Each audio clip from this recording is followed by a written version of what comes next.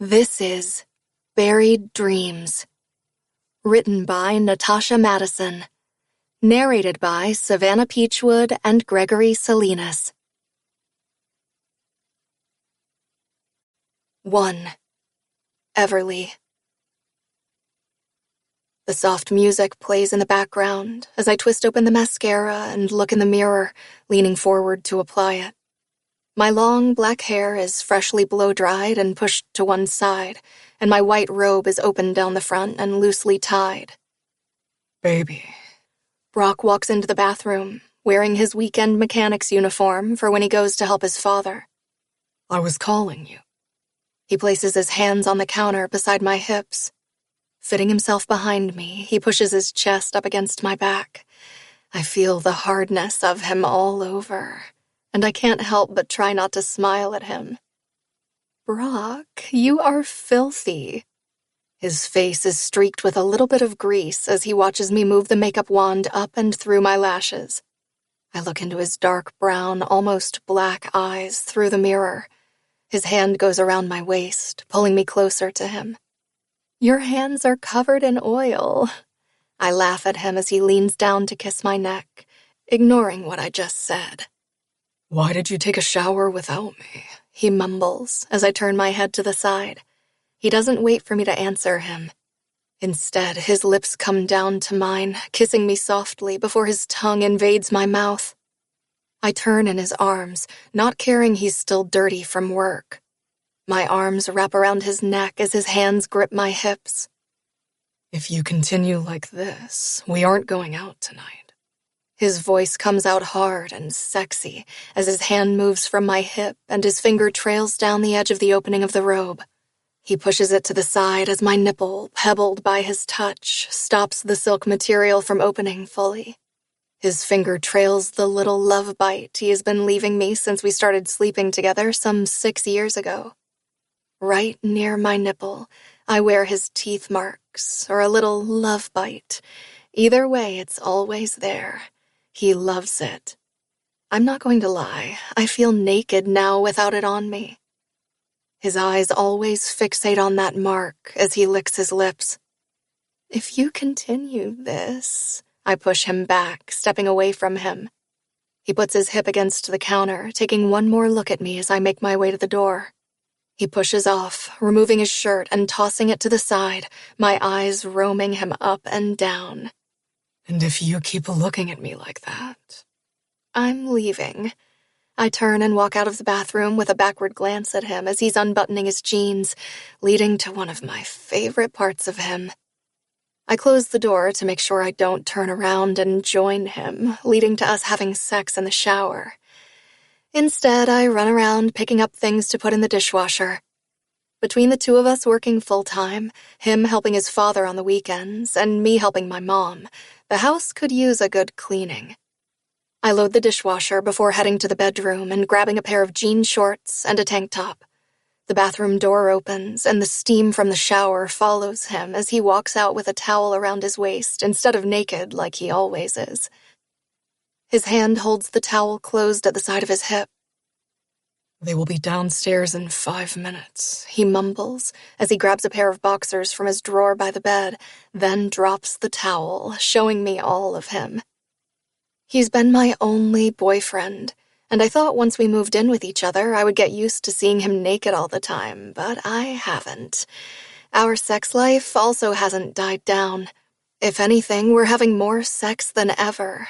Before, we were having sex all the time, and we've also had sex all over the place, in his truck, by the creek, and in the bathroom at the bar.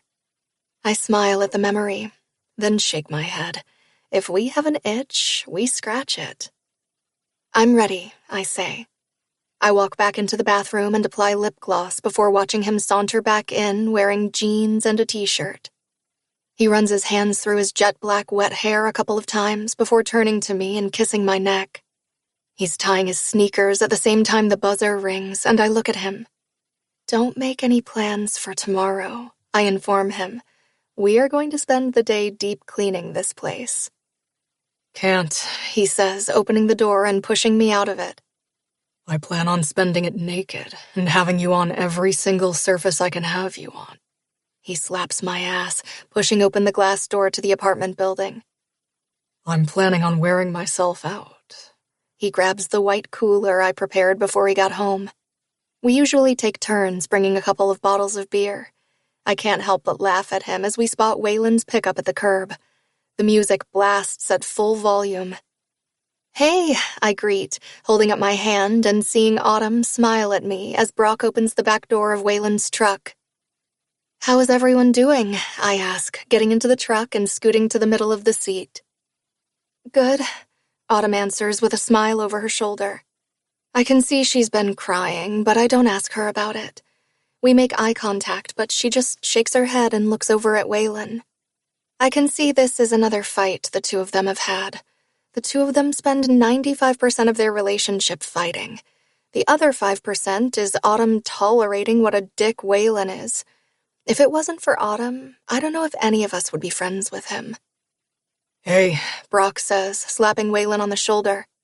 "How are you doing?" "Could be better," he replies, pulling away from the curb and almost peeling out of the parking lot. I put my hand on Brock's knee and squeeze it. I look over at him and raise my eyebrows, sharing with him that we should have just stayed home and had pizza. The windows are down, so my hair flies all around my face as I turn to look out the window.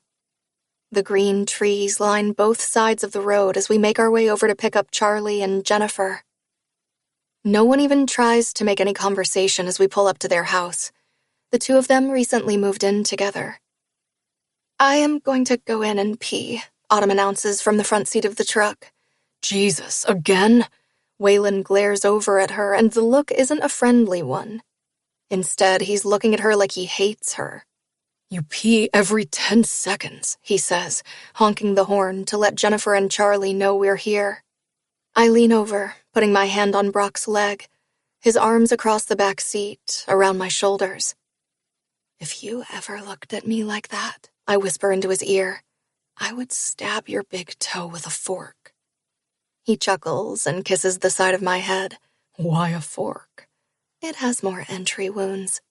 I look up at him as the passenger door closes. "So it means you'll be in more pain, which would make me the happiest." The front door opens, and Autumn runs into the house. "She gets on my last nerve sometimes," Waylon mumbles, and I bite my tongue to tell him she's not the one who gets on our last nerve. I think Brock knows I'm about to say something because he picks up the hand that is on his knee and brings it to his lips and squeezes it.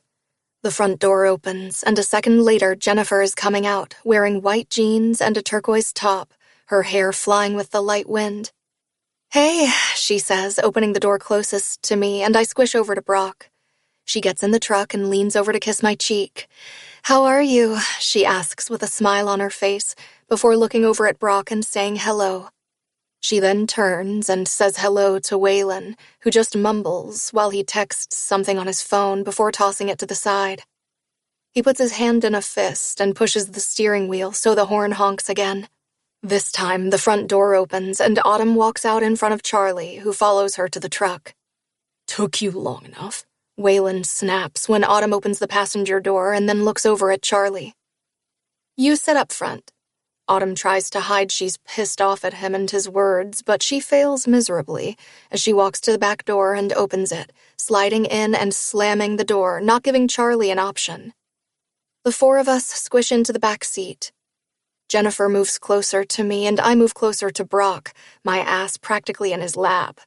His arms wrap around my waist to make sure I don't fly anywhere. "Hey." Charlie gets in the front seat, greeting us and trying to avoid the awkwardness of how quiet the truck is. He looks over at Brock, sharing a look. "How's everyone doing?" Charlie barely has his seatbelt on before Waylon drives off, making Brock shake his head. "Good times," he says, looking at Jennifer, the two of them sharing an inside look. My eyes go to Autumn. She's looking out the window and not talking to them. Her finger pulls the side of her eye to stop the tear from coming out. I shake my head and look at Brock, who just shakes his head, telling me not to. We head over to Waylon's family's hunting cabin, some 15 minutes on the outskirts of town. The log cabin is painted red, with a wraparound porch and 4 rocking chairs. We've been hanging around at the cabin since we were all 16, going up there with a couple of cases of beer that Waylon would get using his older brother Winston to buy it for us. We all went to high school together, all except Charlie, who just moved to town a couple of years ago. Even after high school, we all stayed local while going to school. I attended to get my marketing degree, while Brock just got his bachelor's degree in architecture and will now be doing a complete internship for Waylon's family's construction company. Waylon's family has been around this town dating back to the 1920s, when his great-grandfather started a construction company and went into lumber trading or something like that. Now they just do construction. If a building goes up in town, it's always with the Cartwright family building it. Brock will be helping them with the new development they plan on building. It's going to be one of their biggest projects ever, and he's helping develop the look of it. As soon as Waylon turns the truck off, the doors open and everyone jumps down. Brock goes to the back of the truck bed and grabs the cooler. He comes back to me and slides his hand in mine, as always, and we walk to the side of the house where 8 big logs lie in an octagon shape around a fire pit. We're here almost every single weekend just to sit and shoot the shit, or even during the week we can go and eat and then just come here and chill. The sun slowly goes down as Waylon returns with some wood and starts the fire while I sit on a log. Brock lets my hand go, kissing me quickly before walking over to stand with Charlie. They both watch Waylon as they chit-chat. "I am exhausted," Autumn states, sitting down on the log next to me. "I want to sleep for 24 hours straight." I sit next to Autumn, and then Jennifer sits next to me. "Like a whole 24 hours. Is that possible?" I laugh at her question, and so does Jennifer. "I don't know. The last time I slept really long, I was hungover after Brock's graduation. I swear to God, I think I slept half on the bed and half on the floor. I have a vague memory of that. I even fell asleep standing in the kitchen, waiting for the coffee to come out, but instead I sat down on the kitchen floor and totally fell asleep." Jennifer leans in to me, laughing as I tell the story. The 3 of us have been friends since kindergarten and have literally gone through everything together. I'm an only child, but with the 2 of them, I feel like I have 2 sisters. Even when we were in high school, we spent every single weekend at one of our houses. The sound of crackling from the fire fills the night air as we all talk about little things here and there, with us laughing and giggling at something one of us would say. When Waylon gets up and goes to his truck, all eyes go to watch him, wondering what the hell he's doing. When he opens the driver's side door, he turns the truck on and blasts the radio. The sound of a country song now replaces the sound of the snapping firewood. He holds one hand up in the air as he sways his hips. "Autumn, get your ass over here and dance with me." He grabs a bottle of water from the truck. Autumn groans from beside me but gets up as Jennifer also gets up. Autumn walks over to Waylon, who lunges for her, grabbing her arm and pulling her to him. She holds up her hands, pushing his chest as she tries to get away from him. "Baby," Brock says, and I look up at him. "will you dance with me?" He holds out his hand for me. "Oh, yeah." I just smile at him, getting up and wrapping my arms around him, rising on my tippy toes and waiting for him to kiss my lips. "Anything to be in your arms," I say as he rubs his nose with mine. I hear Autumn and Waylon arguing from beside me, but my eyes are locked on my man. His hands move from my waist to my ass as he cups it. "You know what's better than this?" I ask him as we sway to the music. "Being naked in your arms."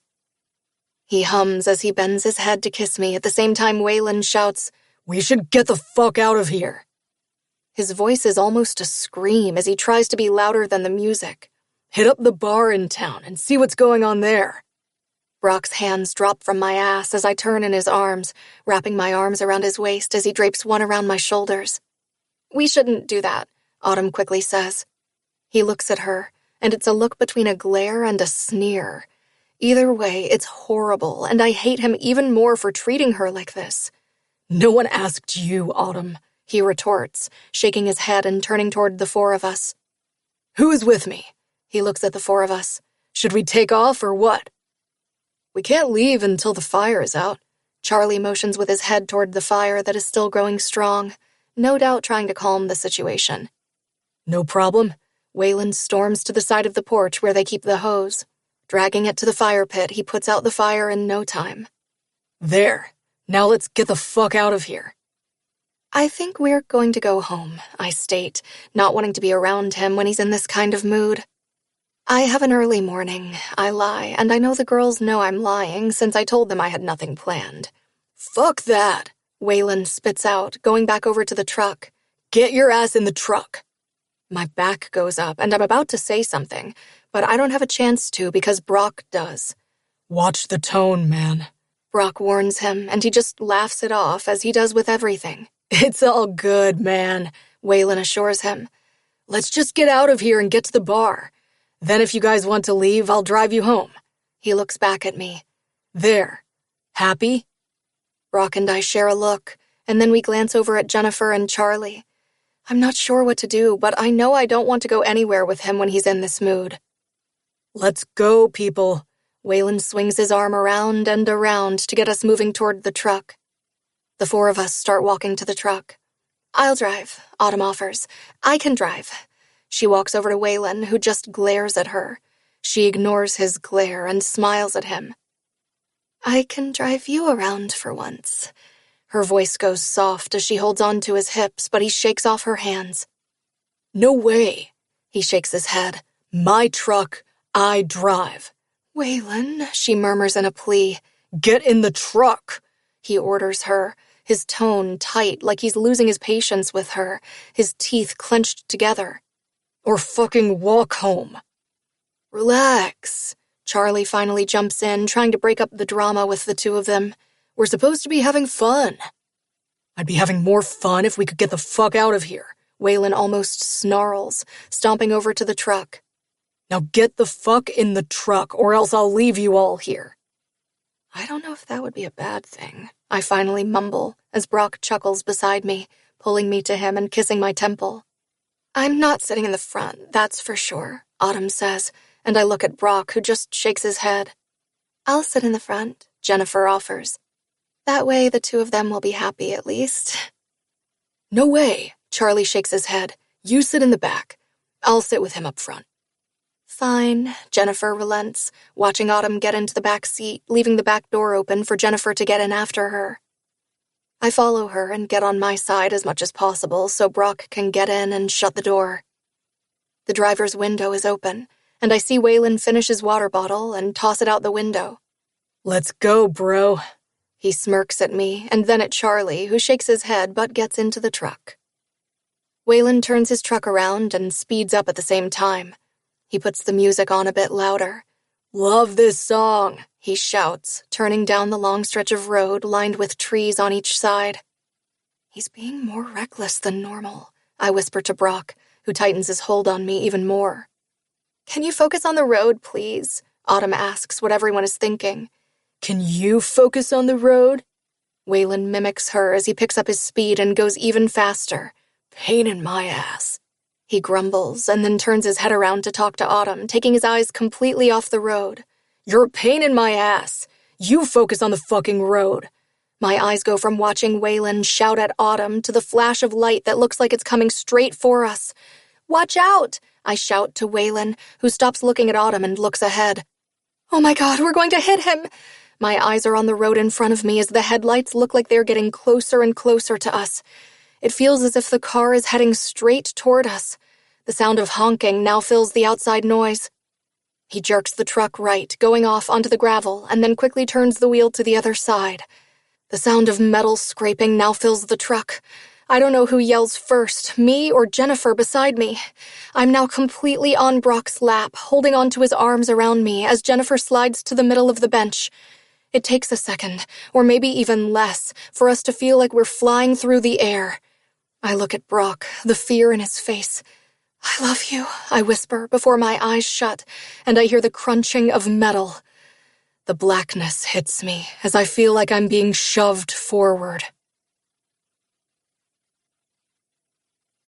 2. Everleigh. 9 years later. I pick up my glass of water while reading the email that just came in at the same time as my phone rings from beside my keyboard. Looking down, I see it's my mother. My eyes immediately go to the lower corner of the screen, noticing it's just after 7 in the evening. It's like clockwork. There are certain things I can count on in my life, and my mother is one of them, just like these nightly calls are. I slide the arrow to the side, accepting the FaceTime and seeing her face fill the screen. "Hey, Mama," I smile at her. "Hey, baby girl," she replies, sitting in the reading chair in the living room that isn't facing the television but instead the street. I've been trying to get her to turn it around since I was 14, but she says looking outside and seeing her neighbors is more entertaining. I mean, sometimes it really is, especially when cranky old Mr. Ferrucci next door was caught having an affair with one of his coworkers. Mrs. Ferrucci threw all of his stuff out onto the lawn. It was raining clothes for a good hour, and just when you thought it would end, there would be another stream of clothing falling from the window. "What you doing?" I see her with her feet curled up under her. "Nothing much," I say, "just answering an email." "You are always working," she replies, shaking her head. "When are you going to get out and find some friends?" I roll my eyes at her. "I have friends," I assure her. "It's a Wednesday night," I lie to her. I've been living in this city for the past 7 years, and truth be told, I don't really have any friends like I did before. I have my guard up all the time. I don't know why, but it's hard for me to make friends. And again, truth be told, I don't want to make friends. "When you lived here, you were out every night," she reminds me, and I roll my eyes. "It was hard keeping you home." "Is that what you called me for? To ask me why I'm home?" I ask, leaning back in the chair and listening to the little wind chimes I brought from home that I put up by the window. "Why are you home?" "It's 7 at night, and I wake up at 5 to go to work," she snaps. "But you finish work at 5, so you could get yourself a man and be busy by 7, I goad her. Her eyes go big, and she gasps. "You watch that mouth, young lady," she scolds. "You don't need to worry about my needs. They are well taken care of." My face grimaces. I just threw up. It's been Mom and me since I was born. My father decided a child wasn't on his bingo card, so he dipped as soon as she told him she was pregnant with me. She worked 2 jobs to make sure I had everything I needed. She worked her ass tirelessly to make sure I never missed anything, and to this day there is nothing I wouldn't do for her. Well, at least one thing I won't do for her, but she's never really asked me. She's never been with another man after my father, or none I was aware of. There have been occasions when I thought she went out with a man a couple of times. She laughs at my face. "How was your day?" "It was okay. I have this new nightclub I'm working on. It will be a restaurant until 10 p.m., and then it'll turn into a club. What about you? How are things?" Same old," she reports. I see her face go weird, and she stops talking. "Mom?" I sit up in my chair. "Mom, are you okay?" I ask as the back of my neck gets warm. "I don't feel well," she admits, and then the phone falls to the floor. The image on the screen is now of the ceiling in the living room, and my heart sinks as I spring out of my chair. "Mom!" I scream her name. "Mom!" I say again as my heart sinks to my feet and panic rushes through me. "Mom!" I yell again, hoping the phone is picked up and she tells me she's fine. I wait 1 second, literally 1, before I hang up on her and call the neighbor who lives across from her. "Hello?" Mrs. Gregory answers her phone while I tear through my 1-bedroom apartment, going to my bedroom, feeling that my heart is going to come out of my chest. "Mrs. Gregory," I quickly say, taking my bag out from the closet and tossing it on the bed. "My mom—" I try to calm myself down. "My mom. I was talking to her, and then something happened. She said she didn't feel well, and then the phone fell out of her hands." "Oh my," she replies, and I can hear her moving and then walking. "She said she didn't feel well. I can't call 911 from here." I take the phone off my ear and then open the browsing app and type in the emergency number for Montgavin. My hands are shaking so much it's a miracle I can even type. "She needs help," I sob out the last words, feeling more helpless than I've ever felt in my life. "On it," Mrs. Gregory confirms. My head spins as I run around my bedroom, throwing things in a bag. I look down at the phone and see she's hung up on me. The tears pour down my cheeks, and I feel like I'm going to be sick. The idea of not knowing what is going on with my mother while I'm so far from her is killing me. I zip up the bag, running around to my office and unplugging my laptop, putting it in my backpack along with all the papers on my desk. I'm out of the house 10 minutes later, knowing I forgot something, but also not giving a shit. I'm in my car and rushing out of the parking garage when my phone rings. "Hello?" "Sweetie." Mrs. Gregory's voice is soft and low. "Honey," she says. I can hear her sniffling from her side of the phone, and all the blood from my body feels like it's being drained out. My hands grip the steering wheel as the tears pour down my face like the rushing of a stream down a hill. "They just took her," she chokes out as she silently cries. "They think it was a heart attack." I close my eyes. "They got her heart started again right before they left." "I'm on my way," I say. "I should be there in about 9 hours. "I'm going to the hospital right now," she declares. "Can you call me?" I whisper, "and give me updates?" "I will call you on the hour every single hour, even if there isn't anything to report." "Thank you," I reply, grateful she was there to help me and save my mom. "Did she regain consciousness?" "No, sweetie," she reports. I put my head back and my bottom lip quivers. "She didn't." "Okay. I'll speak to you in an hour." "Yes." She disconnects the phone, and I put the hospital address in my phone and head on my way, going way over the speed limit. I just hope that if I get pulled over, they will have a little bit of sympathy for me. Every single hour, Mrs. Gregory calls me to tell me the latest news. Mom was rushed into surgery for a blockage in her heart. For the past 6 hours, I've been on autopilot as I wait for her to tell me she's out of surgery. I spent the past 6 hours talking to her about how much I missed her, about how much my life would never be the same without her in it, about how she is the only person in my life who has never let me down. I drive into town after 8 hours. The town name lights up, and if you didn't know any better, you would think this is a peaceful town, a town where everyone is friendly. And I have to say, when I was growing up, it's where I knew I wanted to live forever. But now it's the place I want to run away from. It's as if my body knows I'm back, because the minute I cross that threshold, the memories come back with a vengeance, and I can't stop them, no matter how much I've locked Pandora's box. "Baby." I hear the soft voice in my ear, and I want to open my eyes. I really do, but I can't. My eyes are just too heavy. "Baby, please." Brock pleads with me, but then I hear more voices all around me. Voices that seem far away, but in abundance. "Holy fuck," a man says right before I'm sucked back in. "We're going to need the jaws of life." The shouting makes me try to open my eyes again. "Jennifer!" Charlie calls her name frantically. The approaching sirens make me want to force my eyes open, but they feel like they're sealed shut. Someone says something as my eyes flicker open and the buzzing starts in my ears right away. I try to lick my lips, but the taste of metal is on them, and I feel like I've been punched in the face. I wiggle my fingers and try to move my hand up to my face, but it's stuck under something. "Brock," I whisper. "Brock." I try to move my head, but it's lodged against Jennifer's. My eyes shut on their own as the darkness takes me away again.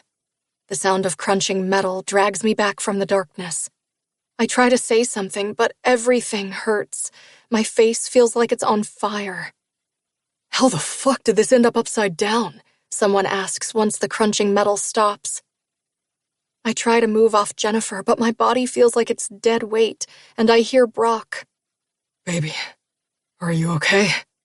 After trying to answer him with words and forcing my eyes to open, I groan. "Everleigh," he sobs. "Please, answer me." My left side feels like it is being crushed as I try to take a deep breath, but the pain rips through me. I groan softly, trying to push away the pain as I fight to open my eyes. "We got this door open," I hear someone shouting, but I'm not sure if it's right beside me or far away. "Fuck," another voice yells. "Let's get him out." "Everleigh," Brock mumbles from beside me, or at least I think he's beside me. "Everleigh, are you okay?" I hear mumbled. "My head," I finally pant out. "It hurts." "Guys, how is Jennifer?" Charlie asks from the front seat. "I think she's on top of me," Autumn says. "I can't move." "Brock, are you okay?" Charlie asks as I blink my eyes more and more to make sure I don't close them for too long. I try to turn my head, but I'm not able to. "Foot is stuck. It feels like something is in my leg." His voice is pained, and I want to touch him, but I feel squished on both sides. It sounds like a saw is working near us, and then the sounds of crunching metal make me wince again. I want to lift my hands to my ears to stop the pain. "We got a door off," someone shouts. "Fuck, I think he's DOA." DOA, my head screams. Does that mean someone is dead? "We need more hands." I can hear more and more people's voices as I try to look around, and finally, my eyes spot Brock, who is the one pushing me into Jennifer. "Brock," I say, and his head turns to mine. Blood is running down his face. The bright light now feels like it's being shined into my face, so I close my eyes. "Everleigh," Brock says to the man. "We have to get you out first and then get her," the man states, and then I hear him roar out in pain from beside me, and I want to help him. It's a howling sound I don't think I will ever forget. "We need a paramedic here." "His foot is jammed," someone announces. "If we pull him out, it'll rip through his whole thigh." "We need to get the driver out." I hear more footsteps from the other side of the truck. "What a fucking mess," another voice adds. 3-car accident. 1 man struck on the side of the road. "How many in this car?" a woman asks as I hear shouting coming from far away, and then the sound of more sirens fills the night. Red lights flashing cut into the darkness of the truck for a couple of seconds, but I don't have time to look around before it's dark again. "We have 3 in the back and 2 in the front." That doesn't sound right. How are there 3 in the back? I wonder if Jennifer or Autumn fell onto the floorboard. The sound of metal clunking feels like it's right outside my door. I wince as my head throbs. "We got you," I hear right after the sound of clunking is done. The weight on my side is gone, and when I open my eyes, I see they got Brock out. "We got him out." I feel hands touching me. "We're going to get you out." I hear the soft voice and look at the man dressed in a firefighter uniform. "We got you." "I don't think I can move," I say as he puts a white plastic thing around my neck. "I'll carry you." He puts one hand under my knees as he tries and pulls me away from Jennifer. "My friend Jennifer, she must be stuck somewhere," I say as he moves an inch at a time. My leg suddenly cries out in pain, but I push it away from me. "She's in here. We are 6 people in the truck." My eyes get heavy as the light shines on my face, making me close them as I feel like I'm floating on air now. "She said there were 6 in the truck," the man reports, and I try to open my eyes. "Where is the other person?" "There are only 3 people back here," a man says softly, and I want to open my eyes to tell him it's a mistake, but right before the darkness takes me away again, the man says, "Unless she's under." "Turn left at the stop sign," the GPS tells me, and I come out of the memory of the night that changed not only my life, but everyone's life irrevocably. It's not that I need the GPS at this point, but it's been on since I started driving just to tell me how far away I was. I don't even notice my face is wet with tears as I pull up to the hospital parking lot. I grab my phone and my keys before rushing into the emergency room where I find Mrs. Gregory sitting with a coffee in her hand. "Oh, thank goodness you got here. She just woke up." I put my hand to my chest. I've never heard sweeter words before in my life. I mean, only 3 other ones have been sweeter. "Can I see her?" I ask, and she gets up, nodding. She walks with me to the nurse's desk. "This is Miss Maddie's daughter," she informs them, and the woman smiles at me. "Can I see her?" I ask, my hands shaking. "Please, just for a minute." "You can." She gets up and motions with her head to follow her. I follow her to the back, past 2 swinging doors. The only lights on are the lights at the nurse's station in the middle of the corridor. Most of the doors to the rooms are open, and you can see in each of them with the big windows giving you access. She stops beside a door, and I look in and see my mother lying in the middle of the bed with her head elevated. My feet move before my head can even wrap around that she looks like she's sleeping. I pick up her hand gently, feeling her warmth seep through me and bring it to my lips. "I love you, Mama," I sob out. I hear her head move on the pillow and her eyes open. "Everleigh," she says, confused I'm here. "What on earth are you doing here?" I can't help but smile through the tears. "Mom, you had a heart attack," I inform her. "I'm fine," she huffs. "I need to get out of this bed and get to work." She looks like she's about to get up when I shake my head. "She's a stubborn one," the doctor says, walking into the room. He's wearing scrubs and a surgical hat on his head. "She's lucky we found her in time." He stands in front of the bed with his hands on his hips. "What does he know?" My mother looks at me. "I'm telling you, I'm okay. I feel fine." She fights to keep her eyes open. "How long does she have to stay here?" I know my mother has probably asked this question already.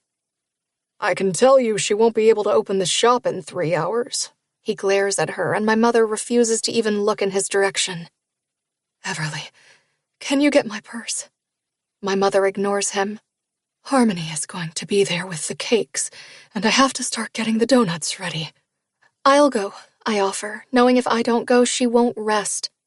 "I'll go and get everything sorted today, and you can rest and go in tomorrow," I bargain, looking at the doctor when he looks like he's about to say something. "Fine," she relents. I know by her giving in without even fighting with me, she really doesn't feel well, but she won't let me know. "But you need to leave now." I look over at the doctor, who I motion to with my head to the side, hoping he understands what I'm trying to say, and he looks at my mother. "I'm going to be back in a bit to check on you." "Wasting your time, Oliver. I said I'm fine." I look at both of them as my mother closes her eyes. "Now I'm going to rest, and you're bothering me." She looks back at me. "You, get going." "Will do," I agree. Walking out, I stop by her door and let out a huge sigh of relief. I guess she's fine. "She is not fine," the doctor corrects me. "I'm Dr. Cardinal, but you can call me Oliver. I've been telling her for years that she's burning the candle at both ends." He looks at me, and then through the window. "If you weren't on the phone with her, we would have lost her." His voice trails off. "She needs to be off her feet for at least 6 weeks. "You think you'll stop her from doing things for 6 weeks?" I ask, trying not to laugh. "I'm hoping you can help me with that," he says, and I want to ask him so many questions, but his phone buzzes. "We are going to run tests today, and depending on the results, she could be here for a week. I have to go, but I'll see you later." "Oh, I'll see you all right," I assure him, watching him walk away. Instead of leaving, I walk back into the room and go to my mother and bend to kiss her cheek. "I love you, Mama," I say softly, but for once, she doesn't answer me. I walk out with my head hanging, spotting Mrs. Gregory waiting for me. She holds her arms open for me and I give her a hug. "I don't know how to thank you," I say. "If you weren't there—" "Hush yourself," she scolds, letting me go. "I'm going to go home and get some sleep and come back later." I nod at her as we walk out together, but she goes one way while I go the other. I get into my car and head down Main Street. My eyes roam down the empty street as I park and let myself into the little bakery store my mother used to work at and then bought from the old owner when he retired. I turn the lights on and head to the fridge to take the big bowl out. I ignore the burning of my eyes as I start doing all the things I need to do. I'm taking the last batch of donuts out of the oil when I hear the bells for the front door jingle. I look over, seeing it's just after 7. Wiping my hands, I walk out of the back, seeing a brown box on the counter. "Hi," the woman says, smiling at me. "Hey," I greet her as I walk over and look into the box to see there are cellophane-wrapped cakes. "Are you okay?" she asks with worry in her voice, and I can't even imagine how I feel. "You must be Harmony, the girl who bakes the cakes," I say, totally ignoring the question of if I'm okay. I'm not okay, but I know if I stop, I'll collapse in a puddle in the middle of the floor. "I am," she nods at me. "I'm Everleigh," I introduce myself, "Miss Maddie's daughter." Saying my mother's name breaks me a little as I blink away the tears that are threatening to come back. "She had a heart attack last night." Harmony's hand goes to her mouth to stop the gasp. "Luckily, I was on the phone with her when it happened, and I was able to get her neighbor to help her, so the ambulance got there in time." Oh my. Her own tears now run down her cheeks. "Is she okay?" "She was resting this morning when I left the hospital," I say. "Doctor says she needs to stay off her feet and rest." I exhale, trying to control my breathing and making sure I don't sob. But she's stubborn, and unless I'm going to stay here and watch her, I shake my head. So now here I am for the next little while. I decided it as soon as I saw her lying in that bed. "Is there anything I can do to help?" she asks, and I just shake my head. "I have another one in the truck." She points at the box on the counter before turning and walking out of the store. When I look up, my eyes go to the mechanic shop, smack in the middle of the block facing Main Street. You can't miss it once you get to the intersection. You either have to turn right or left or drive right into it. My chest contracts as I look over at the windows. Seeing a couple of men arriving, I scan to see if I'm able to see him. The door opens again, forcing my eyes to go back to see Harmony place another box on the counter. "Do you have my number?" she asks. "If you want to take my number down, let me know if you need anything." I pull my phone out of my back pocket when she gives me her number, and I text her. 561-277-6498. It's Everleigh. "That's my number in case you need to get in touch with me about the deliveries," I say as she does something on her phone. "Do you know when they are discharging her from the hospital?" she asks, and I take a big inhale, thinking back at the scene that happened this morning. "I might have to get cuffs and cuff her to the bed," I mumble. "From what the doctor said, depending on the results of her tests today, it could be up to 5 days. "I'll let you get back to work," she says as the door opens and I see a couple of customers come in. "I'll see you tomorrow." I smile at her. "I'll be here," I confirm. My eyes go to the mechanic shop, wishing like hell I wasn't here in the town where I lost 2 of my best friends and the man I thought I would love for the rest of my life. A man I thought I would marry and have children with. A man who shattered my heart, and it's never, ever been the same since. I don't think it ever will be. For however long I need to be here. 3. Brock. The chimes start ringing, and I absent-mindedly throw my hand on the side table and hit the phone. My eyes open, and I wince at the bright sunlight coming into the room.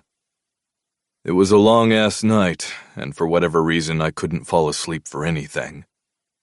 I tossed and turned from when I got into bed at 9 o'clock until the last time I checked the clock, which was after 3 in the morning. My chest was all tight, the nervousness was all over me, and I had no idea why.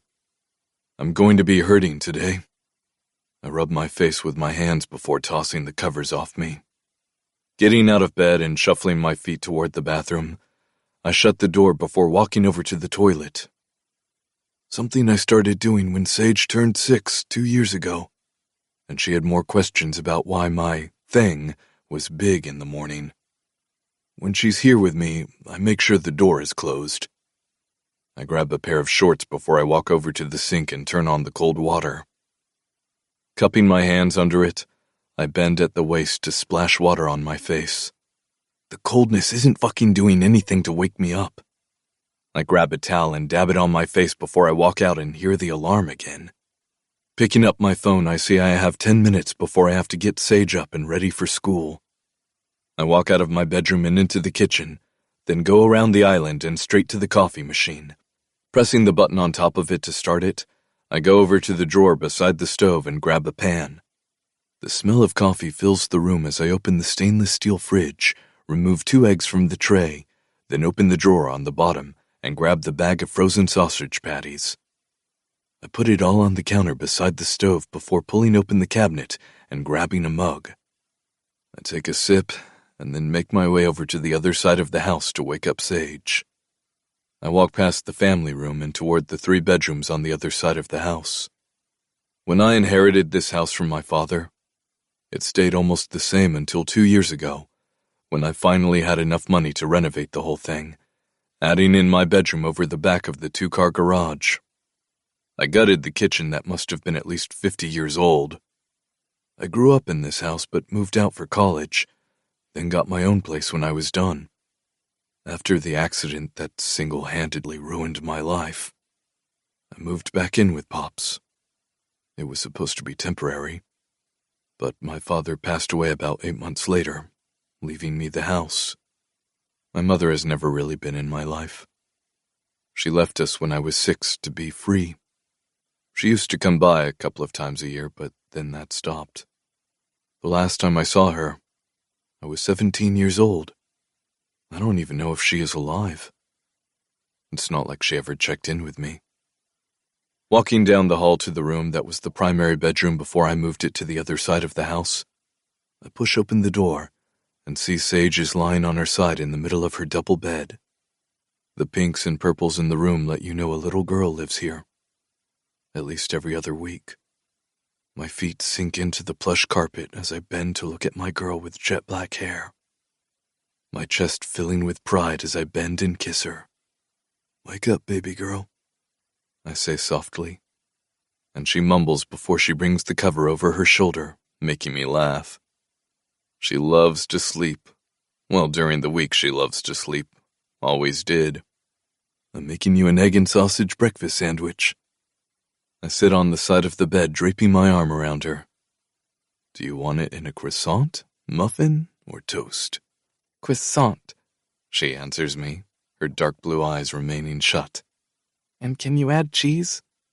"What kind?" I ask. I learned the hard way she has different tastes for different days. The meltdown she had when I put American cheese instead of Swiss on it, you would have thought I had sold the state secrets. It was bad. She pouted and refused to eat it. I offered to make her another one, but she said her heart was just too broken to eat. "Swiss," she replies, and I nod. "Okay, I'll go get started on that, but you need to get up." I move her hips back and forth, and then bend my head to blow bubbles in her neck until she is giggling and I know she's awake. "Get dressed." I get up and head back to the kitchen, grabbing my mug of coffee before turning on the stove. I add butter to the pan before tossing 2 sausage patties to the side and then cracking open the eggs. Walking to the pantry, I grab 2 croissants and cut them, putting them in the toaster before grabbing the cheese. I wouldn't have gone with Swiss, but I always have what she has. That way if she wants more, she can have mine. I'm flipping over the eggs and sausage when she comes out of her side of the house, and it really is hers. One room is my office, which never gets used, and now that she's 8 and her homework is more computer stuff, she has taken over that room. The other one sits empty. I thought I would make it a guest room, but the only ones who sleep over are friends of Sage's, and they usually end up crashing in her bed. Maybe when she gets older, we'll knock down the wall and make it a bigger room for her. "Dad?" Sage calls my name before walking to the fridge and grabbing orange juice. "Can you braid my hair?" "Sure," I agree, plating her sandwich and then mine. She sits on her stool. "And next time, can we have a pizza night?" I nod, thinking about how empty the house will be with her gone for the next week. I take a bite of my sandwich. "I'm going to go shower and get dressed," I say. "Eat, and if you want more, take mine." I point at my plate. She nods as she walks over to the family room, just off the kitchen, grabbing the remote and putting on her show. It takes me 20 minutes to shower and slide on my black work pants, with the black shirt with the Jesse and Son Mechanic Shop logo on the right. Jesse is my dad's name, and when I started working with him, he added in the son. "Dad," she calls, coming into the bedroom. "can you braid my hair now?" "Yeah." I motion with my head for her to come to the bathroom with me. She stands in front of me, and I grab the brush from her hand, combing through her hair. "I want a ponytail and then a braid." I nod and finish her hair. When she turned 4 and started wanting all these things, I went to the hairdresser with her, and the girl was kind enough to teach me how to do it. She also gave the best head, and she was fucking wild in bed. She came over to give me one-on-one lessons, which always ended up with us in bed. It fizzled out like it always does because I have nothing to give, and I'm not making anyone besides Sage promises. We still hook up occasionally when we run into each other, which isn't that often since I'm either at work or with Sage. On the weeks I don't have her, I'm in the shop for 14 hours a day getting ahead for when I do have her. "There," I say when I finish bending to kiss her head. "Get your stuff or we'll be late." "Okay." She turns and walks out of the bedroom. 10 minutes later, I have a thermos of coffee in my hand, and she's holding my other one while we get her in the truck before going on with our day. I pull up to the school and get out first before opening the back door and watching her get out. "You call me tonight," I say, and she nods gently. "Give me a kiss." I squat in front of her, and she hugs me around my neck. "I'm going to miss you," she says softly. "Me too, baby girl. But you can call me, and maybe we can have dinner during the week," I suggest hopefully, even knowing her mother probably isn't going to agree. "Yeah." Her eyes light up, and the bell rings. She kisses me and runs into the schoolyard, stopping and waving before walking in. I get into the truck and hear the phone beep with a message from Carla. "Carla, "How was drop-off?" I look down at the message from my ex-wife and Sage's mother. Me. "Everything was good. I was thinking maybe I could pick her up on Wednesday and take her to dinner. We knew each other in high school. She was always sniffing around me if I'm being completely honest. Then, like a very bad cliché, one drunken night and a broken condom bonded us for fucking life. Well, at least until Sage is old enough to decide on her own. We got married a month after she told me she was pregnant. Instead of being happy I was starting my life, it was one of the most dreadful days of my life.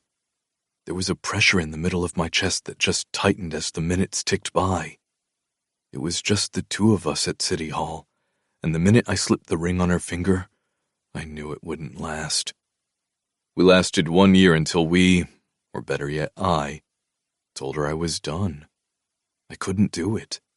It wasn't healthy for us to live together and not like each other, at least not for Sage. Co-parenting could be going so much better if Carla wasn't as bitter as she was, but I put my head down and do what she says so I don't get on her bad side. "Carla, maybe. We'll see." I roll my eyes, tossing my phone to the side and pulling out of the parking lot. I make my way over to the shop, passing by the big Cartwright development I had started working on 10 years ago when I thought I was at the top of my world. But the saying is always right. The higher you go, the harder the fall, and fuck did I fall hard. I was terminated 6 months after the accident when I couldn't do anything they wanted me to do. They literally had my future in their hands, but when the truth came out, they didn't have anything they needed from me. So I was discarded. Now, from talk around the town, there is major structural damage in buildings because of the way the drawings were done. It was what I told them would happen from the get-go, but I was an intern, so no one was going to listen to me. The second I pass the development, my phone rings, and I look down to see Winston Cartwright is calling me. He's been trying to reach me for the past week, and just like all the other times, I decline the call. I pull into the side of the parking lot of the mechanic shop where my father always parked. It's not something I ever thought I would be doing, but sometimes those dreams you have for yourself get buried. With the thermos in my hand, I walk into the front of the shop, seeing the desk empty and paper all over it. Before walking to the back where my office is, another desk is filled with paper that needs to be filed. I toss my keys on the desk before heading into the garage. I have 5 mechanics who work for my shop even though there is room for 10. Not everyone wants to live in a small town fixing cars. I know this isn't what I wanted my future to be. The last thing I wanted was to follow in my father's footsteps, but here I am. I mean, I'm surprised I have even 5 guys. 4 of them come into the garage with coffee from the bakery. "Morning, boys," I greet as they stop talking to each other and look at me. "Hey, boss," Eddie says. "Did you hear about Miss Maddie?" Tony asks, and I just look at him. "Had a heart attack last night." My chest seizes when I hear the news. "Is she okay?" I look over at the bakery, and everything in my body freezes. It feels like time stands still when I see what is in front of my eyes. Surely it can't be. But I'd know that body anywhere. I'd know that black hair anywhere. I'd know that face anywhere. I'm pretty sure I could be blindfolded, and they could place 10 women in front of me, and I would be able to pick her out. She rushes to her car, her hair even longer than the last time I saw her, blowing in the wind, grabbing something before she turns her head to the side. And I see her for the first time in almost 9 years. "That's Miss Maddie's daughter," Tony informs me. He's new in town, so he has no idea the connection I have with her. "She's taking over for Miss Maddie." "She's smoking hot," Ryan observes. "I'm going to wait a couple of days and see if she'll go out with me." I take one look back at the shop, seeing her disappear.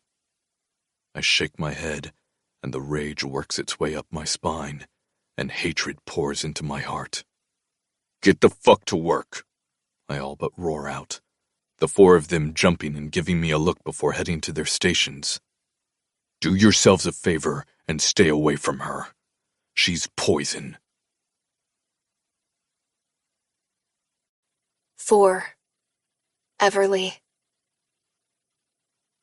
The elevator doors open, and I step in, pressing the button for the 4th floor as the door closes. I look, seeing the numbers fly by until the doors open again. The white wall with the number 4 painted on it greets me as I turn to my left and walk past the 2 open brown doors. Hospital rooms on both sides line up until you get to the nurse's station, which is in the middle of the floor with more rooms after it. I smile at the nurse typing something on the computer in front of her. "Good afternoon," she nods to me. "She'll be happy to see you." "I bet she won't," I joke. It's been 4 days since my mother had her heart attack. 4 days she's been trying to get herself out of this hospital, but has been blocked by the doctor not discharging her, and the fact I won't let her discharge herself. She's still the stubborn woman she has been, but she is more tired than she is used to. I think even she is freaked out about it. "Hey, Mama," I greet her, walking into her hospital room and seeing her sitting in the chair in the corner of the room. Her eyes come up from the book in front of her to me, her long brown hair pulled back and tied in a bun at the nape of her neck. Her face immediately transforms into a scowl. "What are you doing here?" she asks, then picks up her phone. "It's not even 3. "I'm doing amazing, Mom." I ignore her snark. "How are you doing on this fabulous day?" "Everleigh Ann Bishops," she uses my full name. "Do not sass me." "I'm not sassing anything." I put my purse down on the hospital tray table before walking to her and kissing her cheek. "Why are you here?" my mother asks again. "Because my shift is over. May showed up for her shift from 2 to 6, so why would I still be there?" "To make sure she doesn't need anything." My mother closes the book she was reading and puts it on her lap. "Mom, all the donuts have been made and placed out. Worst case, she has to make a fresh pot of coffee. I'm sure she can handle that." "An owner never leaves," she tries, and I hold up my hand. "She's fine. She's worked for you for the past 4 years," I point out and raise my eyebrows. "You hired her and trained her." "You have to keep on top of them." She starts in on me, then stops when Oliver comes into the room. He's dressed in blue slacks and a white button-down shirt with his sleeves rolled up, and you can see some ink on his forearms. "Hello, ladies," he says, nodding at me and then looking over at my mother. "Maddie, how are we doing?" "I told you before, I'm fine, and I'll tell you again. I'm fine." She turns to stare at him. "Well, the results of all your tests have come back," he says. I can tell my mother is about to say something else, so he puts his hand up to stop her from talking. "I didn't say it was all normal." She rolls her eyes. "But nothing has changed since you've been here.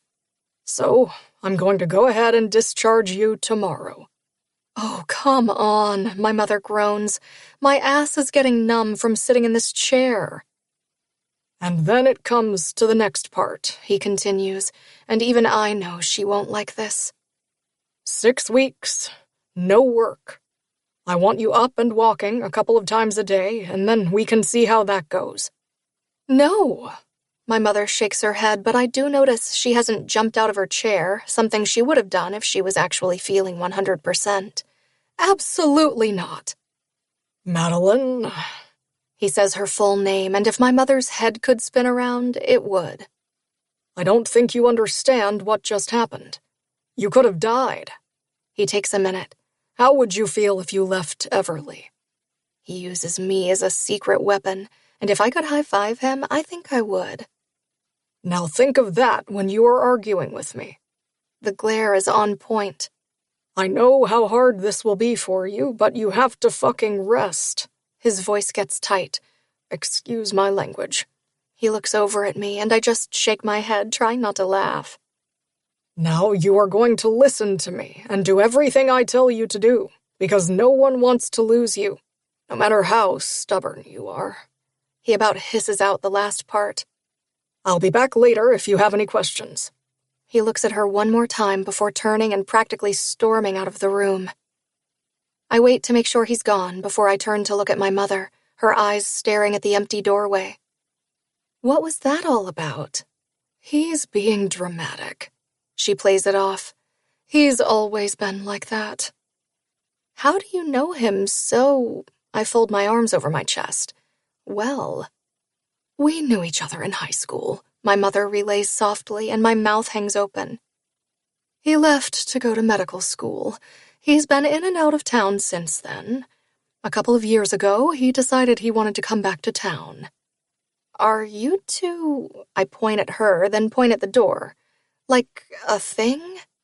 I'm still confused at the scene that just played out, and I wonder if I should have disappeared when they were having their discussion. "Don't be silly." She avoids looking at me. "How is the bakery?" Deflection at its finest, I retort, and instead of pressing her further, I tell her about the bakery. I stay until it's after dinner time, only leaving when she's getting into bed. "See you tomorrow." I kiss her cheek before walking out and toward the elevator. Oliver steps out when I'm about to step in, and he holds the door open with his arm for me to enter. "How is she?" he asks. "She was just getting into bed," I say, and he nods. "Did she plan my death yet?" His voice is soft and full of worry. "Oh, yeah." I laugh when I say it and see the anguish on his face. "But if it makes you feel better, she's also planning mine. Guess we are going down together." He shakes his head. "Impossible. You are what she lives for." I swallow the lump that suddenly rushes up to my throat. "Have a good night, Everleigh." I step into the elevator and wait for the doors to close before I let out my breath. I make it back to my mother's house, grabbing a sandwich and then heading off to bed. Luckily, I'm so exhausted that sleep takes me right away. But my dreams never allow me to let go of the past. When the alarm buzzes the following morning, my eyes flutter open, and it takes me a second to remember where I am. I'm in my childhood home, in the single bed I've always had, in the room where I haven't slept for the past 11 years. I turn on my back, get out of bed, and make my way to the bathroom. 20 minutes later, I'm opening the front door and stepping out into the warm breeze. The sun is just coming up, and birds are chirping as I walk down the steps, past my car and toward the street. It feels like it's been forever since I've done this, but then again, it seems like I was walking out of the front door and heading to school just yesterday. It suddenly seems like I never left this town, and I don't know how I feel about that. I head down the street and around the corner. Most of the houses are quiet. A couple of people are outside grabbing their paper, which has become almost non-existent in the city, but not here. One of the older men is watering their flowers as I walk by, and like always, they look over, and I get a surprised look. They aren't the only one who's surprised I'm back. Hey, Everleigh, Mr. Hank says, turning off his hose. How is your mom doing? The news of her heart attack flew through town like wildfire. She's coming home today, I say happily. I'll tell Mrs. Hank, and we'll bring over some food, he informs me, and I just smile at him before walking to the bakery. It takes 15 minutes for me to walk to the bakery as I pass things that automatically make the memories come back. Memories simmering at the edge, but I'm keeping them at bay. My head is not ready to go through them all right now. One thing at a time, I guess. Right now, my main focus is getting my mother better and trying to keep her from getting all fired up. I know the next 6 weeks will be hell for both of us, more for her than for me, but still. I pass by the mechanic's shop, and I know the minute I do, because even if I wasn't looking up, my chest always tightens as I pass by it, like my heart knows that half of its missing piece is lingering somewhere on his property. I breathe in and out as I make my way past the shop, my chest loosening as I do it. I open the bakery and head to the back to start the donuts, and Harmony comes in, dropping off the cakes. I'm almost done filling the front when the door opens and I look up. My face looks like it's seen a ghost because it feels like it. She walks in, pushing a baby stroller in front of her, and I look at her and then the child, who is sitting up with his straps over his chest.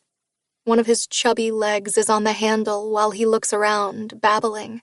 His soft black hair is combed to the side. "Hi," Autumn says softly when she gets to the counter, and I look back at her.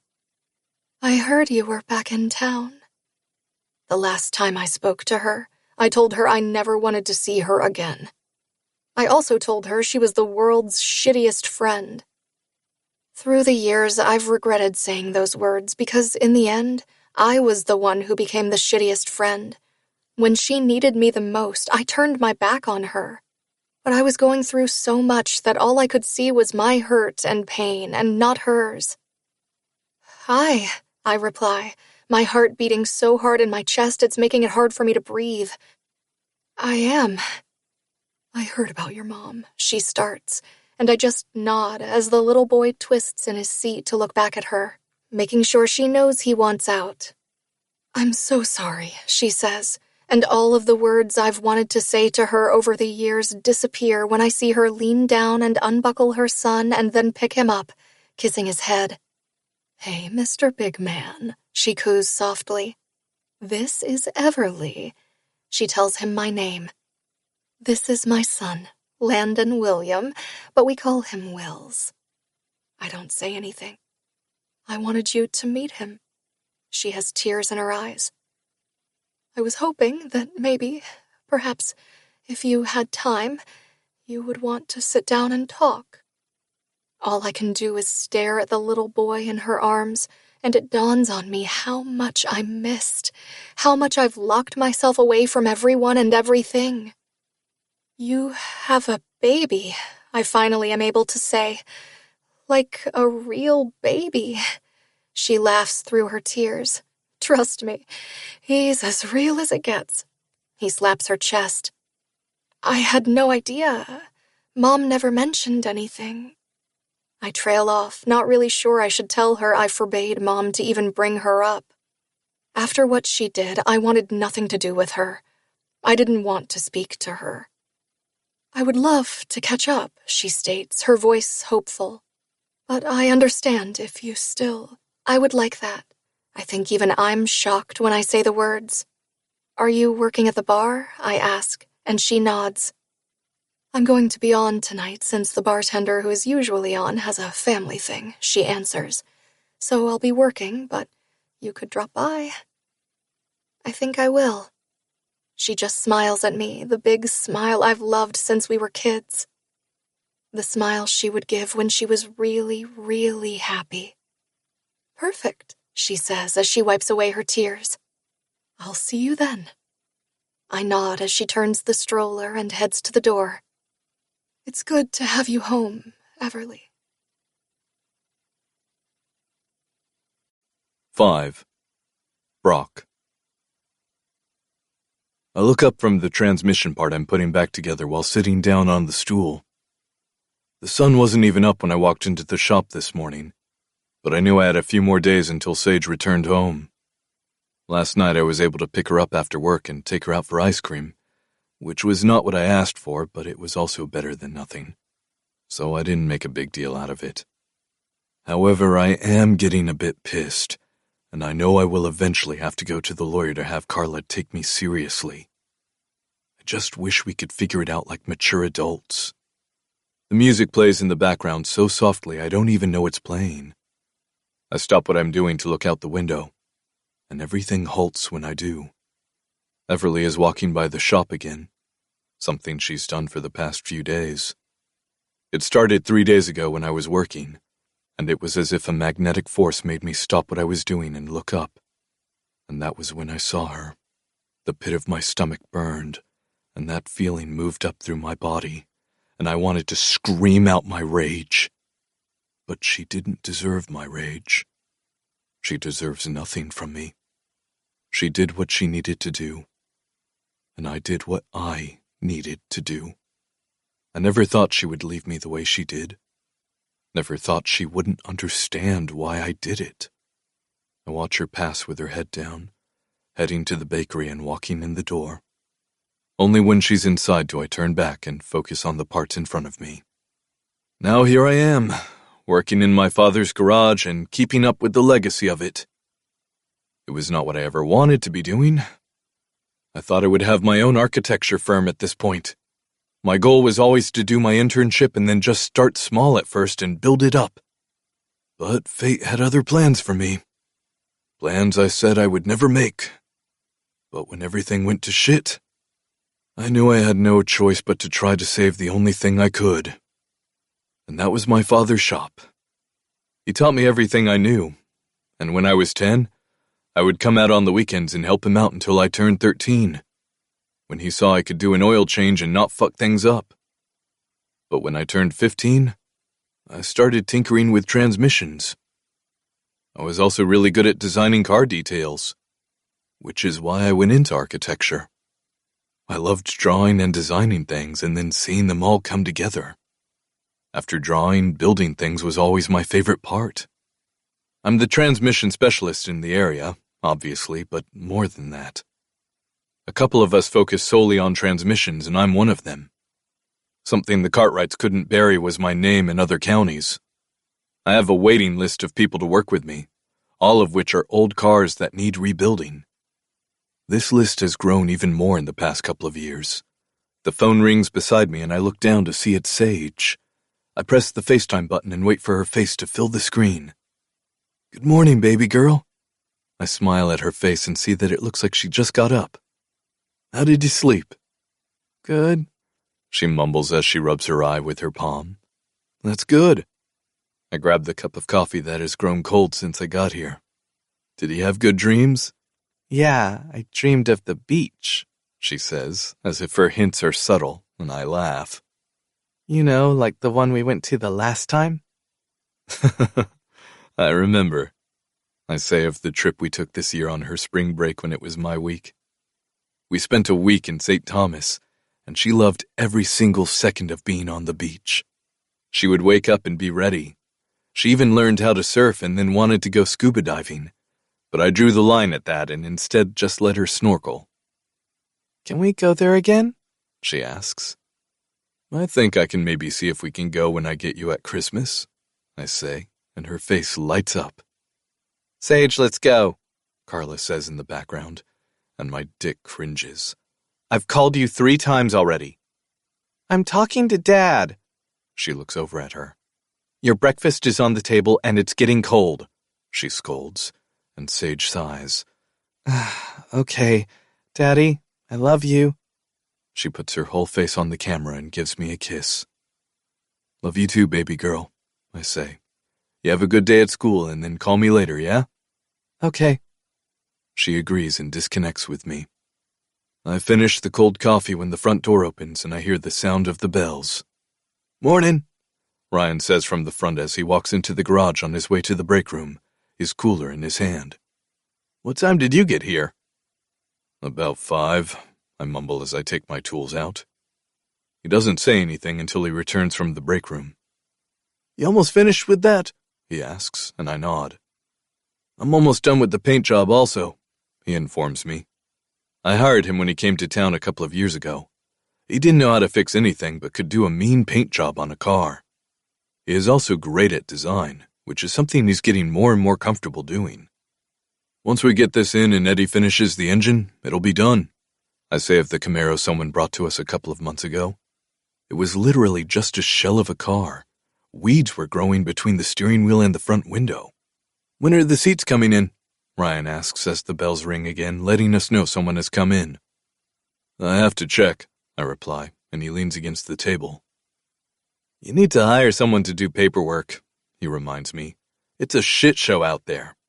Why do I need to hire someone? I ask. You are all grown-ass men. Can't you put things away neatly? You just answered your own question. We are grown-ass men. We don't do any of that shit.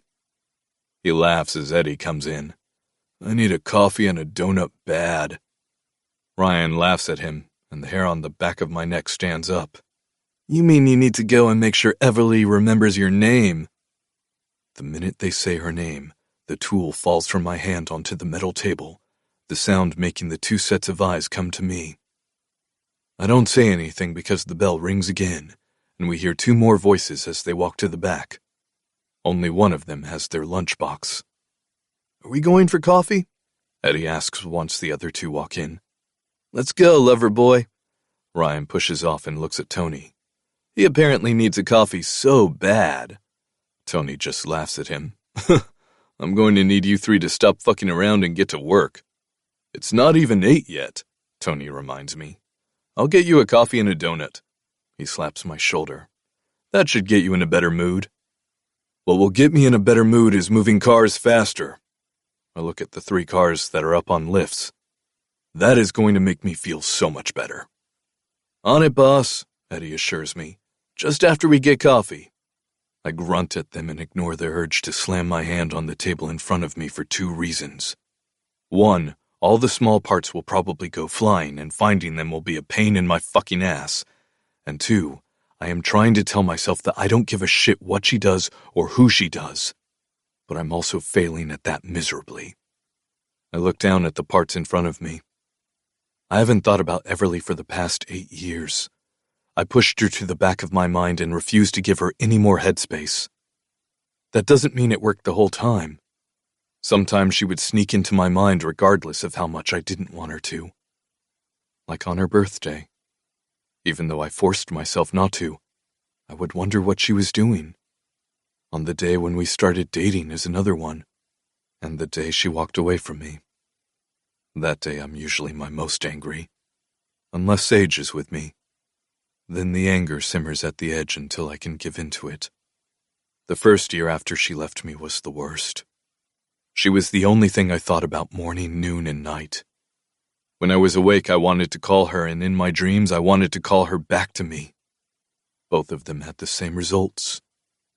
I was left without her, and as the days turned into months and then turned into years, the longing for her turned into hatred.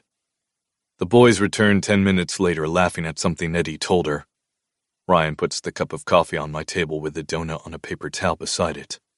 Let's get the doors open, I mumble, ignoring how good the donut smells.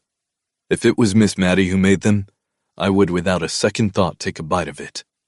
But knowing her hands made them, there is no way in fuck I'm touching it. We work the whole day. I get up to stretch my legs after 3 once I'm done with the transmission before I walk into the office and decide to clean it up a bit. Grabbing all the papers on the desk, I put them in order in front of me. I'm getting up out of my chair and walking to the front of the shop when I see her again. This time she's walking toward me, looking straight ahead. She hasn't changed one bit since I last saw her. Her hips sway side to side as the wind blows through her black hair. She looks over at the garage when she gets closer and smiles at one of the guys waving at whoever the fuck is talking to her. My hand goes into a fist, and the paper in it is crushed and crumpled. "Do you love me, Brock?" I hear her voice in my head. "Do you really, really love me?" "I love you more than life itself ever," I said as I kiss her neck after feeling her heart beating under my lips. "More than life itself, baby," I repeat, and I always get the smile. The smile that made my day. The smile that would make my pulse pick up. The smile that I would wake up to and go to bed to. The smile I thought I would be able to see every single day of my life.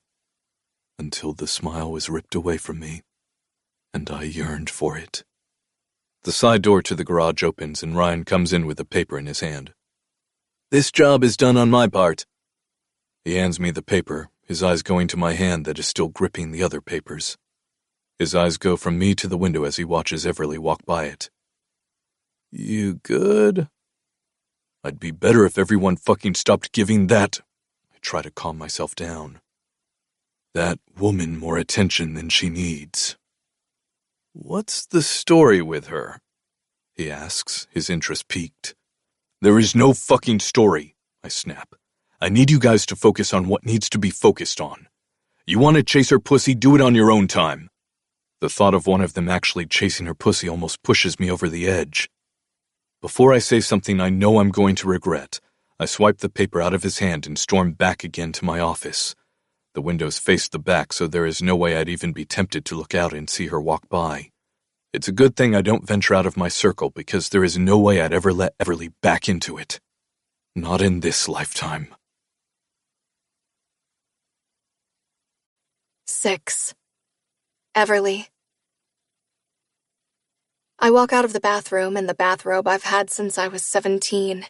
It's white and plush with blue, red, and yellow hearts all over it. I got it for Christmas one year, I think, or maybe it was my birthday. My hair is wrapped up in a white towel as I walk down the steps to go find my mother. I'm halfway down when I call her name. "Mama!" I look at the chair in the living room that faces the front window, seeing it empty. My eyes go to the kitchen right off the living room, and it is empty, with dinner dishes already dried and put away. I get to the bottom of the steps and look out of the side door that leads to the covered porch area. "Mama!" I stick my head out the screen door, seeing the 2 rocking chairs empty. "Mama!" I start to make my way to her bedroom when the bathroom door opens. "What are you hooting and hollering about?" she scoffs. "Can't a woman go to the bathroom?" "I wasn't hooting and hollering. I was wondering where you were." "We don't live in Buckingham Palace." She walks over to her chair, "so I couldn't really go far." I point at her. "With you, you never know. You could have escaped and gone to the bakery." "I should have." She sits down in her chair and grabs her glass of water from the side table. "It would serve you right for hiding my car keys." "I didn't hide them," I remind her. "I put them in a safe place that was not near you or where you could find them." Walking over to the fridge, I pull it open. "Are you hungry?" "Oh, good Lord," she throws her hands up. "Will you stop hovering over me?" "This isn't hovering." I grab the sweet tea pitcher out of the fridge. "This is being thoughtful and wondering if my mother is hungry." "We ate dinner not too long ago," she snaps, "so I'm fine." "What do you want to do tonight?" I ask, and she just looks at me. "Why don't you get out of my hair?" she asks. "Go out and maybe leave me alone for a bit." She's been home from the hospital for 2 days. It's been 2 days of her being, as she calls it, cooped up. 2 days of her telling me she's fine and it's all hogwash. "But then what fun will you have?" I pour the sweet tea in a glass as I stare at her and she glares at me. I'm about to fire back at her when the doorbell rings. I wonder who that could be. I walk around the island and toward the front door. "Tell whoever it is I'm not here," she whisper hisses. I just roll my eyes as I pull open the door. For the past 2 days, we've gotten visits from practically everyone in the neighborhood, trying to see my mother and wish her well. She was very polite to their face, but once the door was closed, she would bitch at me for letting them in. I pull open the front door, expecting to be greeted by one of the neighbors again, but I don't know why I'm shocked when I see Dr. Oliver. Instead of his regular doctor attire, he's wearing jeans and a white button-down with a leather jacket, and I think my jaw hits the floor. Right behind him is a motorcycle that has to be his. "Dr. Oliver," I finally mumble and unlock the screen door. "Don't let him in here," my mother hisses from the side as I push the screen door open and he walks up the 2 steps to come into the house. "Hey, Everleigh," he greets me quietly, coming in and then looking at my mother. "Madeline." "Oliver," she grumbles with her teeth clenched together. "What are you doing here?" Her eyes are big and she goes from looking at him to looking at me. I have to roll my lips. She looks like I did when I was caught making out with Brock on the couch once when she was at the store. Of course, I was 17 and not in my 50s. "I came to see how you were doing." He shrugs off his jacket and hangs it over the banister before walking over and bending to kiss her cheek. I have seen my mother look at me with murder in her eyes, but I've never seen this type of murder. "What have you been doing?" He ignores her look as he sits down on the couch next to the chair. "I'm going to go," I point up toward the stairs, "and get dressed, and then I think I'm going to go see Autumn." "That sounds like fun," Oliver says. "I can watch over your mother." "You won't be watching over anything," my mother snaps at him, "because you'll be leaving." She looks at him, then me. "And you should go out, and then I'm going to go and lie down and rest." I nod at her as I see Oliver grin. Walking up the steps to my bedroom, I close the door and silently giggle at them before I take off my robe. Grabbing my matching white lace bra and thong panty set, I slip on my long, flowy, pink-flowered skirt that lands down to my ankles before I put on a short white t-shirt that sits right at the waist of the skirt. I walk out of my bedroom to go to the bathroom and hear their voices. Closing the door behind me, I pull off the towel from my hair as I comb through it before putting spray in and fluffing it with my hands. I apply just a light coat of mascara, then make my way downstairs. Okay, I see, seeing Oliver and Mom in exactly the same spot they were when I went upstairs, but now the television is on. I'm going to head out. I put on my flip-flops. I won't be late. I stop beside my mother's chair and bend to kiss her cheek. "Love you, Mama." "Have fun," she replies. I look over at Oliver and nod. He returns the gesture. "I'll see you around," I say, not sure if it's a question or not. "You will." He smiles and then looks at my mother. "For sure." "Don't do anything I wouldn't do," I mumble at them before walking out and closing the door behind me. I hold my phone in my hand as I walk toward the bar. The sun is setting, and the stars are starting to twinkle in the sky. Walking down Main Street, I pass the diner that looks like it's almost done with the dinner rush. I hear music coming out of the bar, and when I turn the corner, I'm surprised to see it almost jam-packed, except no one is here who I recognize. It's all fresh, new faces, which means no one will be gawking at me the whole time. I look around, seeing Autumn behind the bar with another bartender beside her. The 2 of them work on filling drinks as 4 servers work the floor. I zigzag toward the bar and stop in my tracks when I see Charlie sitting on the stool in the corner of the bar. His eyes meet mine, and he smiles at me and gets up from his stool. My feet move on their own toward him. "Everleigh," he says, then hugs me big. "It's good to see you." Once he lets go of me, I have to blink quickly to get the tears to go away. "Charlie, I shake my head. It's so good to see you here." I look at him and then at Autumn, who has stopped doing what she is doing and is just staring at us. "Autumn said you might be coming by." He sits back down on his stool, and I pull out the stool beside him and sit down. "Thought I would." He shrugs, and I look at him and then at Autumn. The last time I heard, he had shown up at her house, drunk off his ass, and told her he wished she was dead. Ignore him, Autumn advises, putting down a coaster in front of me. I told him not to come, but she shakes her head. He came, instead of staying home with our child. I'm sorry, what? I slap the bar, and two things happen. One, her face pales, and two, Charlie about jumps out of his chair to step in front of her. I lift my hand right away. No, I don't. I start to think of words. It's just I put my hand on my head. You two have a baby? My eyes shuffle back from Autumn to Charlie, who looks at Autumn with a look of love I've never seen on his face before. A look that is returned by Autumn.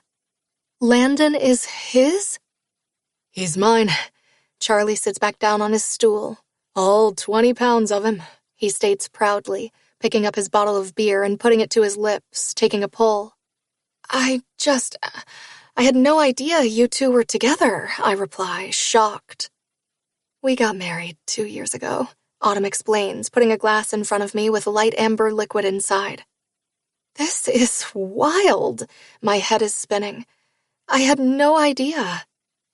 I thought for sure your mother would have mentioned something to you, Charlie adds, and I just shake my head, looking down at the glass in front of me. I turn the glass around in my hand before picking it up. I didn't really want to know what was going on in town.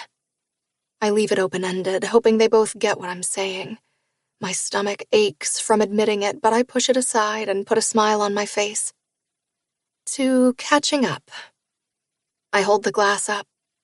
And healing old wounds. I bring the glass to my lips as the stool beside me is pulled out and someone sits down next to me.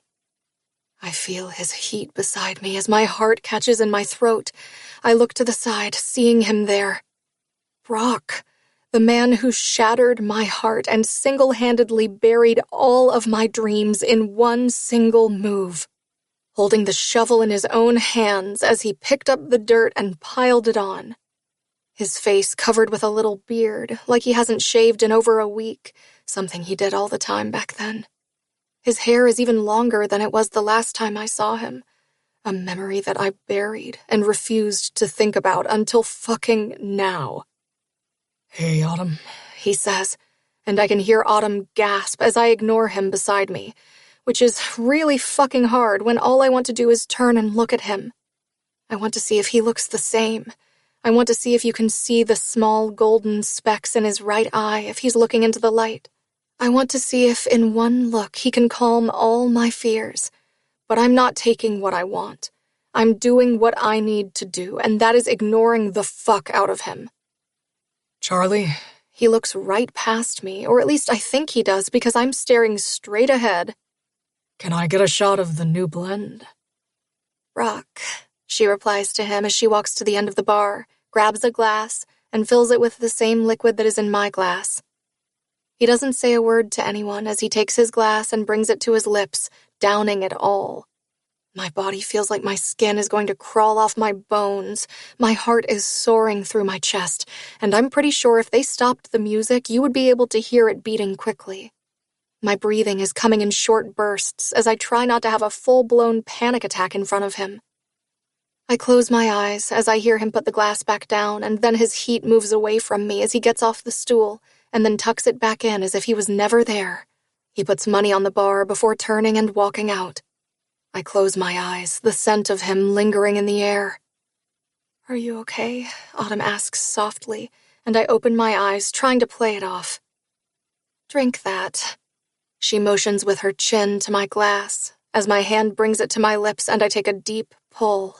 I hiss at the burn when it goes down my throat. That was intense, she declares, her eyes about to bulge out of her head. That was something, I state, my heart beating back in a normal way. It was something, all right. I look at Charlie. I take it you two aren't as close as you were? You can say that, he responds, his jaw tight. He's not close to anyone. Stays mainly to himself. The statement shocks me even more because Brock had friends everywhere he went. He was always friends with someone, and that was because he had different friend groups and would be active in each of them. That makes no sense. I finally give in to his statement. A lot has happened over the years, Charlie notes. People change. Some for the better, some for the worse. I nod, picking up my glass again and putting it to my lips. Some we just don't even care about, I reply, right before I finish the whiskey in my glass, ignoring all the questions now screaming at me. Some we just need to walk away from and never look back. 7. Brock. I walk out of the bar. My whole body feels like it's being lit on fire. The back of my neck feels like you've stuck a million needles in it and have drained all of the blood out. I walk toward the shop, forcing my feet to go one in front of the other instead of turning around and going back into the bar. When I walked out of the shop 10 minutes ago, I was on my way to the truck when I decided to go and get a quick drink. Never in my wildest dreams did I imagine I would find her sitting on a stool next to Charlie. I ignored her like she didn't even exist. Like she wasn't sitting 2 feet away and I could smell her perfume wafting through the air. My cock woke up as if he's been in hibernation for the winter, while my heart feels like it started working again after being stuck on pause. I hate that she has this effect on me. I hate that I still let her get to me. In the past 8 years, I haven't allowed myself to admit how much I missed her, because I knew if I did, it would be so overwhelming that I would be buried in the feeling. And I had Sage to think about. It wasn't just me anymore. I had to be strong for my daughter. But now I admit how much I fucking miss her. The ache is so sharp, it's like a knife slicing into my heart and slowly being pulled out. Slamming the truck door behind me harder than I should, the anger from letting her get to me pours over. I pull out, my eyes going to the road in front of me until the end of the street. Instead of turning right and going home, I make a left twice and then park my truck off to the side before getting out. As I walk toward the creek, I can hear the water trickling down to the rocks toward the stream.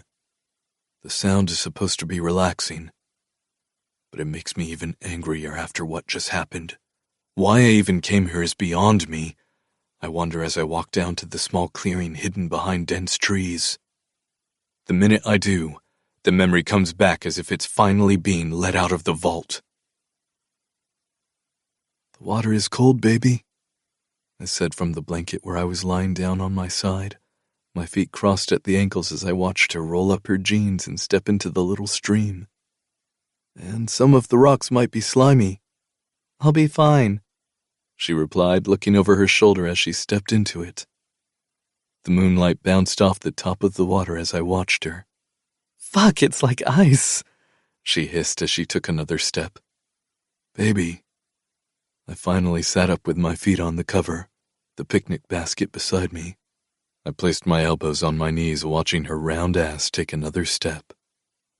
You were going to be cold for the rest of the night. She turned around with her ankles in the water. Would you stop bothering me? She retorted. With a twinkle in her eye, she lifted one leg and flicked water on me. The drops landed on me like big drops of rain. See, it's not that cold. Don't you dare, I told her. She lifted her foot and splashed me again. Someone is looking for a fight. Who, me? She asked innocently, yet there was nothing innocent about Everleigh. We had been dating for about a year, and I knew her inside and out. I knew her better than she probably knew herself. She had consumed me body and fucking soul. Yeah, you. I nodded my head and got up to stand on the blanket before I took 2 steps toward her.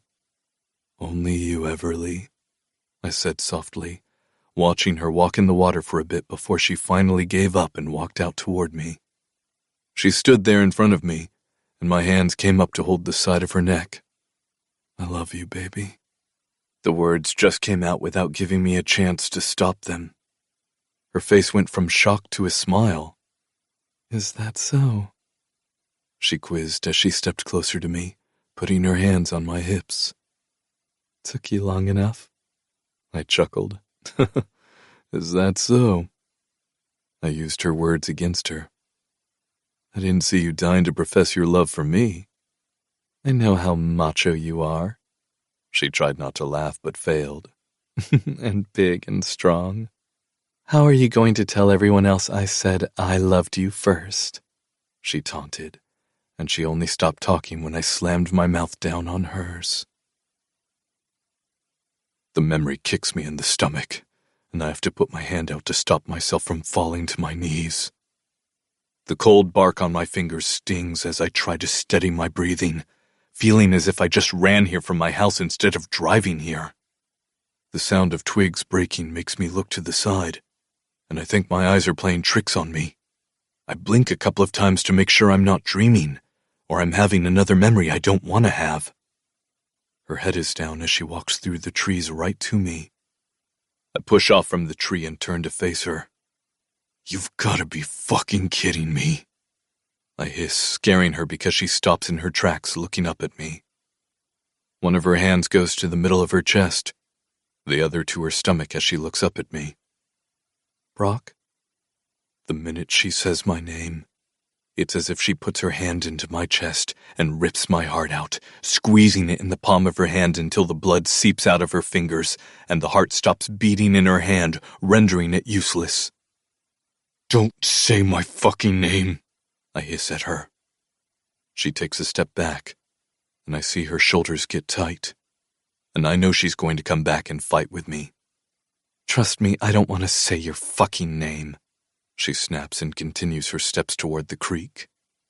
If I never say your name again for the rest of my life, I'll be happy. I bet you fucking will. I stand here as she comes toe-to-toe with me. I can smell her perfume lingering in the air. My fingers beside my legs start to tingle to come up and touch her. Surprised you remembered this place. Yeah. She folds her arms over her chest, pushing up her tits even more. And why the fuck is that? I thought you would have forgotten this place, I bark. Just like you forgot me. I hate myself for saying the words, but they come out so fast I can't take them back. Funny coming from you, she says. I wasn't the one who forgot about the other person. You sure as fuck forgot about me the minute I left town. She unfolds her hands and points it at me. I was just a fucking memory to you. She leans into me, and I move back so she's not too close. Since you were wearing someone else's ring less than 2 months after I fucking left. Her words feel like they're pulled from the depths of her soul. The hurt there is so evident, but she doesn't let her guard down. So don't fucking pretend my leaving hurt you. Way I remember it, you left me, cut me off. The venom in my tone isn't falling on deaf ears. Her eyes go to slits. Of course you would remember it that way. She shakes her head and turns to leave when my hand comes out and grasps her wrist. The heat warms the coldness that's been in my bones since she walked away from me. I yank her to me, her other palm flat against my chest. We stare at each other for a full minute before it happens. I don't know if I'm the one who bends my head, or she lifts on her tippy toes. But our mouths meet, and the kiss is as angry as it could ever be. Our tongues touch for a second before she bites my lower lip. My hand drops her wrist, and I wrap it around her waist and pull her to me. Lifting her off her feet, I turn her back to the tree. I wish I never saw your face again. Our noses are touching, and again it's that tug of war. Her mouth opens at the same time my tongue slides in. My eyes close, and it's as if I've reached euphoria. It's better than any high I've ever had. It's better than any buzz I've ever had. It's fucking heaven and hell all at the same time. I hate she still has this effect on me. I turn my head to the side, the kiss not gentle at all. Instead, it's a kiss filled with rage and anger. I push her deeper into the tree, her hands gripping my shirt in her fingers, pushing it up before scoring me with her nails all the way down my chest. The sting of it goes straight to my cock, which is pushed deeper into her. She lifts her leg to hook over my hip as I push my cock into her even more, and I swallow her moan. My hand goes to her leg, around my hip, finding it bare. The softness from it makes me move my hand up her leg until my hand is cupping her bare ass. I squeeze my hand so hard, I'm sure she'll have my fingerprints as a bruise. But I don't fucking care. Let her have it. Let her fucking be reminded of me every single fucking day. Just like I'm sure to have the taste of her on my tongue. The more I kiss her, the more I can admit I missed her. The more I admit that, the angrier the kiss gets. I hate you. She leans her head back on the tree, her fingers gripping my side so hard her nails are cutting into my skin. Yeah. I press deeper into her. I don't think you hate me more than I hate you. I hiss at her. I hate you to the depth of my soul. I hate that I loved you for as long as I did. The pain of her words makes my head feel like it's exploded. I hate I loved you at all. She repeats the words in a whisper. I will always hate you. Good. So you'll still hate me after tonight. I'll hate you for the rest of my life. That is the last thing she says before I cover the gasp that comes out of her mouth with mine.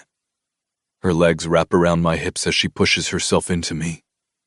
It's my turn to moan as her hands move to the waist of my jeans. Her hands are frantic on the button while my hand moves from her ass around to her hip, moving her thong to the side, the smoothness of her like satin under my fingertips. I let go of her mouth so I can open my eyes and watch her face.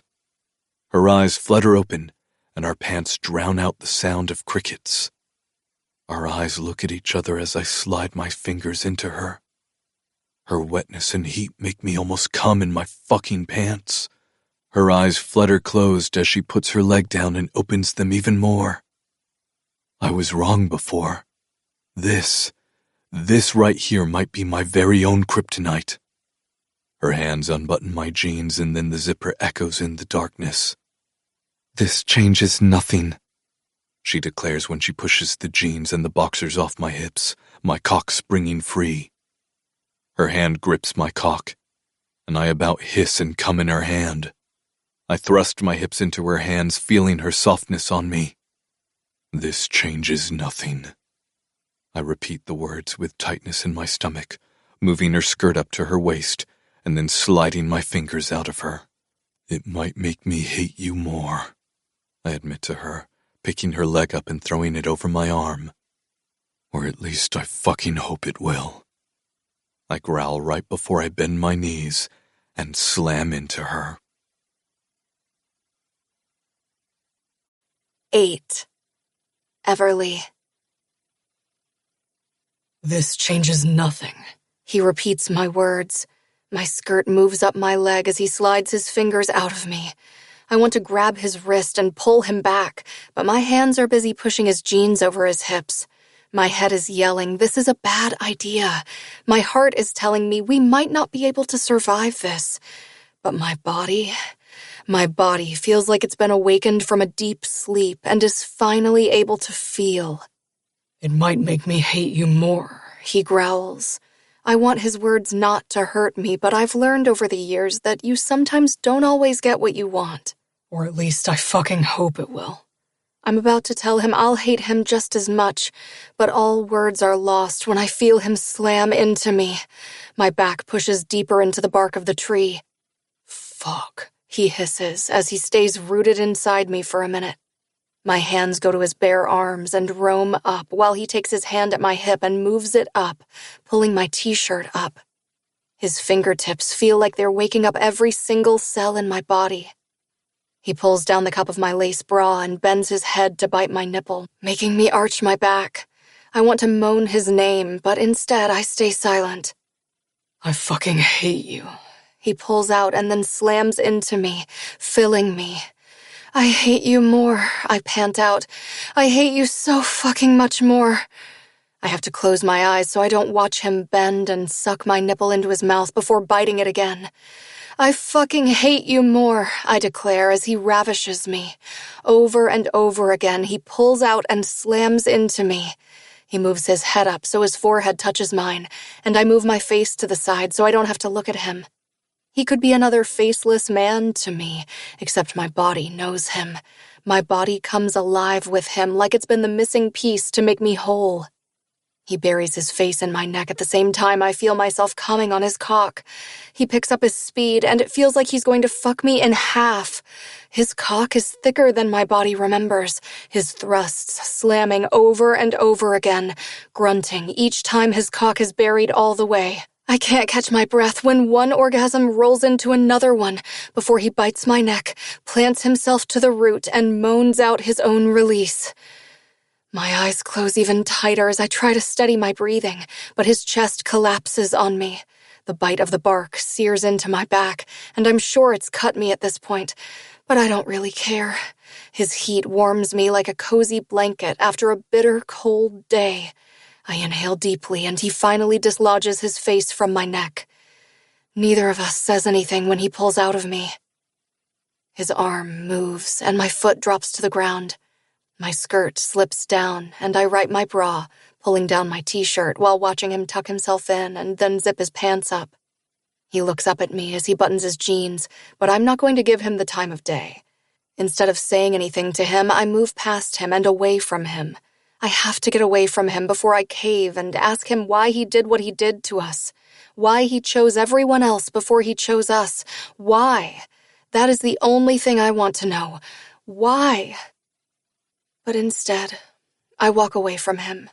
Or better yet, I run away from him. My body aches for his heat. My mind replays every single second we were together. My fingers come up to touch my lips that are still tingling from his touch. No one has ever had this effect on me but Brock. No one has ever had me like he has.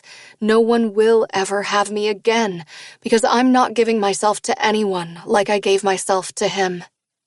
I turn the corner and walk toward my house, seeing the bike is gone from the street. The house is dark as I walk up the steps. I turn the handle and step in, finding it quiet in the night. I tiptoe to the end of the hall, pushing open the slightly closed door to see my mother on her side, sleeping. I'm about to pull the door closed when she speaks. "You're home later than I thought you would be." She looks down her legs toward the door at me. "Yeah, Autumn and I were talking." I lie just a little. I mean, Autumn and I did talk, except I would have been home earlier. It was better than saying, "Sorry I'm late because I was fucking Brock against a tree." Or, better yet, Brock was fucking me against a tree. "That's good." She turns on her back. "It's about time the two of you let bygones be bygones." "I think so too," I admit. "I can't believe her and Charlie." I shake my head. "And they have a baby." My voice goes up. "Together." "You aren't the only one," she laughs. "Ruffled lots of feathers, that pairing. No one saw it coming." "He loves her," I say softly. My mind goes back to tonight when he got up to go and whispered something in her ear and then kissed her lips. But it was more than that. It was the way his eyes followed her the whole night. The way if she was down the bar at our end, she had to be touching him, even if it was her pinky with his. You could feel how much they loved each other. "He loves her fiercely," my mother confirms. "Only one other person I saw in my life love someone like that." She closes her eyes as her voice trails off. "Get some rest." It's her way of letting me know the conversation is over. "What's going on with you and Dr. Oliver?"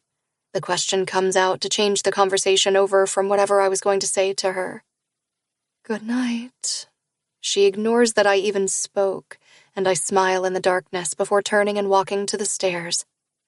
I walk into the bathroom, turning on the light and pulling my shirt off me before turning and looking at my back in the mirror. There are red lines all down my back. Gasping out when I see something I haven't seen in 9 years, something I thought I would never see again, something I vowed to make sure was never on my body, not by him and not by another man. My fingers come up, but my eyes are fixated on the mark he left, and not the fact my hands are shaking when I touch it. That motherfucker. I shake my head and walk over to the shower, turning on the water as hot as my body can take it, before stripping down and getting under the spray. The water is hot enough to almost burn me as I wash his scent off my body. I ignore looking at his mark and know it'll be gone in 7 to 9 days. That was how long it took for the last mark he put on me to disappear. I know because the last time he left a mark on me, I watched it fade away, just like I did. I wrap myself in a towel before walking to my bedroom and sliding into the bed naked. Too tired to even dress, I turn on my side and close my eyes. I tuck myself under the blankets, and my head immediately goes back to Brock. I can hear him as if he's right in front of me. I swear, baby, sometimes I think you do things to piss me off just so we can get my cock in you. The smile I used to love filled his face. If you want me, baby, all you have to do is tell me. Brock, just admit you do things on purpose to piss me off so we fight and then we fuck. The only thing I'll admit is that I'll love you until I'm dead and gone.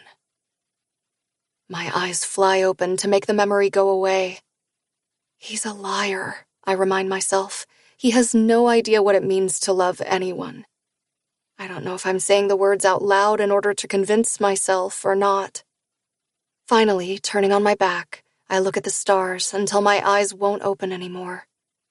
The following morning, I'm walking down the steps quietly, getting ready to head to the bakery, when I hear movement coming from the side and look over to see my mother coming out of her bedroom. "Where do you think you're going?" I put my hands on my hips and stare at her. "I'm going to the kitchen to make myself a coffee," she snaps. "Or am I not allowed to walk in my own house?" She's wearing beige linen pants, a white tank top, and a long peach sweater that hangs to her knees. Her hair is pinned on the top of her head. Someone is crabby this morning. I'm not crabby. I slip my feet in my sneakers. I just thought you were going to make a run for it. You're safe for today, she assures me, pouring coffee in a mug and then putting some in a stainless steel cup. Now tomorrow is another story. She hands me the to-go cup. We'll see. I grab the cup from her. I'll see you later. I kiss her cheek before I walk out of the house. The walk to the bakery takes even less time today since I'm speed walking, especially in front of the garage. I don't even look to see if his truck is there. Last night was one of the biggest mistakes I've made, and it's not going to happen again. I'm almost at the bakery when I notice 2 guys hanging around out front. One of them tries to open the door, while the other one looks in the window. They're both dressed in jeans, t-shirts, and baseball caps low on their heads to hide their faces. I wait a second to see one of them tell the other to go to the back. He takes a couple of steps toward the back when he looks up and notices me. The scar on his left cheek makes shivers run down my spine. His blue eyes almost look like he is looking right through you. "Can I help you?" I ask them when I'm standing in the parking lot. The one at the door fumbles with his words, and I look at him. He's shorter than the other guy, but not by much. The man at the door has brown eyes, and when he smiles, there is nothing friendly about it. "We heard this is the place to get some coffee and donuts." It is. I look around, wondering if anyone is going to see if something happens to me. The street is pretty much empty with just the 3 of us. "But we open in about an hour," I tell them. "You are more than welcome to wait." They share a look. "We'll be back," the man who was going to walk in the back says, nodding at the other man, who shares a nod with him, and the 2 of them walk over to a black car. I watch them get in and drive down the street. My eyes go to the license plate as I take my phone out and take a picture. "You are being paranoid," I tell myself, putting my phone into my back pocket before I open the front door. The sound of a car approaching has me looking up to see if they have returned, but instead, it's Harmony, who is parking right in front. "Morning," she greets when she gets out of the truck. "How are you?" "Good," I reply. "What kind of cakes do you have for me today?" I put the 2 men in the back of my mind and go on with my day. 9. Brock. I grab my cup of coffee at the same time as the phone starts ringing with a FaceTime call from Sage. Propping it against one of the walls in front of me, I slide it to the right and wait for her face to fill the screen. The smile on my face goes even bigger when I see she's waiting for me. "Good morning," I say when we connect. "Morning, Daddy." Her voice is so chipper today. It usually is when it's at the end of her week at her mother's place, and she knows that at the end of the day, we are going to be seeing each other. I can see she's not in bed this morning, but instead she's sitting at the island in her mother's house, eating or just finished eating. "How are we doing?" I ask, and see Carla in the background going back and forth. "Good," she replies. "I'm going to school now. Are we having pizza tonight?" "We can," I answer her. "But if we have pizza tonight, then we have to cook tomorrow." She groans, thinking she would have gotten pizza tonight, and then also tomorrow since Saturday was declared pizza night since she was 5. "We can have it 2 nights. "We can," I agree with her, "but we won't." She throws her head back and almost snorts while she rolls her eyes. "So you let me know tonight." "Fine," she pouts. "I have to go brush my teeth." "Okay, baby girl. Love you, and I'll see you tonight, yeah?" "Bye, Daddy." She waves at the phone while I blow her a kiss and she disconnects. The guys start to trickle in one at a time today. It's always slower on Fridays because they usually have drinks at the bar on Thursday night. "Hey," they say when they walk past me. I wait until they are all in before turning on my stool. "Happy Friday." I take a sip of my now cold coffee. "We have a busy day. We have 15 oil changes. All of the slips are already done and hanging on the board." I point over at the board. "Switch them up. I don't give a shit." "You did all the slips?" Tony asks me with his feet spread, his arms over his chest and his eyebrows pinched together in confusion. It's no secret I hate paperwork. I just don't give a shit, and I know I need to keep up to date on it if I'm going to pay my mechanics, which is why I make a point to make sure everything is up to date every second Friday before Sage comes home for the week. "For the oil changes?" "Yeah," I nod. "Got in early today and did some paperwork." I look over at Ryan. "Mr. Bills is coming in to get his Camaro today. I assume it's all ready?" "Yep," he confirms. "We finished installing the dashboard yesterday after you gave us the transmission." "Good. Let's get today over so we can have a nice weekend. Who is on call this weekend?" I look at everyone and they all point at Eddie, who holds up his hand. "Don't forget to transfer the line," I remind him. "We forgot to do it last week. Got a knock on the door at 8 a.m. on a Sunday to check Mr. Mendelssohn's car." As the only mechanic shop in town, we used to be open 7 days a week, but I changed that when I took over. We work Monday to Friday, and on weekends we only come in if there is an emergency. Every weekend we take turns being on call. I do it only when I don't have Sage, but then again, when I don't have her, I'm usually in the garage both days anyway. The bell rings over the door and I look out. "Let's get moving." I get up and walk out to the front and see Brady standing there in the waiting area. He's Autumn's brother, and the two of them run the bar and the whiskey distillery. "Hey," I greet him, and he looks up from his phone. "Hey," he returns. "I'm bringing in the truck to get looked at." He hands me the keys to his red truck. "It pulls to the left. I think Harmony hit a curb, but she's refusing to admit it." I chuckle. "We'll get it looked at, and I'll call you when it's done." I walk over to the desk and pull out a work order, writing his name on top and then the issues. "Anything else we should check while we have it?" I look at him and he shrugs, making me laugh before walking out and making his way over to the bakery. I watch as he pulls open the door, my eyes looking inside to see if I can see her. But the way the sun hits the door is like a mirror, so I see nothing. Which is just as good. The last thing I want to see is her. Turning and walking to the back, I place the work order with the keys on the board under Tony's name. I walk over to my bench and sit down to continue taking apart the transmission I started working on this morning when I showed up at the ass crack of dawn. Or even before that. Fuck, the sun wasn't even up when I came in. Picking up the screwdriver to start taking it apart, I allow my mind to drift back to last night, even though I have forced myself not to think about it. I fucked her against a fucking tree. The thought makes my cock stir in my pants. I don't even know what came over me. 1 second I was telling her how much I hated her. The next I was fucking her into the goddamn tree. I don't think I've come as hard in my life as I did when I came in her. Another fucking mistake since I wasn't wearing a fucking condom. She's the only one I've ever not worn protection with. Even with Carla, I was wearing a condom, but it broke. And then my life changed in more ways than one. Even when we were married, we never ever did it without. I think it's one of the reasons she hates me. She knew I would never fully give myself to her. I wasn't a hypocrite about it. She knew going in I had zero feelings for her, and she also knew I didn't know if I ever would. I had to be honest with her, and I was, but she refused to listen to me, thinking she could change me, thinking eventually she would get in there. But we both know she wouldn't. I work through lunch, and I only look up when the bell sounds over the door and I hear Sage's voice. "Daddy!"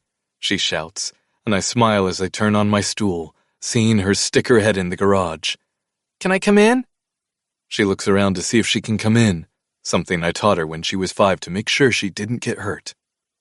I get off my stool and walk toward her, and she bounces on her feet as I get closer to her. She lunges herself into my arms when I'm close enough, and I wrap my arms around her as she wraps her arms around my neck. "Daddy!"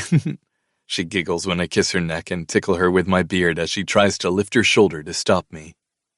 "Hey, baby girl." I walk into the waiting area where Carla walks in with Sage's bags in her hand. Her long brown hair flows in the wind as she pulls open the door. "Hey," she mumbles to me as I put Sage down. "Here are your bags, Sage." She's holding out her backpack from school and then the little travel case she likes to take between houses. Sage walks over to her, grabbing the bags. "Give me a kiss." She bends, and Sage gives her a hug. "I'll call you later," she tells her, and Sage just nods. "I want to talk to Daddy for a second. Go wait in his office." I wait for her to walk by me as she leaves the bags there by the desk and goes to my office. I wait until she is out of earshot before I turn back to Carla. I don't think it's a good idea having dinner with her in the middle of the week. It takes everything I have in me not to roll my eyes at her. "Why is that?" "It throws her routine off," she tries to say. "Confuses her." She's almost 9. She knows the days of the week, and she knows when we do the exchanges. I still don't like it. There it is. She doesn't like it, so we can't do it. If you like, I could go to my lawyer and ask to have the custody decree revised to include 1 visit during the week. If you want, I'm more than happy for you to do the same during my week." "Why do you have to be like that?" she asks. "It was working until now." I'm not saying it's not working well. I'm just saying I would like to have dinner with her during the week when she isn't with me. Why are you busting my balls about this? "Trust me, the last thing I want to do is bust anything when it comes to you," she hisses. "Been there, done that, over it." "Glad to know." I shake my head. She's going to be old enough to decide where she wants to go when she wants to go. Wouldn't it be better if we weren't at each other's throats? "Whatever, Brock," she says, walking past me and sticking her head into the office. "Bye, baby. I'll call you tonight." "Bye, Mom," she replies, and I hear the squeak of the chair she's sitting in before her mother storms out without saying goodbye to me. I put my hands on my hips and look up at the ceiling before walking into my office. I see Sage sitting in my chair going around and around in a circle while she watches something on the iPad I keep here for her. "I'm going to close up and then we can head out," I say, and she nods, continuing to spin. I clean up my hands and check in with everyone before I walk back to get her. "Let's go," I urge her. She puts her iPad in the drawer and then skips over to me. I pick up her bags before placing them in the truck and opening the back door. "Get in." "Dad, cupcake." She points at the bakery. "It's Friday," she reminds me. "We get cupcakes on Friday." She puts her hand in mine and pulls me toward the bakery. How about we go for ice cream instead?" I offer, hoping she changes her mind, but knowing she won't. It's the first time I hate that she's stubborn like me. "Cupcakes, Daddy." She smiles at me, and I close my eyes, my feet walking toward the bakery with her. I'm hoping Everleigh left already and she's not there. Or they sold out of cupcakes so the display case is empty, and we can just walk out and not have to talk to or see anyone. "Please, Daddy," she pleads. Anything for my girl. I walk with her, her hand in mine, listening to her tell me about her day. But the whole time, I'm thinking about what is going to happen when I pull open that door. We get to it and I reach out and pull it open. "Here we go," I mumble, not even sure why I'm so nervous. Cupcakes and we leave. 10. Everleigh. I take a picture of the cupcakes on the stand and upload it on the Instagram page I created for my mother 3 years ago. A page she hasn't kept up with since the last post, which was exactly 3 years ago. I've been taking over the social media since I've been in town, and it's grown a ton.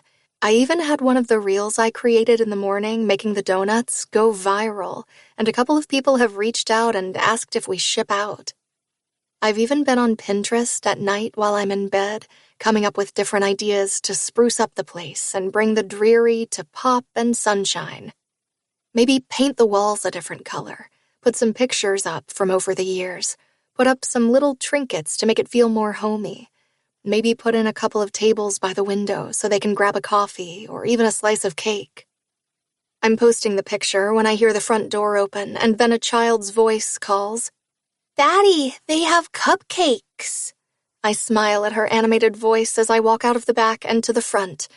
I stop mid-step when I see Brock coming into the door, my eyes going to the little girl standing at the display counter. "Look, Daddy, they have my favorite." She points at one of them, and all I can do is stare at her. My chest feels like an elephant has just stepped on me, crushing my breathing.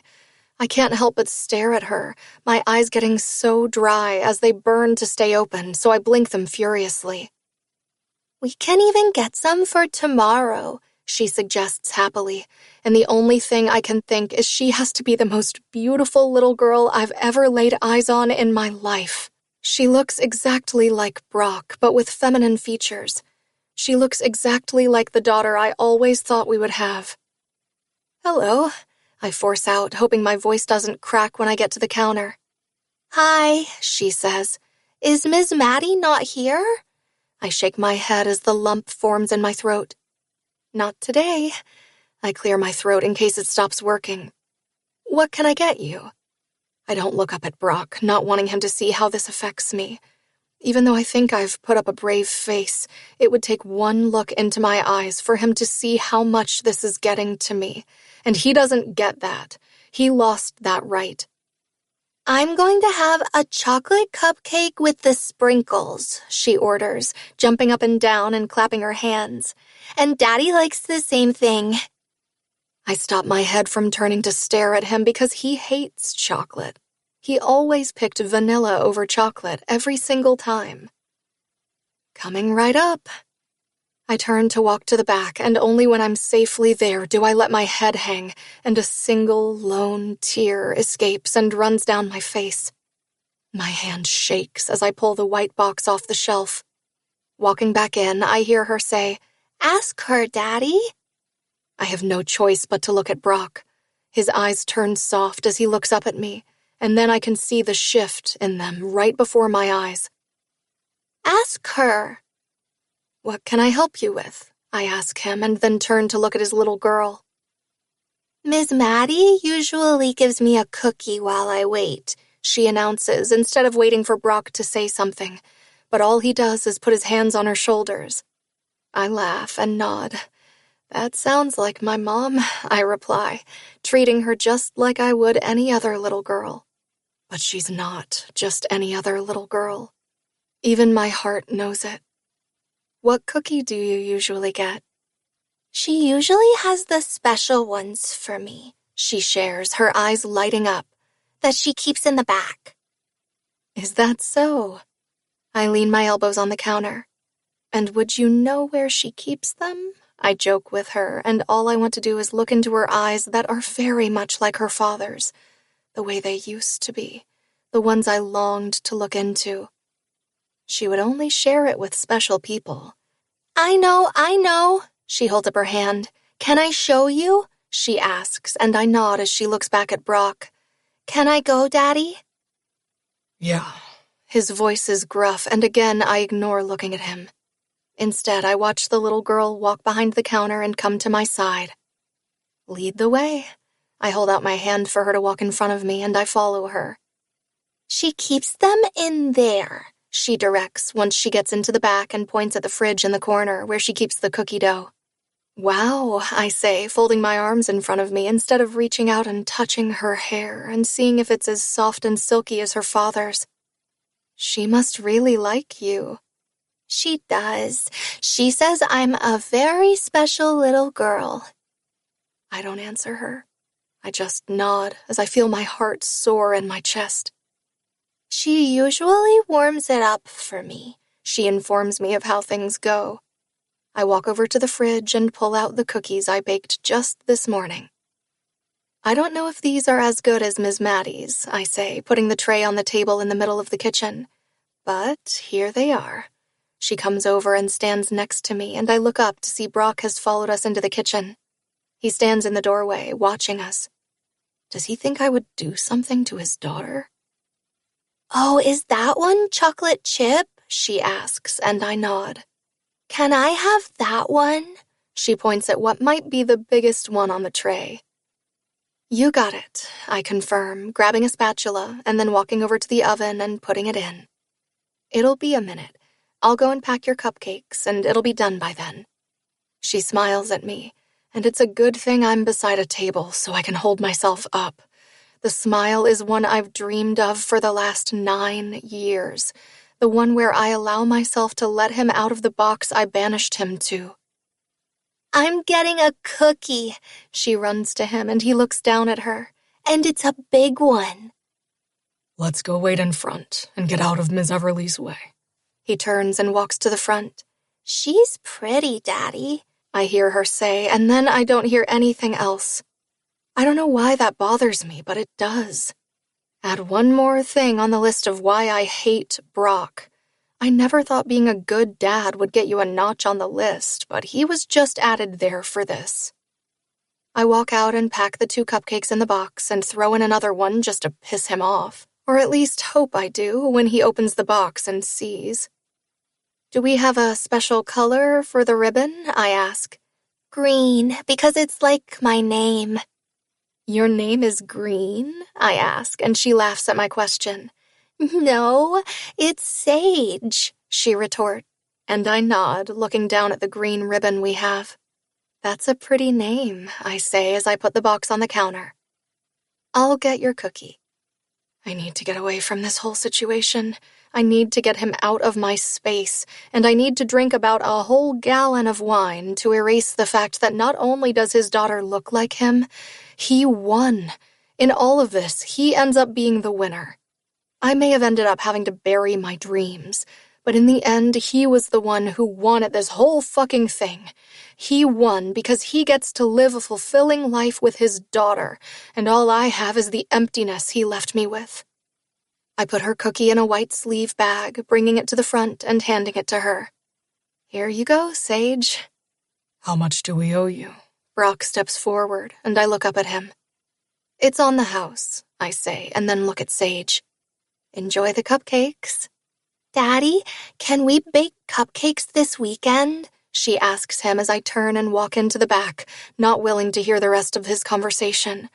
My heart can only handle so much. My phone rings, and I pull it out to see it's Autumn. Hello, I answer as if she knew I needed her. Hey, she says. We were wondering, if you weren't busy tonight, if you wanted to come over and just hang out with us? I look at the door and then down at the floor. That sounds like the perfect night, I admit. What time is good? You can come over now, she states, but I know you would probably like to shower. I have someone coming in to replace me at 4. How about I shower and get there at 5, I tell her. When I hang up the phone, I clean up and prepare my things for the next day. When I walk out of the bakery, I head home. I walk in and spot my mother in her chair. I want to ask her all the questions about Sage and Brock, but instead I tell her everything else about my day except that. I'm walking out of the door when I hear the sound of the motorcycle coming down the street. My head turns when I see it stop in front of the house. His feet come down as he throws down the stand and then swings his leg off. "Hey," I greet when Oliver takes off his helmet. "Hi, Everleigh." He holds his helmet in his hand. "Are you going out?" "I am," I say to him. "Mom is sitting inside." "Sounds good," he replies, walking toward the door. "I'll call before I come home," I joke with him as he shakes his head and walks right in the house. I get in my car and follow the directions to Autumn and Charlie's house. They're waiting for me outside as she sits in the chair and Charlie is swinging Landon around, making him laugh. "Hi," I say, getting out of the car and walking over to Charlie, who bends and kisses my cheek. Landon slaps my face before trying to grab my hair in his chubby little hand. "I'll take that." I rescue my hair from his hand as he throws himself to me. "And you, I guess," I say, cocking him on my hip. "Aren't you the most handsome boy?" He gives me a gummy smile. "And the world's biggest flirt." He slaps my boobs. "And handsy," I observe, making them laugh. "At least buy me a drink." "Sorry about that. He thinks all breasts are his," Autumn explains as she comes to stand next to me. Charlie wraps his arm around our shoulders. "Most action I've gotten in months," I joke, and kiss his chubby little cheek as he squeals. We walk inside and she gives me a tour of the house. We stop at the table in the hall that has a picture of Jennifer. "Oh my," I gasp at the picture that was taken so long ago it feels like it was in another lifetime. "This is..." I pick it up in my hand and run my hand over the glass. "She looks..." I trail off, thinking of the word I want to say. "She's beautiful," Autumn fills in. "She really was," I agree, putting the picture down. "Do you find it weird?" I ask. "Sorry, that's a dumb question." "No," she quickly stops me from talking. "It's not weird. I know how much he loved her. I will never not want him to have that. To have her. That's something that is a part of him. Something I love that he loved." "You are a saint," I say. "I don't know how I would feel if my husband had a picture of one of his girlfriends in the house we lived in." "I want to believe she brought us together," she shares, then leans in. "But if the roles were reversed, I would haunt the shit out of Charlie. I would give him erectile dysfunction." I throw my head back and laugh, and I'm okay with admitting that. We eat dinner together, the three of us, and then go outside to sit on the same chairs she was sitting on when I got there. I forgot how peaceful it was at night. I look up and see the sky filled with twinkling stars. My thoughts go to Brock, and I wonder if he's with his daughter. The tightness forms in my stomach as I try to push the feelings away, but it's easier said than done. You forget a lot of things until you come back, and then it's all there, and you wonder how you survived without them. "How long were you gone?" I ask. The guilt of not talking to her rushes through me. I shouldn't have done what I did, but at the time my own world was falling apart. "About 6 years, she answers. Came back home when I found out my father was dying." I gasp and reach out to grab her hand in mine. "He's still not 100%, but he's hanging in there. He's done chemo and radiation. It could happen at any minute, but for today, he is almost the same as he was back then." "It's all we can ask for," I say. "If I hadn't been on the phone with my mother, I don't know if she would still be here." She wraps her arm around my shoulders. "I'm sorry," I murmur softly, "for blaming you, for not talking to you." The tear escapes. "And for being a shitty friend." "I'm sorry," she sniffles, "for not stopping it all before it happened. What I wouldn't do to go back and change that moment." My phone rings in my pocket, and when I pull it out, I see it's my mother calling me. "Hey, Mom," I answer, putting the phone to my ear. "What's up? Where are you?" she frantically asks me. but her tone cuts me to the bone before she gasps out, "Fire!" I sit up, stiff. "There is a fire at the bakery." 11. Everleigh. "Mom!" I spring out of the chair, and Charlie is already out of his, and so is Autumn, who grabs a hold of my hand. "What do you mean there is a fire?" The second I say that, Autumn gasps, and her hold gets tighter, while Charlie's phone rings from his pocket. "Everleigh," Oliver says into the phone, no doubt taking it from my mother. "the fire department just called. There is a fire at the bakery." I can hear him rushing on his end as my feet feel like they are cemented to the deck. "We are on our way there now." "I'm coming." I disconnect with him and then turn to Autumn. "The bakery is on fire." "Charlie," she calls him over as she moves down the steps with her hand still in mine. "Brady just called. Someone called him from the bar," he reports. I have to go. I feel like I'm in a daze as she guides me to Charlie's truck. "I'm going to call my dad to come over," Autumn says to me once she has me buckled into the truck. "I'll meet you there." "Okay." I look over at Charlie. "We have to go." They share a look and a nod before he pulls out of the driveway and heads toward town. For the first time, I think, in my life, there is traffic getting there. It seems the phone chain is in full effect, and people are rushing over to watch or maybe help. Charlie honks his horn as he makes his way to the corner of Main Street where I can see the flames. He pulls over and parks his truck on the side, and I spring into action. I jump down from the truck and head toward the bakery. 2 fire trucks are already on the scene, and they have closed down the area. 2 deputies making sure no one gets close. "What's going on?" Charlie asks one of them as I look around to see if I can spot my mother. "We're trying to get the fire under control," the deputy replies. "Fire department just called the fire marshal in. We're also evacuating the rest of the street to make sure it doesn't spread." "Do we know how it started?" I ask him, and he shakes his head and moves away before I can ask him anything else. "Oh my goodness." I hear my mother's voice from behind me as she runs to me and takes me in her arms. "I was so scared you went to the bakery to get something and were stuck in there." She holds the back of my head in her hand as I hug her to me. "No, I'm fine," I assure her as she lets me go. We stand together with our arms around each other and watch the firefighters work to get the fire under control. "Hey," Brady greets when he makes his way to us, next to Harmony, who has tears running down her face. "We came as soon as we heard." They stand with us as they look over and see what we see. Neither of them is able to say anything more. Harmony walks over to the other side of my mother and slips her hand in hers. "It's going to be okay, Maddie," she comforts, putting her head on her shoulder. No one says anything as the fire slowly dies down. Some of the onlookers have trickled away, and then some new ones have come, but it's mostly just a few of the older folks who are sticking around to see what the damage is. We watch helplessly as the firefighters do what they need to do. I don't think I've ever felt so helpless before in my life. Knowing this is my mother's life and she's watching it literally go up in smoke. My heart breaks for her as she puts her hand to her mouth. Oliver comes over with 2 takeout trays of juice, coffee, and water bottles that he must have gotten from the diner. "Here, drink something," he urges my mother. "Have some water." "I'm fine," she replies to him, trying to shoo him away, but he just stands in front of her, not moving. "I said I'm fine." "And I said to drink something." He doesn't back down, which makes my mother glare at him even more. "Don't you have somewhere else to be?" she asks him. "Like at the hospital?"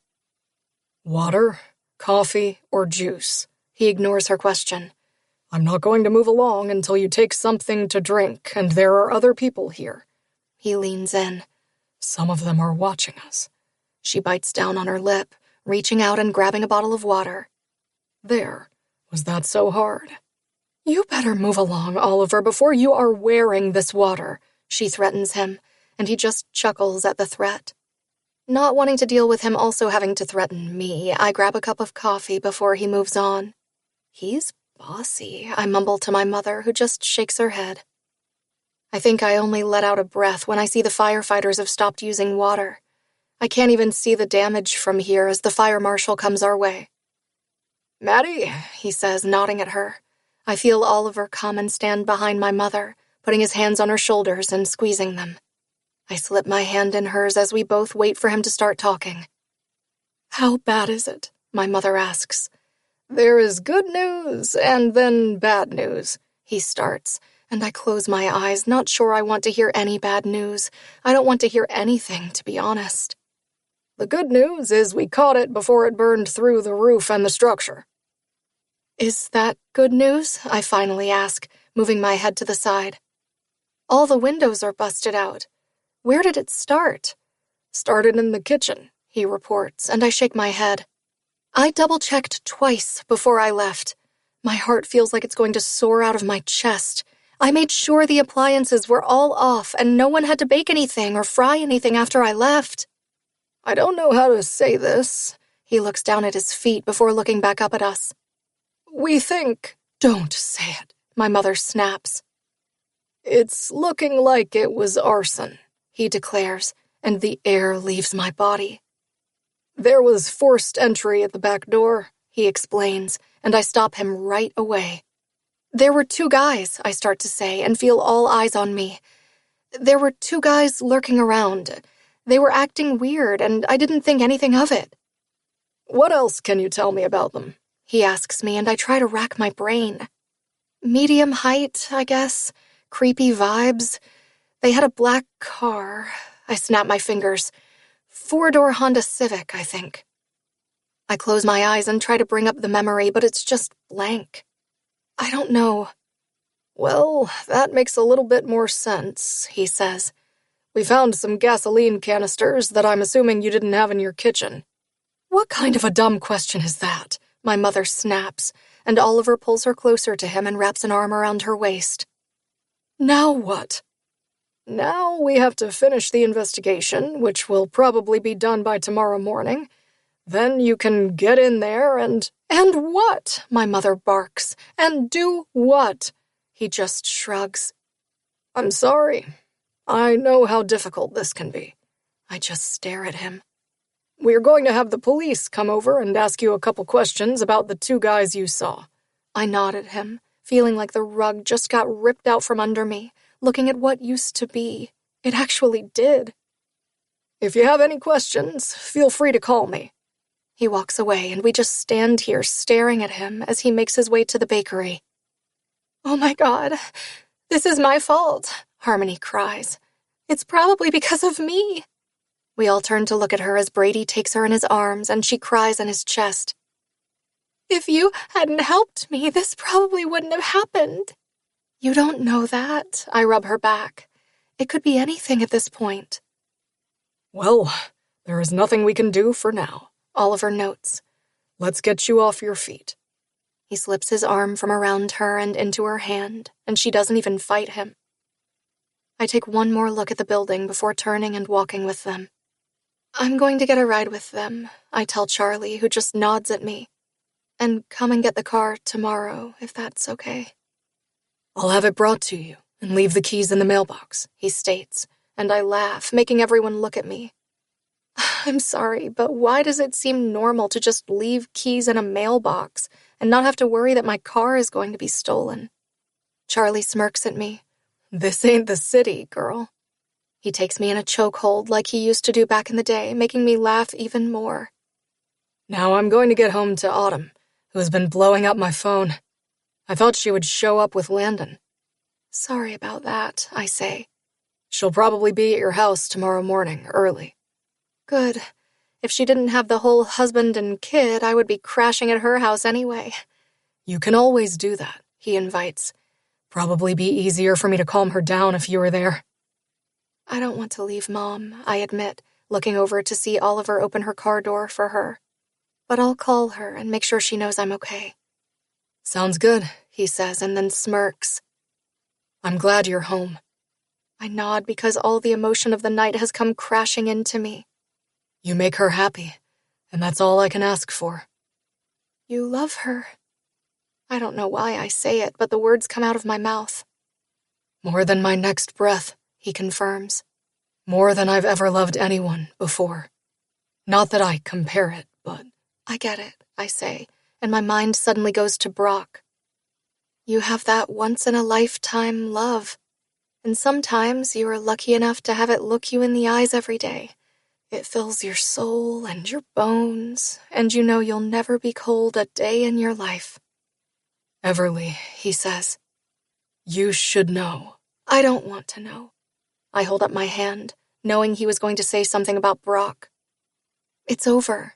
He made his choice. Trust me, no one knows more than I do about holding a grudge. It's not a grudge, I inform him. You hold a grudge against someone when you care about them. I don't. It's over. He made it that way. I get up on my tippy toes. Thanks for tonight, Charlie. I cut off the conversation before heading over to my mother and getting into the car. Are you okay? I ask while I put my seatbelt on. My mother doesn't say anything. Instead, she shakes her head and looks out the window. It'll be okay, Mom, I say, my eyes looking at the bakery. We'll make it okay. 12. Brock. Daddy! I hear from my side and then feel the bed dip. When I look over, I see Sage putting her knee on the bed as she rubs sleep out of her eyes. It's morning. She gets under the covers with me and lies down on the other side before grabbing the remote from the bedside table.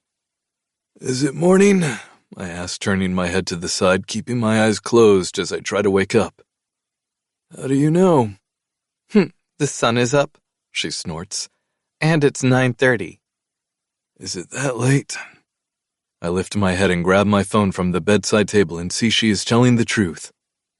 I also see I have a couple of missed texts from the guys at work, and then the last one is from this morning, and it's from Charlie. We slept in.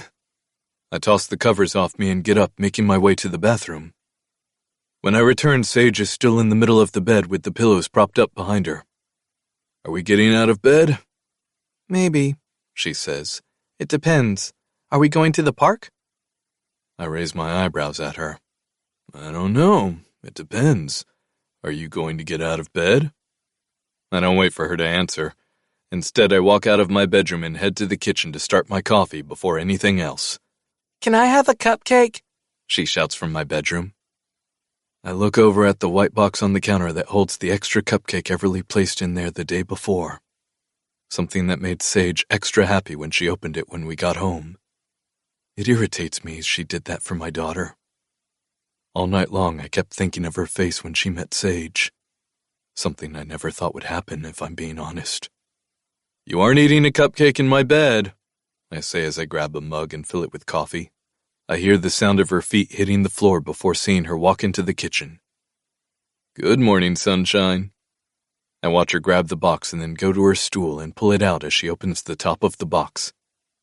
She gave me a special one. She repeats what she said the day before, and instead of answering her, I just grunt. Grabbing my phone and going through the messages, I see Tony's message at the top. Tony, have you heard about the bakery? Ryan, it sucks big time. My neck tingles as I read through the messages, but no one has said what has happened, and I'm not about to ask about it until I get to Charlie's text. Over the years, we've drifted apart. We each had our own shit to deal with. To be honest, I wasn't close to anyone and preferred to be by myself. Charlie. Hey, not sure if you heard, but there was a fire at the bakery last night. I have to hold onto the counter with one hand as the image of Everleigh stuck in the fire feels like someone just kicked me in the stomach. I close my eyes, the hiss comes out of my mouth, and I ignore all the feeling in my chest. When I open my eyes, I continue reading the text. Charlie. Everyone is fine. I drop my phone on the counter and put my cup down, and I brace on my elbows, my head hanging, letting out a sigh of relief. Are you okay, Daddy? Sage asks, and I look over at her. Her image is blurry through the tears I fight away. Yeah, I nod. I'm good, baby. I turn around, breathe in through my nose, then exhale through my mouth. Did you want a breakfast sandwich to go with your cupcake? No, I'm going to do my homework, and then can we go to the park? Yeah, I agree softly, standing back up and looking out the window, forcing my mind blank but failing when I see Everleigh smiling at Sage and ignoring me. She comes over and washes her hands before drying them and going to her bedroom. I pick the phone back up and continue the message. Charlie. We should talk when you have a chance. Time is precious, man. I shake my head and put the phone down, not wanting to read the rest. I don't need him to tell me that time is precious. I don't need him to tell me what I should and shouldn't do. Instead, I walk over to the back door and slide it open before stepping out and sitting in the chair and just looking out into the distance. The swing set I set up for Sage when she turned 4. She was so small it took all of her energy to climb up the ladder on the side. Even on the swing, she could barely touch the ground with her feet, and now she hardly ever looks at it. Eventually, I should just take it down, but something always tells me not to. I sit outside, my head a mess, as I try to push away all thoughts of the bakery and the way Everleigh must be feeling. I don't care. I remind myself when I hear Sage at the door. I'm done. Okay, I'll go shower quickly, I state, getting up and bending to kiss her head, and then we can go. Okay, she replies, following me inside and going to sit on the couch while I go to my bedroom. I make my bed before taking a shower and getting dressed. We're walking out of the house when my phone rings and I look down to see Winston is calling me. I ignore the call and put it into my back pocket, making sure Sage is in her seat before I take off. My phone rings again, showing me Tony is calling. Hey, I say, answering on the Bluetooth. Hey, I'm about to head out. Sounds good, I say. We're on our way to the park. Have fun. He disconnects the phone as my truck makes its way over to the shop instead of to the park. We're going to walk from here, I say. She jumps down and I look over at the bakery, and so does Sage, who gasps. Daddy, look! She points at the bakery, and I see the construction truck in the parking lot, along with the container in the front as workers walk in and out of the door carrying stuff. It's all messed up. Yeah, I reply, walking down the street and seeing the front windows boarded up. Black soot is around where the windows were, and also where the door is. The roof from the front doesn't look like there is much damage, but when you walk to the side, you see half of it is off. Daddy, look, it's Everleigh, she declares when we stop by the side window, the only window that looks like nothing happened to it. I can see the front counter looks like it's still intact, but the glass cases are smashed on the floor. Everleigh has a broom in her hand as men around her are also cleaning up. I don't even notice Sage has left my hand until I see her hold up her hand and she's knocking on the window. Everleigh looks over, and I see her eyes go soft as Sage waves at her. Eyes that used to go soft like that when I walked into the room and told her I loved her. Eyes I haven't seen for a long time.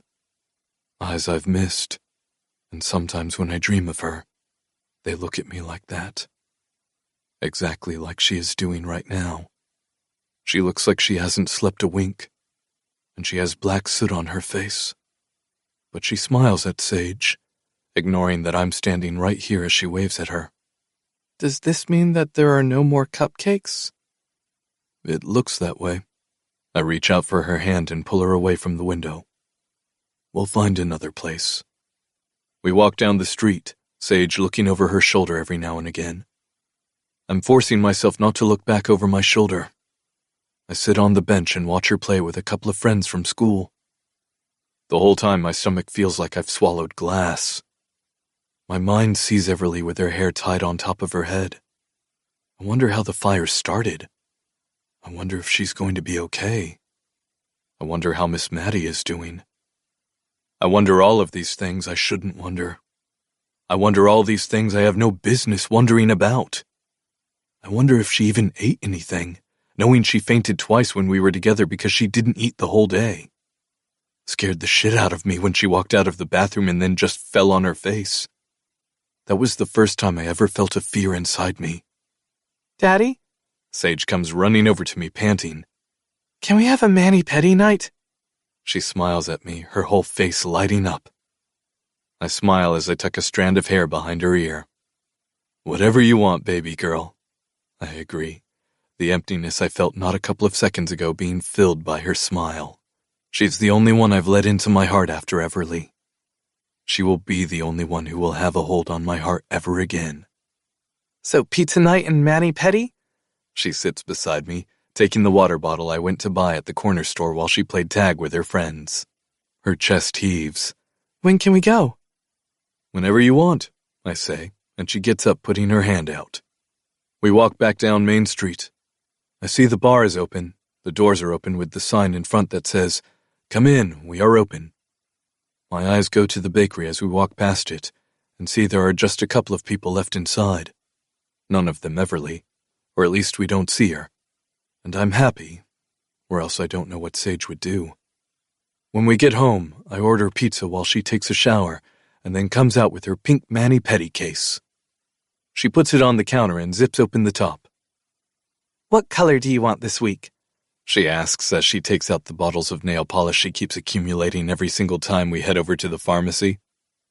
I'm going for a blue, she declares, picking up the baby blue one she got last week. What about you, Daddy? She asks, and I look over at the bottles in front of her, picking out the lightest shade there is, and it's a light white. That's boring, she shakes her head, taking the bottle from me and putting it back in the case. We are going to do this one, she says of the green one she picked out when it was Halloween. You said it was a nice color. It is, I reply right before the doorbell rings. I get the pizza and she eats 2 slices before the two of us settle on the couch. She paints my nails and then I paint hers. The cap of the bottle is too small for my fingers. What happened to the bakery?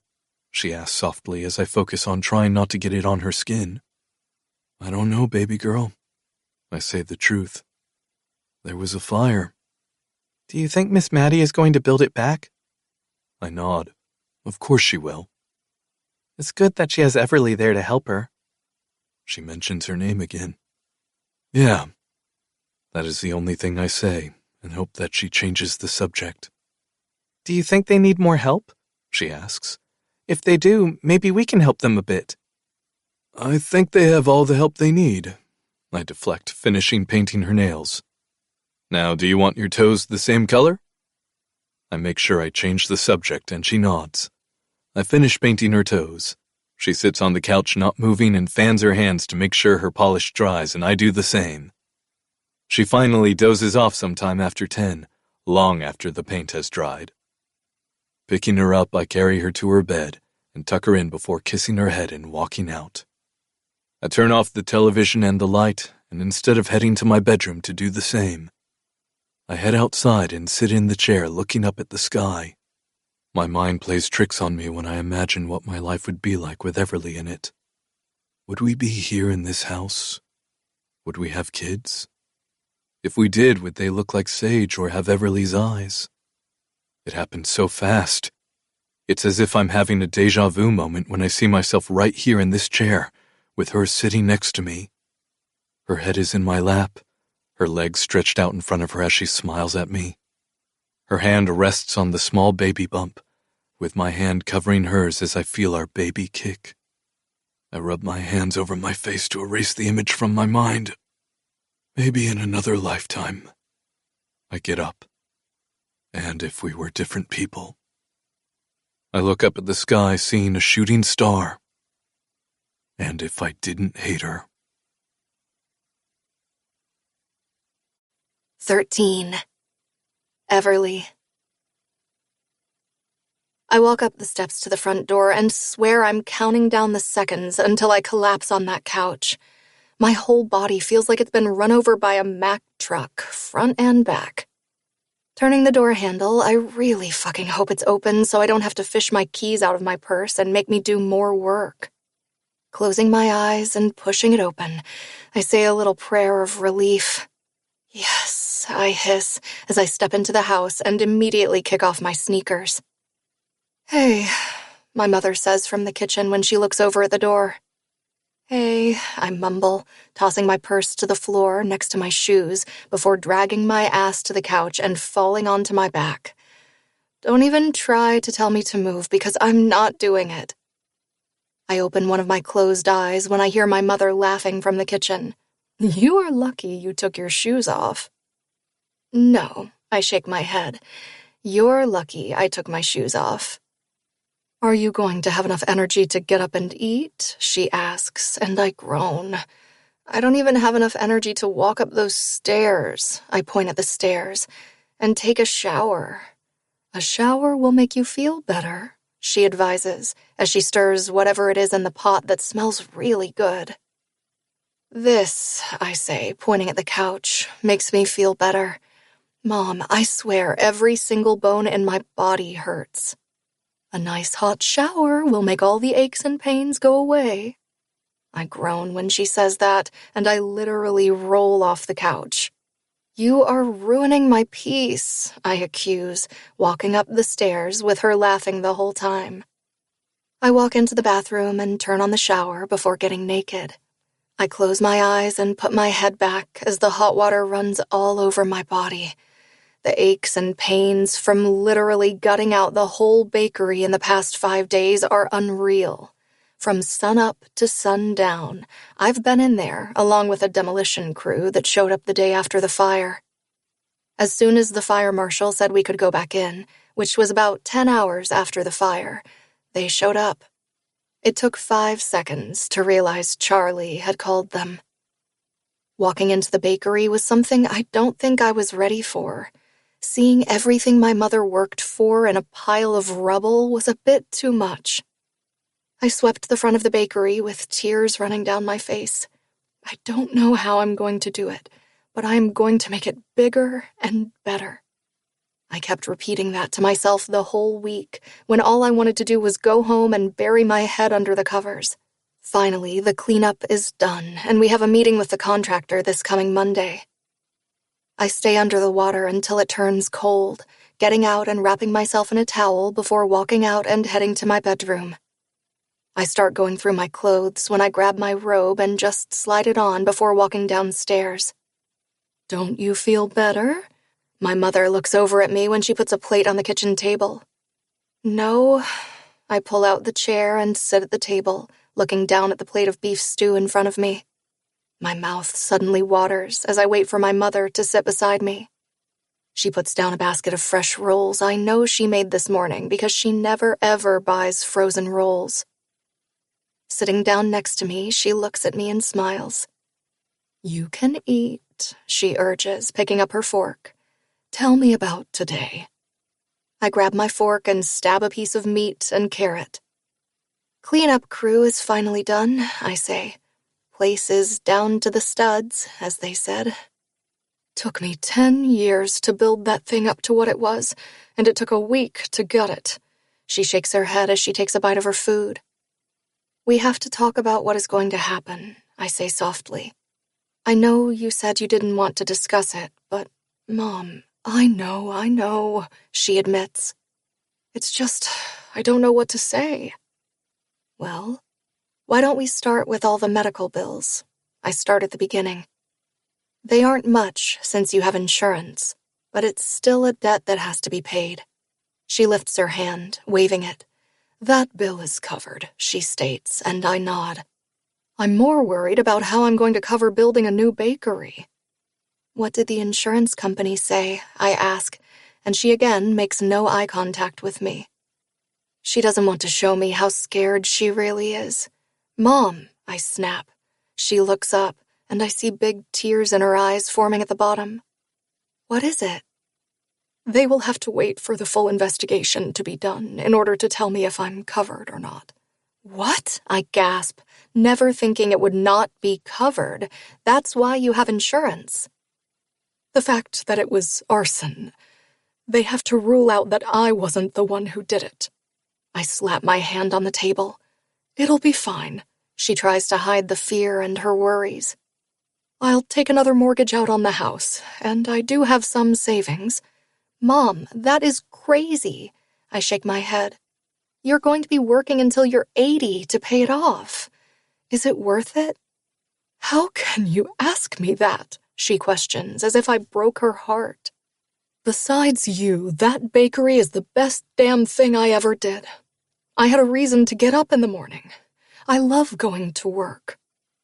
I'm about to say something else when there's a soft knock on the door. Before either of us can get up and get it, the door opens, and Oliver comes in. He's been here every single night since Mom has been home. He doesn't spend the night, but he comes over and sits with her. "Hi, guys," he says, his voice chipper as he puts down his helmet on the chair by the door. "What's with the sad faces?" "Nothing," my mother quickly denies. "What are you doing here?" "Was in the neighborhood," he answers, and I take a bite of my food, trying not to laugh in his face. "Did you eat?" My mother, even though her voice was annoyed not 5 seconds ago, has not lost her manners. "Let me get you a plate." "I got it," he assures her, walking to her and bending to kiss her cheek. "You sit and relax." I watch him walk over to the stove and grab himself a plate, filling it up before walking over and pulling out his chair. Before he sits down, he goes over to the fridge and opens it, grabbing himself a bottle of beer. I look over at my mother, knowing she hates beer. She has always hated beer, and I've never seen her stock beer in the fridge before, ever. "This smells good," Oliver praises, sitting beside my mother. "So, what's got you all so gloomy?" he asks before he takes a bite of his food. "We're discussing how we are going to work out rebuilding the bakery if the insurance doesn't cover it." Oliver's eyes slide to my mother's. "It's fine," she hisses out. "It's not for you to worry about." "When do they start the rebuild?" Oliver asks, and I know he's definitely not looking at my mother for the answers. "Monday," I relay. "I'm meeting with them tomorrow morning to go over some drawings." "Let me know, and I'll get you a check," he states, and we both gasp. "No!" My mother slaps the table. "It'll be a loan," Oliver explains, leaning back in his chair. "And when you get the money, you can pay me back. Everyone wins." He and my mother go into a stare down, but I see him trying to hide his smirk.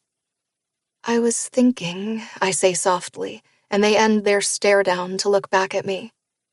"While we go through the rebuild," I move the food around on my plate, "about maybe getting a food truck to tide us over." I look at Oliver first, and then my mother. "We can serve coffee and cake out of it, and then make donuts here in the morning, like we used to do at the beginning before you had a shop." "I don't know," my mother hesitates. "That's a great idea," Oliver praises. "People sure are missing the donuts since last week. I heard at least 5 nurses complaining about it." He takes a pull of his beer. "That's another added expense," my mother points out. "All we need is an old van, and we can, I don't know, fix it up for cheap. Put in a couple of coffee makers. I don't know, maybe even serve some sandwiches, or you had a recipe for bagels." "I don't know," my mother says, not sure. "I love that idea." Oliver takes my side. "You can park outside the hospital and you'll be sold out in minutes." I smile at him. "I'll make a few calls and see if I know anyone with a van." "I know someone who might have a van," my mother admits, and I know exactly who she is talking about. "I'll wait for Oliver." I push away from the table. "Now, if you don't mind, I'm going to go to bed." "It's 7, my mother points out. "And I've been up since like 5. I put my plate in the sink. "Leave the dishes. I'll wash them in the morning." I turn and walk over to kiss my mother on the cheek. "Will you leave them?" "I can't go to bed with a dirty kitchen. It's just gross." She throws her hands up. "Close your eyes, then you won't see it." I hold up my hand as I walk up the steps, knowing the dishes will not be there in the morning. I'm asleep the minute my head hits the pillow, only waking when I have to go pee at 6 a.m. Stretching as I get out of bed, I go to the bathroom. I brush my teeth before going back and putting on a pair of yoga pants and a white top, then heading downstairs to make my coffee. The house is quiet, and the kitchen is clean, which isn't a surprise, until I hear movement to the side and look over to see Oliver trying to tiptoe out of my mother's bedroom. Busted. I fold my arms over my chest. "I fell asleep." He holds up his hands. "On top of the covers, fully dressed. Guess I was tired." "Would you like a coffee before you go?" I ask, and he shakes his head. "I'm going to get out of here before she wakes up and sees me, and then I'm never allowed back in here." He puts on his boots before grabbing his helmet. I'm taking my first sip of coffee when my mother comes out of her room in a robe. "Morning, Mom," I greet her, and she glares at me. I'm going to be going now. I put my coffee in a stainless steel mug.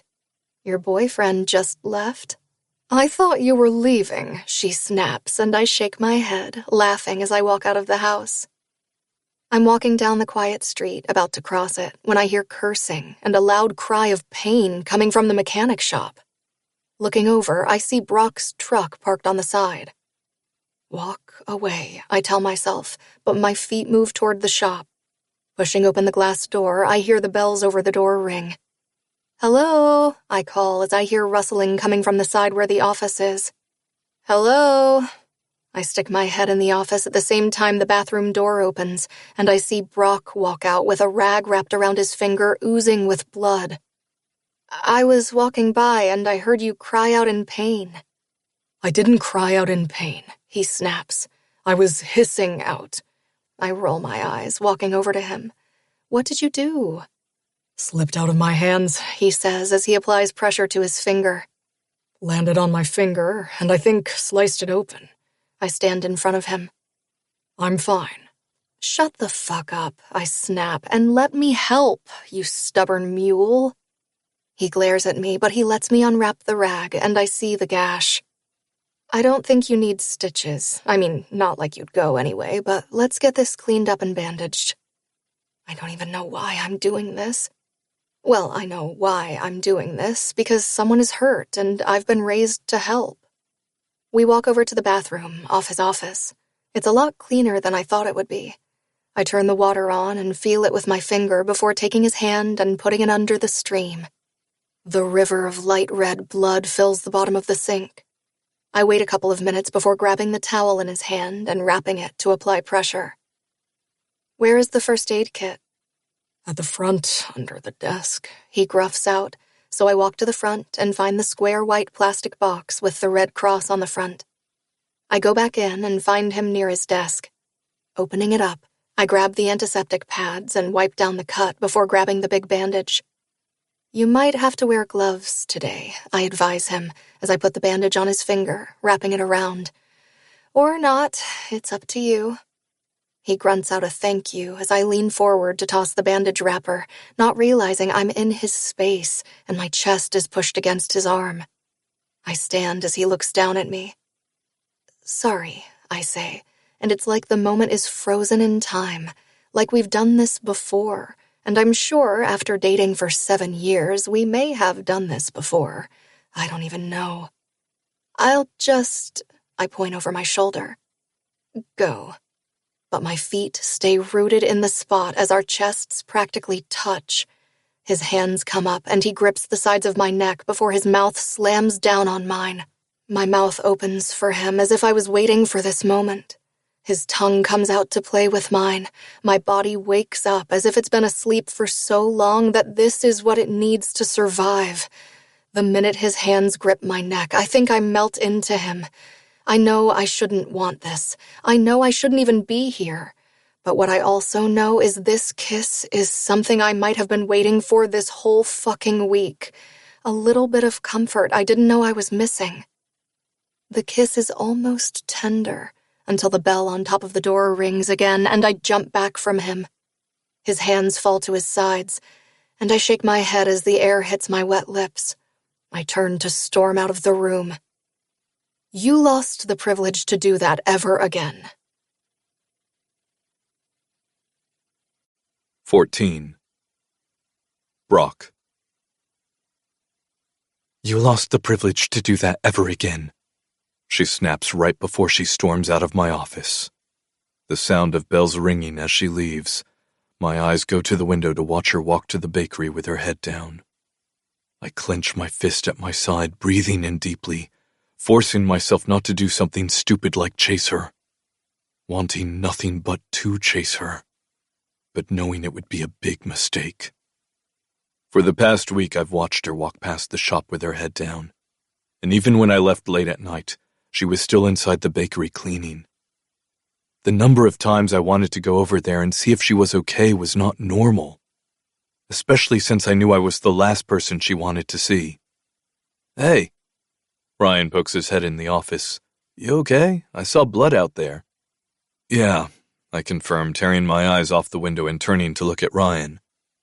Part slipped and fell on my finger, sliced it open. I'll be fine. Shit, okay. He nods before turning and walking away. My head turns to the side as I watch her shadow move in the bakery. Anger creeps up in me as I hear her voice in my head again. You lost the privilege to do that ever again. She couldn't be more fucking right as I think back on the day I ruined everything. We're going to get you help, the paramedic said, and I shook my head ready to jump off the gurney. You need to get your ass back there and make sure Everleigh is okay, I told him. If my arm wasn't broken, I would have gripped the front of his shirt. Forget about me, I'm fine. We have the fire department getting her out, he tried to reassure me. But we need to get you to the hospital and check out the leg and your arm. Fuck my leg! I hissed at him as I heard Charlie yelling from the side of the truck, and I looked back when I saw a police officer coming my way. How many of you were in the truck? He asked, and I looked at him, then over at the truck that was turned upside fucking down. One of the wheels looked like it flew off, and the other one was lying beside the truck. The back of the bed of it was slammed against a tree. Just so we know.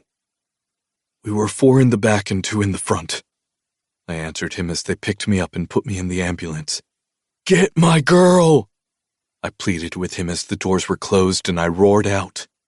I'm not going fucking anywhere without her, I said, but I was powerless to them. My arm was dangling on the side and my left pant leg was stuck to me from the blood that was seeping out. I tried to grab my phone from my back pocket but had to give up halfway through when I about passed out from the pain. When we got to the hospital, they were pushing me toward the swinging doors. 5 people were all over me as I felt scissors move up my leg, cutting off my jeans. We have a laceration, the doctor said, on the left side, right to the bone. His shoulder is also dislocated. I looked up and saw the nurse doing something on top of me. We're going to get an MRI and a CT scan, the doctor explained. Make sure everything is good inside, he added before looking at me. You're one of the lucky ones, he said before they all walked out of the room. I lay on the bed looking up at the ceiling when I heard someone walking in. I thought it was a nurse to tell me how Everleigh was doing, but instead it was Winston Cartwright. Hey, man, he said as he looked over his shoulder and came to the side of the bed. Have you seen Everleigh? I asked him and he shook his head. No, he whispered. But listen, we have to talk to you. I lay there not able to do anything. Do you know what happened? Not really, I admitted. You know Waylon, he was on something about going out. Yeah. He pretended he was listening. We are going to need you to help us out, he said. And I should have told him to go fuck himself right then and there. I should have known I was making a deal with the devil. But when they had your whole life in their hands, they were the ones who held the strings, and I was just another puppet to them. I hang my head, shaking away the memory I've long since wanted to erase from my mind.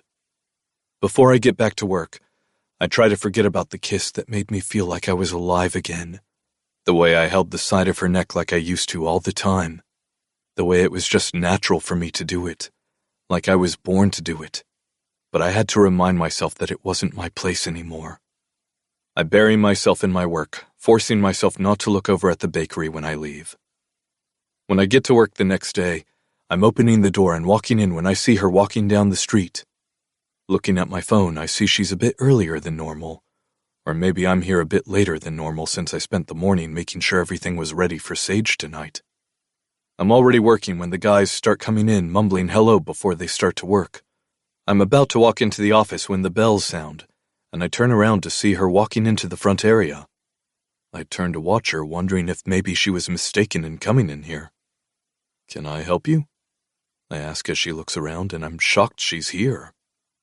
Yes, or I'm not sure, she says before she looks back at me. And like yesterday, she's wearing another pair of black leggings that mold her fucking body. Do you have any trucks for sale? I shake my head. I'm sorry, what? You want to buy a truck? Or a van, she corrects me. Basically, I want to make a food truck. I walk back into the area where she is standing, but not so close I can smell her perfume. It's enough my cock was hard all day long just thinking about the fucking kiss and smelling her on my hands. So much so I only washed them when I stepped into the shower. Something that is basically gutted already, so it's easier to add what I need to put in. I look at her with confusion on my face.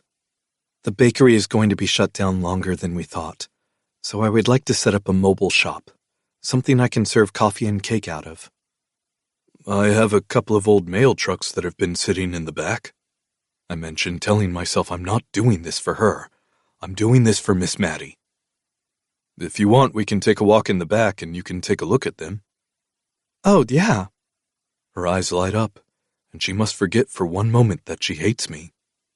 Let me grab the keys to the gate, I say, walking back to my office and snatching the keys off the hook on the wall. Follow me. I walk out of the shop and toward the side where the fenced-in area is.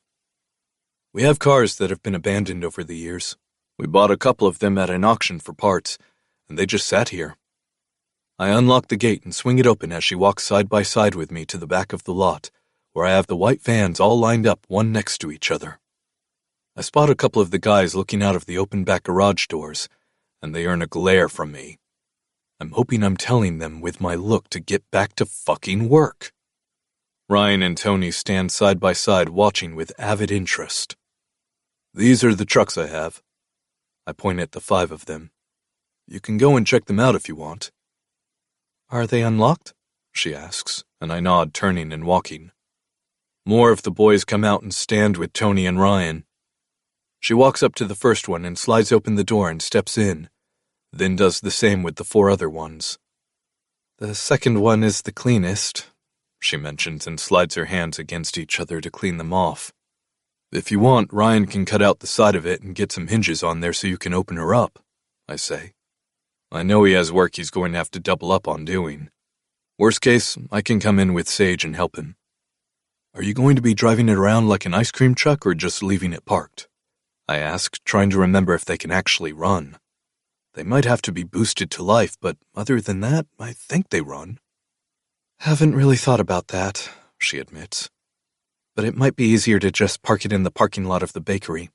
Then I can still keep the customers and then even the construction workers. She talks to me as if we're having a normal discussion, as if we're long-lost friends and not like we hate each other. When do you need it? I ask, putting my hands on my hips. When do you think it can be ready? She asks, realistically. If we take it in today and start the work, I think about maybe even getting a couple of the guys to help work on it tomorrow. Maybe by Monday. That soon? She asks, shocked. And she's not the only one who is in shock. I hear whispering coming from the garage as Ryan glares at me. It's for the community. I answer her and Ryan at the same time. It's what we do. Okay, she decides. Let's get the contract going, and if I can speak to your guy who is going to do all the things to it so we can maybe discuss things. Ryan! I shout over my shoulder for him and see him coming toward me. Everleigh wants to make a food truck out of that. I point at the truck. Can you help her out? Yeah, what were you thinking? He asks, and she starts telling him about what she wants to do with it. There is no reason for me to be out there with them, so I turn to walk away and stop when she calls my name. Brock, are you going to do the contract? She asks, and I just stare at her. You'll be doing me a favor by taking that off my lot. Ryan can discuss what he charges. I turn back and walk toward the fence, knowing Ryan is going to ask me questions. I also know the only answer he is going to get is I'm doing it for Miss Maddie. Who cares if I'm lying to everyone around me? It's not anyone else's business but mine. 15. Everleigh. I stand to the side, talking to Ryan, but my body is on high alert, with Brock right there, not too far from us. As if it knows, I stop talking to Ryan only when I feel him moving away. Brock, are you going to do the contract? His eyes look at me. You'll be doing me a favor by taking that off my lot. Ryan can discuss what he charges. He doesn't give me a chance to say anything. Instead, he walks back to the side where the gate is, closes it behind him, and locks the lock. and I stupidly watch him do it as if he has a spell on me. "Well then," Ryan says, and I turn my head toward him. "Well then, indeed," I reply. "What do you think it's going to cost to do all of that?" I ask him, and we walk to the side of a truck that is the exact copy of it. "I would love the side to flip up so there is some shade there if it's too sunny," I say, and he nods. "It'll be easy enough to just cut through it and hinge it on top. I think you should even put windows in," he suggests. "You can maybe open one of them when it gets too hot in there." I nod. "Or close it if it's raining outside." "What about putting a little counter in front of the window?" I ask. "We can maybe put napkins and stir sticks and all of that on there." "That we can do. I can take some metal from inside and weld it." He thinks out loud and he smiles. "This might be my favorite project." I smile at him. "Well, that makes me feel better for being thrown on to you." "Nonsense. Miss Maddie is the bomb, and so are her donuts. I'll do whatever I need to help her." "Thank you," I say softly. "That means a lot to me." "Have you any thoughts about what you wanted inside?" He stands with me as I pull up ideas I took down last night while on the couch. "I'm going to need a counter, for sure." He nods. "I want to put in 2 coffee pots, maybe even 3. I'm going to make the donuts at home, so I would need a couple of racks to store them." "I have a couple of ideas," he offers. "How about I draw them up and run them by Brock, and then we can sit down and see what you think?" "If it's not too much trouble for you," I state, leaving out Brock's name. "No trouble at all, Everleigh." He turns, and I follow him into the garage. "I'll probably get all of this done this weekend, and then we can sit down maybe on Monday." "Are you sure?" I ask, and he nods. "Why don't you take my number down? If you have any questions, you can call me and not bother Brock." "That sounds good." He takes out his phone, and I give him my phone number. "If I need anything, I'll let you know." "Sounds good," I reply and walk through the garage, and my eyes do a sweep to see if Brock is there. I see a station at the corner, near the door to get to the waiting area, is empty, the stool pushed back. I know it's his station because he has a picture of Sage right in front of the wall, facing the chair. I swallow down the lump and walk out the door, feeling eyes on me but never turning around. I hated that even for a minute, it was as if nothing had ever happened. It felt like it did before everything happened, before he made decisions for both of us without even talking to me about them. I had him back for those couple of minutes, but then I had to remind myself he really isn't who I think he is. Instead of heading back to the bakery, I make my way home. Taking my time, I enjoy the sounds of the lawnmowers off in the distance, as well as a couple of people outside sitting on their front porches. A few lift their hand and wave at me, and I smile and wave back. It's such a big difference from where I was less than a month ago. In the middle of Chicago, I never even met my neighbors and had no idea what they even looked like. The company I worked for had lots of subcontractors, so there was no office to go into. Everyone would work in their own space. I knew their faces through Zoom calls we had once a month to discuss contracts coming in. I finished up the last contract I had with them 2 days after I arrived and gave the next one I would be working on to someone I worked with occasionally. I also took myself out of the rotation for the upcoming contracts. Because I technically work for myself, there was no one to talk to about it. I walk up the steps toward the house and turn the handle, stepping inside and finding my mother lying on the couch. Her body is to the side, and the smell of something cooking in the kitchen fills the house. I put my stuff down quietly, walk over to the kitchen, and find the crock pot working its magic. I pull open the fridge before grabbing some sweet tea and then walking upstairs to answer several emails. One of the graphic designers has gotten back to me with an idea about branding. I go through a couple of the mock-ups she sent me and send them back with a few modifications. I only close my computer when I hear movement from downstairs. I see my mother in the kitchen, and she looks over at me. "Hey, baby," she says softly.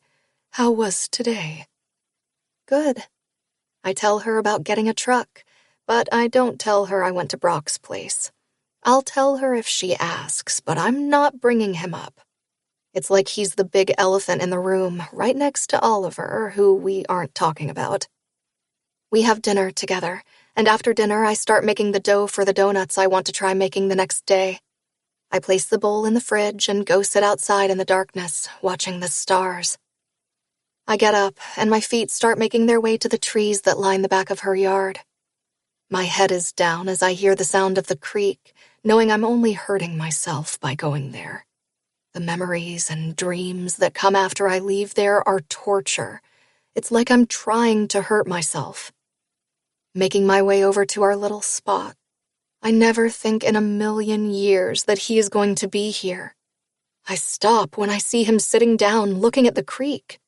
His head turns to the side to see me. "Jesus, fuck," he hisses out, making me angry. "That's exactly what I was thinking," I snap as he turns and gets up to his feet. "Great, it's like I can't fucking escape you," he exhales deeply. "You're fucking everywhere." "Trust me, if I knew you were here," I shake my head, "I would have stayed far, far away from here, away from you. The last thing I want to do is be in your presence." "Good, at least the feeling is fucking mutual." He laughs. "At least we have that in common." "Trust me, we have nothing in common." I don't even know why I'm answering him. I should just leave. "What do you want from me?" he asks. I don't know why, but I finally ask him what I wanted to ask him all those years ago. "Not a damn fucking thing," I snap at him. "Actually, I have a question for you." "Why?" I ask the question as my heart beats so hard in my chest I'm sure he can even hear it. "Why did you do it?" "What?" he asks, his voice in a whisper, and I know the last thing he was expecting was for me to confront him on this. I see his thumb and forefinger rubbed together, a little thing he does when he's nervous. "Why?" I ask him again, my voice going higher than it was before. "I want to know why you did it." "Everleigh," he says, his voice broken when he says my name. "No." I kept playing things over and over in my head, wondering and thinking about the whole thing, and for the life of me, I can't find a good enough reason. I shake my head, the tears running down my cheeks, and I don't even try to hide them. I want to know fucking why. "I had no choice." The 4 words he repeated when he broke my heart, 4 words that he confessed to me a month after the accident. When whispers started that Waylon wasn't to blame, there was no way he could have done what he did. How people looked at me as if I was doing something wrong when all along Brock had a different story. His story was making us all look like we were crazy, like we didn't remember that night like he did. "I was out of my mind, worried about you and where you were." His voice sounds just as broken as I feel inside me. "He said all I had to do was tell everyone that Waylon was not reckless, that the accident wasn't his fault and he was struck head-on by another car, that the truck came into our lane and not the other way around."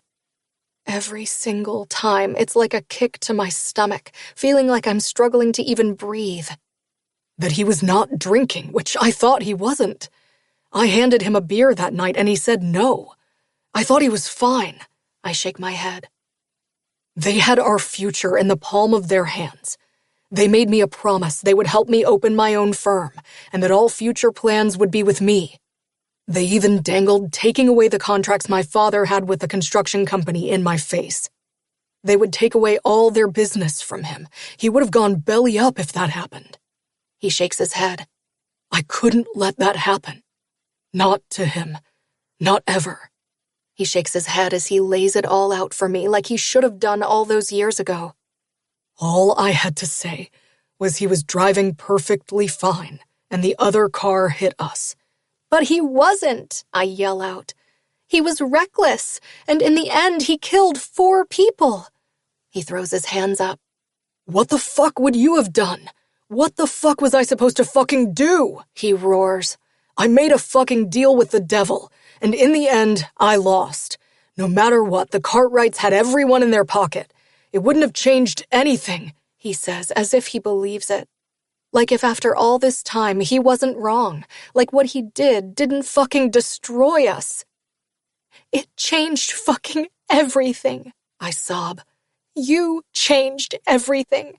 You didn't once think about us." My voice goes low. "You never once thought about me." I hit my chest, hoping to stop the pain that is soaring through me.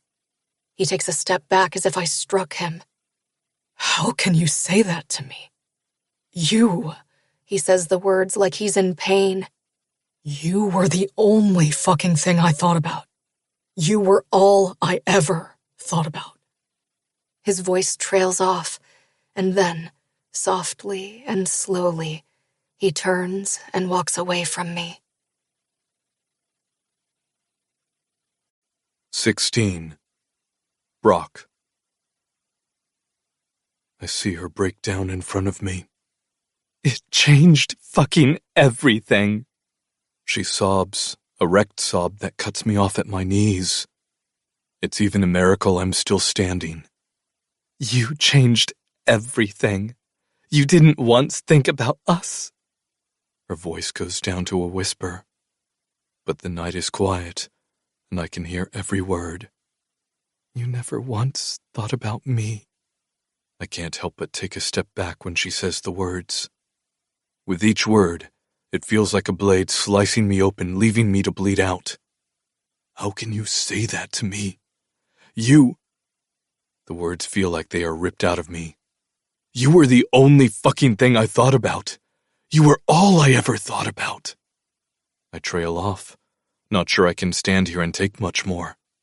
So instead of causing her more pain, I do the cowardly thing as I slowly turn and start to walk away from her. There is nothing left to say. Everything that should have been said all those years ago. Not now. Not when everything is done and buried. I wouldn't have done it. She snaps to my retreating back. Her voice so tight I know her hands are balled by her sides. I would have given up being set for life. I would have done everything to make sure that would have not been taken away from you. I close my eyes, stopping in my tracks.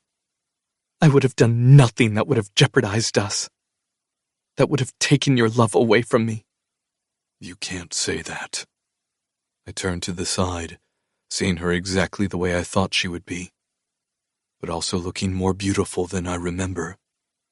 More beautiful than my dreams. More beautiful than my memories. What would you do if they told you they would take away everything from you? If they showed you how set up your mother would be and she would never have to work again? I know she would go to hell and back for her mother. She would lay her life on the line to take her place. I'm sure she would have done what I did, or at least in the moment, that is what I tell myself. Would you not do it for her after everything she's done for you? You stand there and are able to tell me you wouldn't do it for her? You're right, she finally says. I don't know what I would have done, but I do know one thing, Brock. I especially wouldn't have hidden it from you. The hits just keep coming.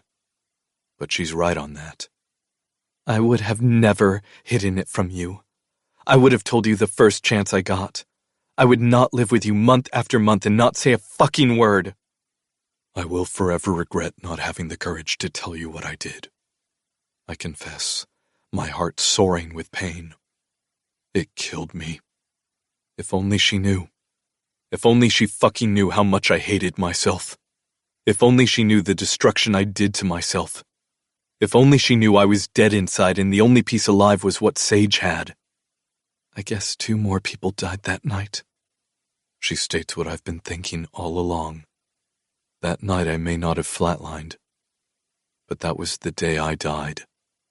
I swallow down the lump in my throat before finally turning around and leaving. Nothing else needs to be said.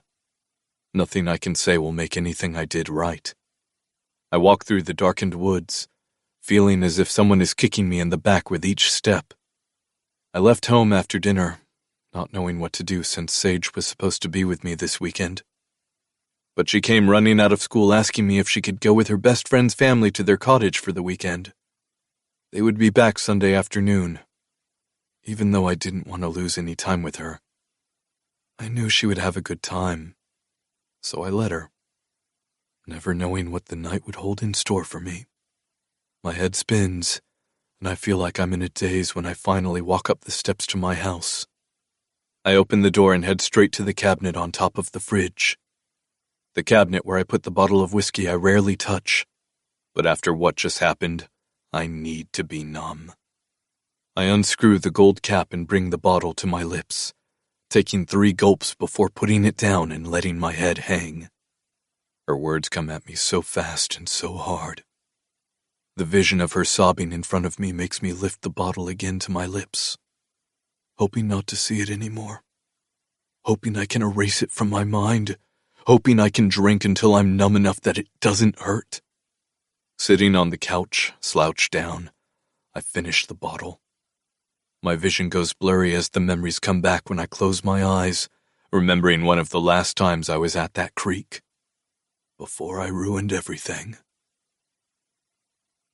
I leaned down to kiss her naked shoulder as she lay on the blanket on her stomach. I was lying on my side with my arm draped across her naked back.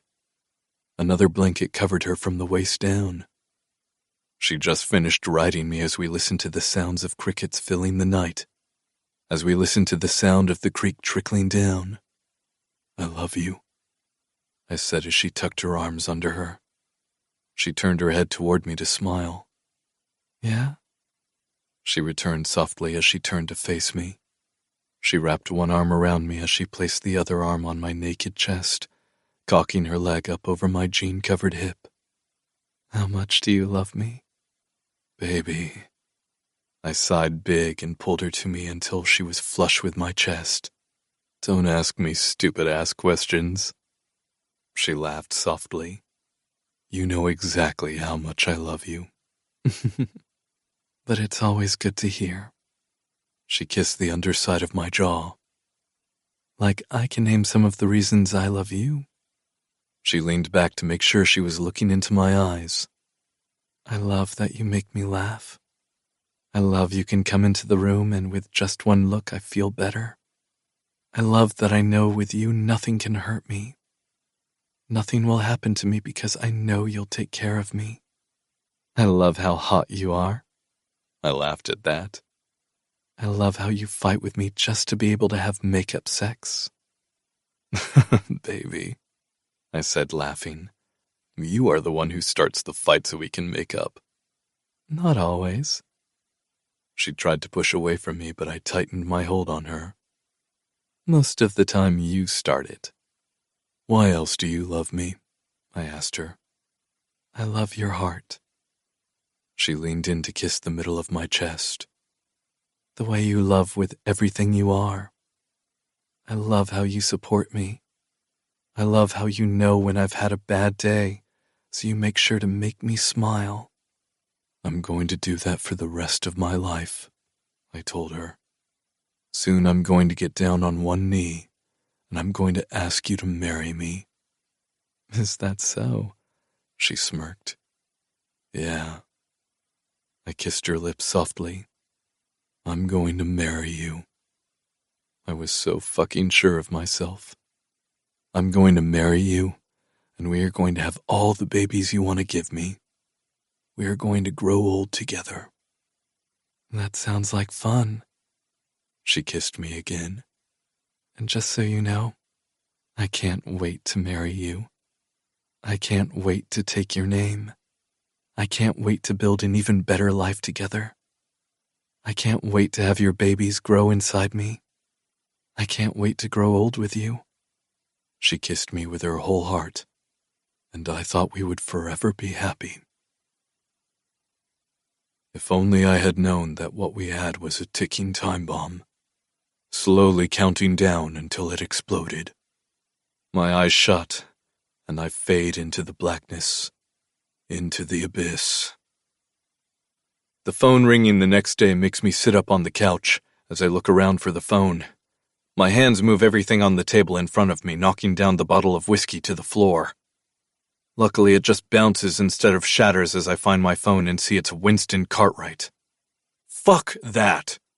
I toss the phone back on the middle of the table before getting up and walking to the kitchen. I see it's just a little bit after noon. Grabbing a bottle of water and then the ibuprofen, I drag my ass to my bedroom and in the shower. My head is pounding, but it should be gone soon. I get out and dress in jeans and a t-shirt before I head back to get my phone and call Sage, who answers after 2 rings. "Hey, Daddy."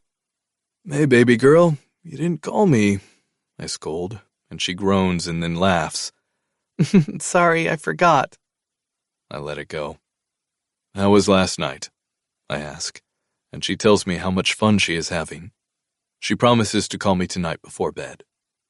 As soon as I hang up with her, I decide to go to the shop to get some things done. When I get there, I find Ryan closing up the shop. Hey, what are you doing here? He asks, tucking his phone in his back pocket. Sage is at a friend's house, I shrug. Thought I would come in and work. You look like shit, man. He laughs at me.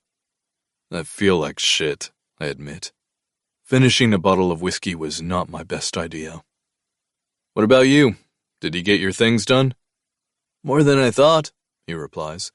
Got the door cut out and my contact for the window said he'll bring it by on Monday.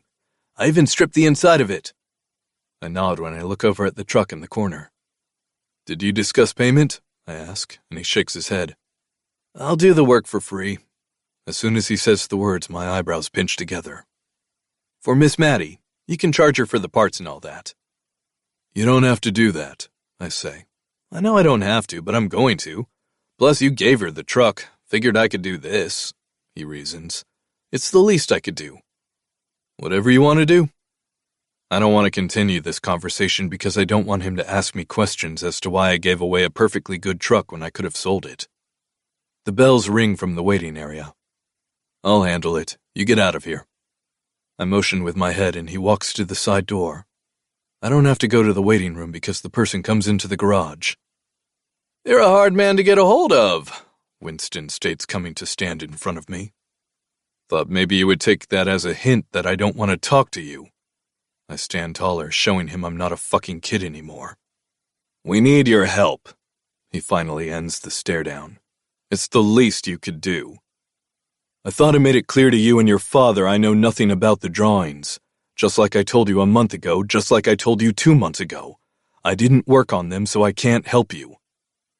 He doesn't say anything. Now, if you don't mind, you owe us, he finally snaps with a sneer. I owe you fucking shit. I take a step into him. All fucking debts were paid. I would watch yourself if I were you, he puffs out his chest. I would hate for another building to go down on this street. You threatening me? I ask, and he holds up his hands. You wouldn't be stupid enough to do that. I take a step closer to him and he goes back a step. Especially not in the middle of my shop. A shop that has surveillance cameras all around it. His eyes show the surprise right before he laughs. Just two friends having a chat, he backpedals. Take care, buddy. He slaps my shoulder with his hand. Let me know if you remember anything. He turns and walks out of the garage. I'm not going to tell you guys again, I inform him before he walks out. You show up again, and I'll have to go to the sheriff. He might not believe me, but with all the phone calls you've been making, plus this visit, it might pique someone's interest. His eyes go to slits. Take care, Winston.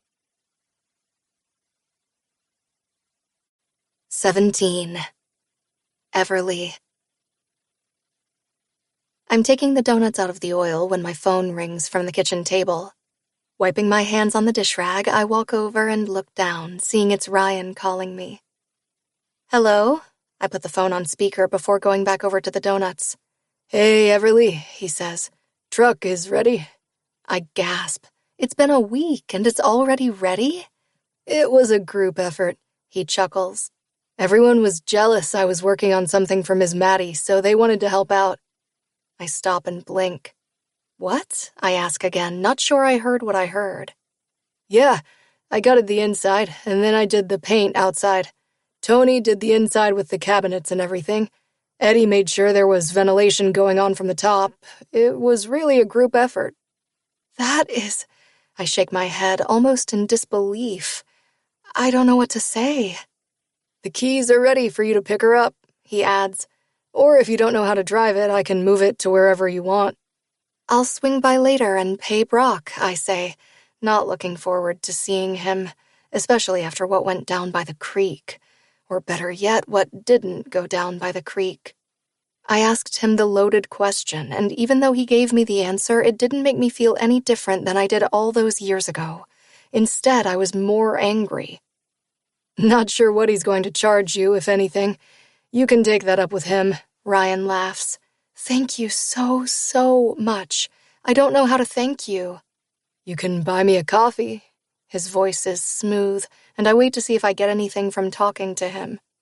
For the past week, we've talked every single day, and I've waited to see if maybe it would pique my interest, but nothing. It was like I was talking to Oliver or Charlie. There was nothing there. It's official. I'm broken. Coffee for life, and maybe donuts, I joke with him, making him laugh. Let me know what you decide, he says. Will do. I disconnect the phone and walk over to the stove, turning it on and then adding the glass bowl on top of the pot of boiling water to melt down my chocolate chips. I'm stirring it gently when the front door opens. It smells good in here, Oliver declares, coming in dressed in jeans and a white t-shirt. Both his arms are tatted, and one of his hands holds a bike helmet. I smile at him as he comes into the kitchen and looks around. Where's your mom? Sulking in her room. I motion with my head toward her bedroom. She got snippy with me this morning when I told her she wasn't helping me. It led to a long glare and a hiss before she stormed back into her room. Oh dear. I'm going to take her out today on the bike. Maybe she'll be in a better mood. I nod at him as he walks toward my mother's bedroom. Once the chocolate is melted, I walk over and grab the donuts that have been cooling on a rack before lifting one up, swirling the top in the chocolate and placing it back down. I'm almost done when Oliver and my mother come out from her bedroom. I can see my mother's cheeks are pink and Oliver has a smile on his face. We're going to go out for a drive. Sounds good. I look at her. Want to try one of the new donuts I made? I ask. It's this new concept I was trying. What do you mean? My mother comes over and asks me. It was something I thought about. I rolled out the dough super thin, then added 20 of them to one, seeing how they would fry up. It looks like it's stacked. I show her the donut. I'm wondering if they're lighter. I'll try one. Oliver picks up one and bites into it. Holy smokes, he says, chewing. It's light and flaky. Yes, I nod. That is what I'm going for. My mother also tries one and she smirks at me. She's got the touch, I tell you. They both finish their donuts and head out. When I look over, I see it's almost 2 o'clock in the afternoon. With nothing to do, I decide to maybe head into town and see if they have started work on the bakery. From the phone call I got last week, it would be any day now. They were going to start right away, but I thought that we could expand a little now that we're starting over. So I'm waiting on him to tell me how much extra it will be. But I think adding a seating area will bring in more business, and my mother reluctantly agreed with me. Washing the smell of donuts off me, I slip on a white t-shirt and then grab my ruffled yellow skirt. It wraps over in the front and is longer in the back. The t-shirt falls just on top of the waist, showing off a hint of my stomach. I slip on my brown sandals before grabbing my phone and walking out. Leaving my hair down and flowing, I head to the bar, wondering if Autumn is in town with Landon. I stop at the corner and am about to cross the street when I see Brock's truck parked at the garage. It angers me to no avail, especially after the way he just walked away from our conversation, again leaving me feeling battered and bruised, and he didn't even have to lift a finger. My feet are moving before I even can stop them. With each step I take, I get angrier and angrier. I pull open the door and the bells ring. I look around, seeing the waiting area empty, and then sticking my head into his office and seeing it empty also. My heart jackhammers in my chest, and I turn and storm to the garage, finding him in front of the workbench with a rag in his hand, and it looks like he's just finished cleaning the stainless steel top. The look on his face is of utter shock at seeing me here. Everleigh, he says my name, and my knees turn to jelly. Just from the way he says my fucking name, and I hate it. I also hate when my eyes do a sweep of him from head to toe, and I see him wearing black Dickies with a black t-shirt that I wish made him look dreary and sloppy. But it doesn't. It fucking doesn't. He looks fit as can be. Fuck off, I say, walking into his space and stopping in front of his workbench as he rounds it. I want to know how much I owe you for the truck. I told you, he says, and I shake my head furiously side to side to stop him from talking. I don't give a shit what you said, I snap at him. I don't want anything from you, not one fucking thing. My head moves into his space. I don't give a shit what you want, he hisses back at me. I'm not doing it for you. I'm doing it for your mother. So take your snit and fuck off. He motions with his head. That isn't how it's going to work, I yell at him. You aren't going to get to have a say in this. He laughs in my face, and if I wasn't seething before, that pushes me over the edge. I can see you are in full form today. Fuck you. I'm about to push him away from me, but the minute my hand touches his chest, he grabs my wrist. Don't touch me. I'm about to rip my wrist from him when he pulls me to him. You came in here full of your attitude. He turns and backs me toward his workbench. For what, I don't know, nor do I fucking care. My breathing is coming in pants as I look into his eyes that are hooded over with a look I've seen far too often before.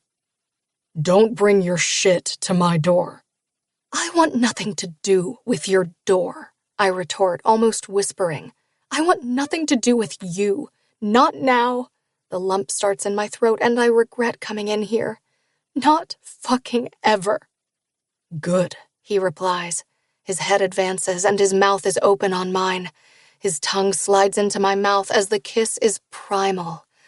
I move my hands to his shoulders to shove him away, at the same time his hands grip my hips so tight I'm going to have his mark on me. I move my head to the side, planning on stopping the kiss, when he picks me up and places my ass on the shiny stainless steel top. My legs open when he steps into them. He pulls my hips forward so I can feel his hardness. This is crazy, my head tells me, while my body arches into him, his hips thrusting forward. I want to push him away from me. My fingers squeeze his shoulder to do just that, but instead one hand moves to the back of his head.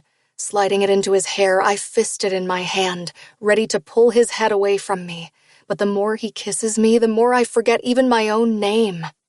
Fuck, he hisses when he lets go of my lips for a second before his tongue again invades me. His hands move down to my legs as he bunches the skirt into his fists. My hands are frantic to touch him now. The urge is more powerful than the need to walk away from him. One touch from him is all it's ever taken. The two of us are in sync as my body aches for his touch, so much I might cry. It's this overwhelmingness that I can't explain.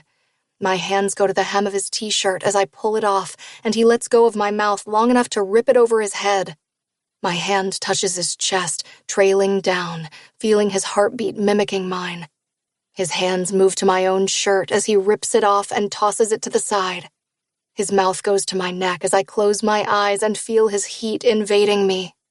His hands cup my tits as he rolls one nipple before pushing down the cup to the other one, and his mouth doesn't go to kiss it. No, he attacks my nipple, first biting down on it, making it shoot straight to my core.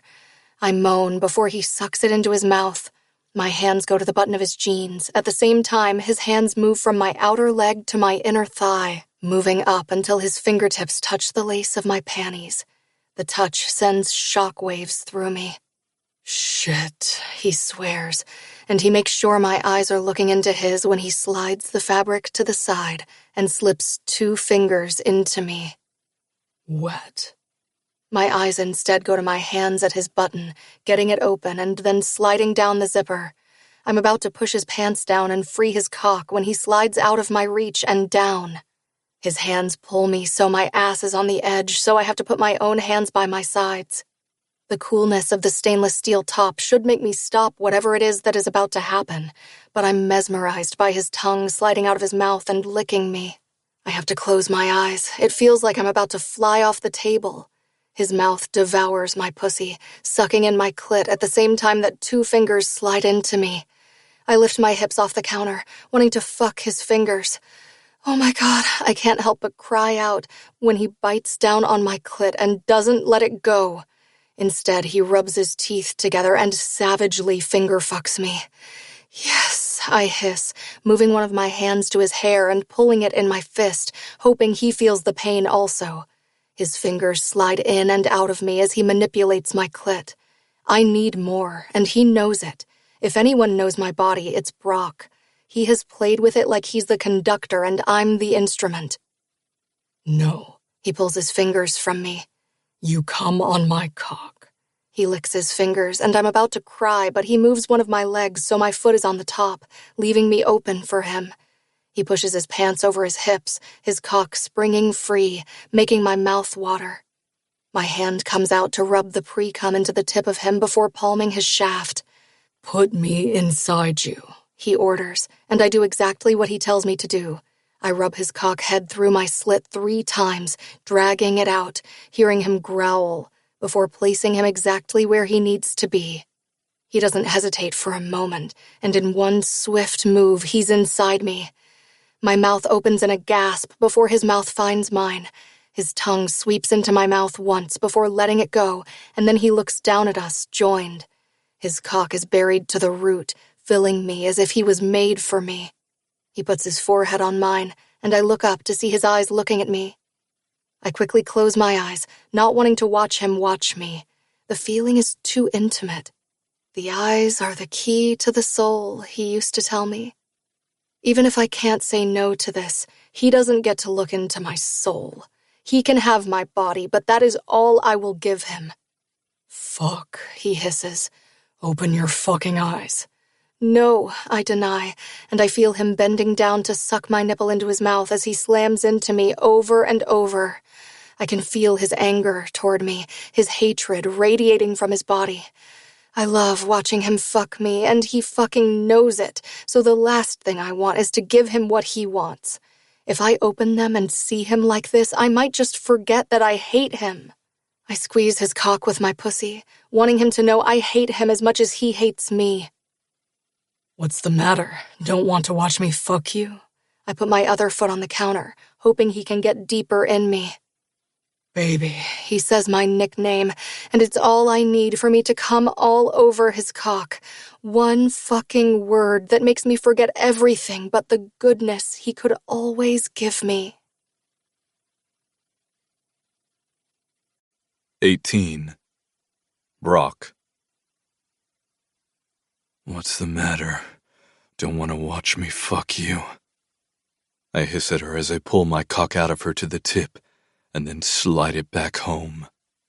Fucking heaven every single time. She puts her other foot on the counter as I try to get deeper into her. Baby. The nickname slips out of me softly. My guard's coming down when I look at her. When I feel her clench around my cock when I kiss her. It's my own personal hell. Her body arches as she comes on my cock, and I bend down to bite her where my mark always is, where I always left my mark, where I would touch her, knowing my mark was under my fingertip. I suck in deep as her pussy clenches over and over around my cock. It's so tight I have trouble pulling halfway out before slamming back into her. Open your fucking eyes, I demand of her, my teeth clenched together. And fucking, I slam back into her. Watch. I pull out, slamming back into her. Me. Watching her face. Fuck you. She takes a deep inhale, and the only sound I can hear is the sound of our skin slapping against each other. All of the anger I felt just makes me fuck her harder and harder. Fuck. I finally hiss out when I feel my balls getting tight, and I know I'm going to come, but I want her to come again. I need her to come again, and this time she's going to open her fucking eyes and see who is making her come. I pick up my hand, pinching her nipple, and she hisses at the same time she arches her back. Open your fucking eyes.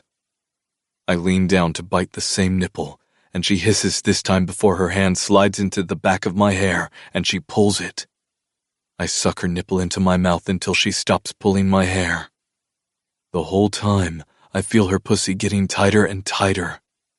I move my head up, putting my forehead on hers, and I see her eyes flutter open. She looks into my eyes for a second. For one split second, I have my Everleigh back. For one split second, I feel whole. Until she looks to the side, and she closes her eyes, but it's too late. We are both jumping off that ledge. She gasps out her moan, and I swallow it with my mouth. My tongue slides into her mouth gently as I plant myself as far as I can get into her, and I let go. Her hand slowly slips from the back of my head to my neck, and then to my shoulder. Our lips separate as our chests rise and fall. Her feet fall from my workstation to the side of her, hanging down. It's like we both remember we hate each other, and we want to get away from each other as fast as we can. But the minute I slip out of her, I want to pull her to me. I want to bury my face in her neck and smell her as she hugs me. But I just step away from her as she closes her legs. "That's the second time we've done that," she chides. "It better be just me you're fucking."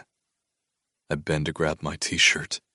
"You lost the privilege to tell me where to put my dick the minute you left me." I see the hurt in her face as I walk away from her and head to my office and the bathroom. Closing the door behind me, I put my head back on it and close my eyes, taking a deep breath. I look to the side, not the side with the mirror on the wall. I'm not sure I can look myself in the eyes right now. The hurt in her eyes flashes back, making me hate the words I said to her. I walk over to the sink, turning the water on, holding on to the sink and hanging my head. I cup water in my hands and wash my face before cleaning up and tossing the towel to the side. I zip up my zipper and button my pants before turning and walking out of the bathroom. I make my way back to the garage, and I don't know why I'm expecting to still see her there. There is no way I would stick around. I don't know why I was hoping she would. I walk over to the workstation and see her handprint there. The scent of her perfume still lingers, making my cock hard. I close my eyes, tucking my stool under the bench I fucked her on without a care in the world. The front fucking door wasn't even locked. Ryan had just left, and he could have returned and seen me plowing into her. I let that thought burn in my stomach for a bit before I remind myself it's not my job to take care of her. I lock up and head to the bar before going home. Something I don't do often, but occasionally. Walking in, I see it's almost packed, so I make my way over to the bar. Usually it's Brady, but ever since he's hooked up with Harmony and her son, he's off on the weekends. He's a family man, and I'm happy for him. I slip out a stool and sit down as the new bartender approaches. "Can I have the house blend? One shot?" I tell him, and he nods at me as he moves to prepare my order. I tap the bar, looking around, spotting a couple of people I know. But usually Sundays are spent with families. He places the drink in front of me, and I take the shot before getting up and leaving a 20 on the bar. I walk back to my truck and head home. The black clouds look like they are rolling in fast, and it feels like a downpour is about to come. My mind wanders to Everleigh, even if I know it shouldn't. This whole fucking week I've thought about her every fucking night. Waking up thinking about her, going to bed after having to jerk off because I couldn't get her image out of my head. Today she walked into the garage, looking for a fight, and it felt like we were right back where we were all those years ago. The fight would always be intense, but then the makeup sex would be even more intense. I swear we fought just to fuck some days. Pulling up to my house, I get out, and a gust of wind makes the leaves in the trees rustle along with the wind chimes I put up for Sage a couple of years ago. She loves the sound of them, always has. At first I didn't want to put them up because they would make me think of Everleigh. She hung one right outside our window in the apartment we shared. Growing up, she had one outside of her bedroom and said it made her feel at home listening to the sound. I'm about to go over to the tree and rip them down and see if Sage will notice when a car pulls up on the street.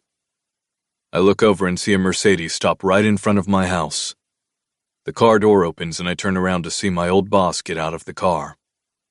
He looks around, taking off his sunglasses before he turns and faces me. I take a moment to look around also to see if anyone is outside to watch this if anything happens. Like I throat punch him for fucking me over. He smiles when he sees me here on the steps.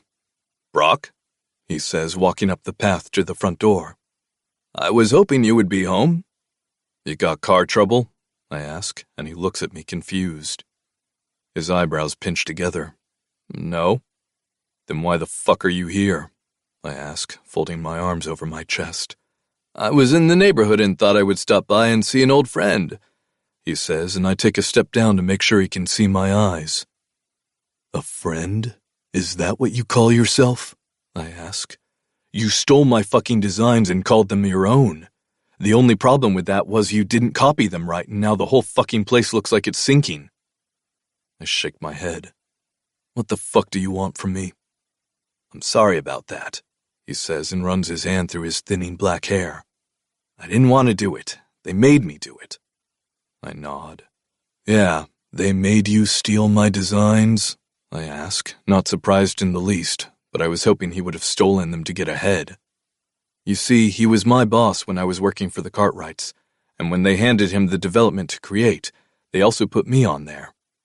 I spent hours upon hours drawing and recreating the perfect housing plans. The perfect development would make the Cartwrights a lot more money than they had. However, they didn't consider that I set it at 8 stories and not 12 because the soil wouldn't hold up the weight.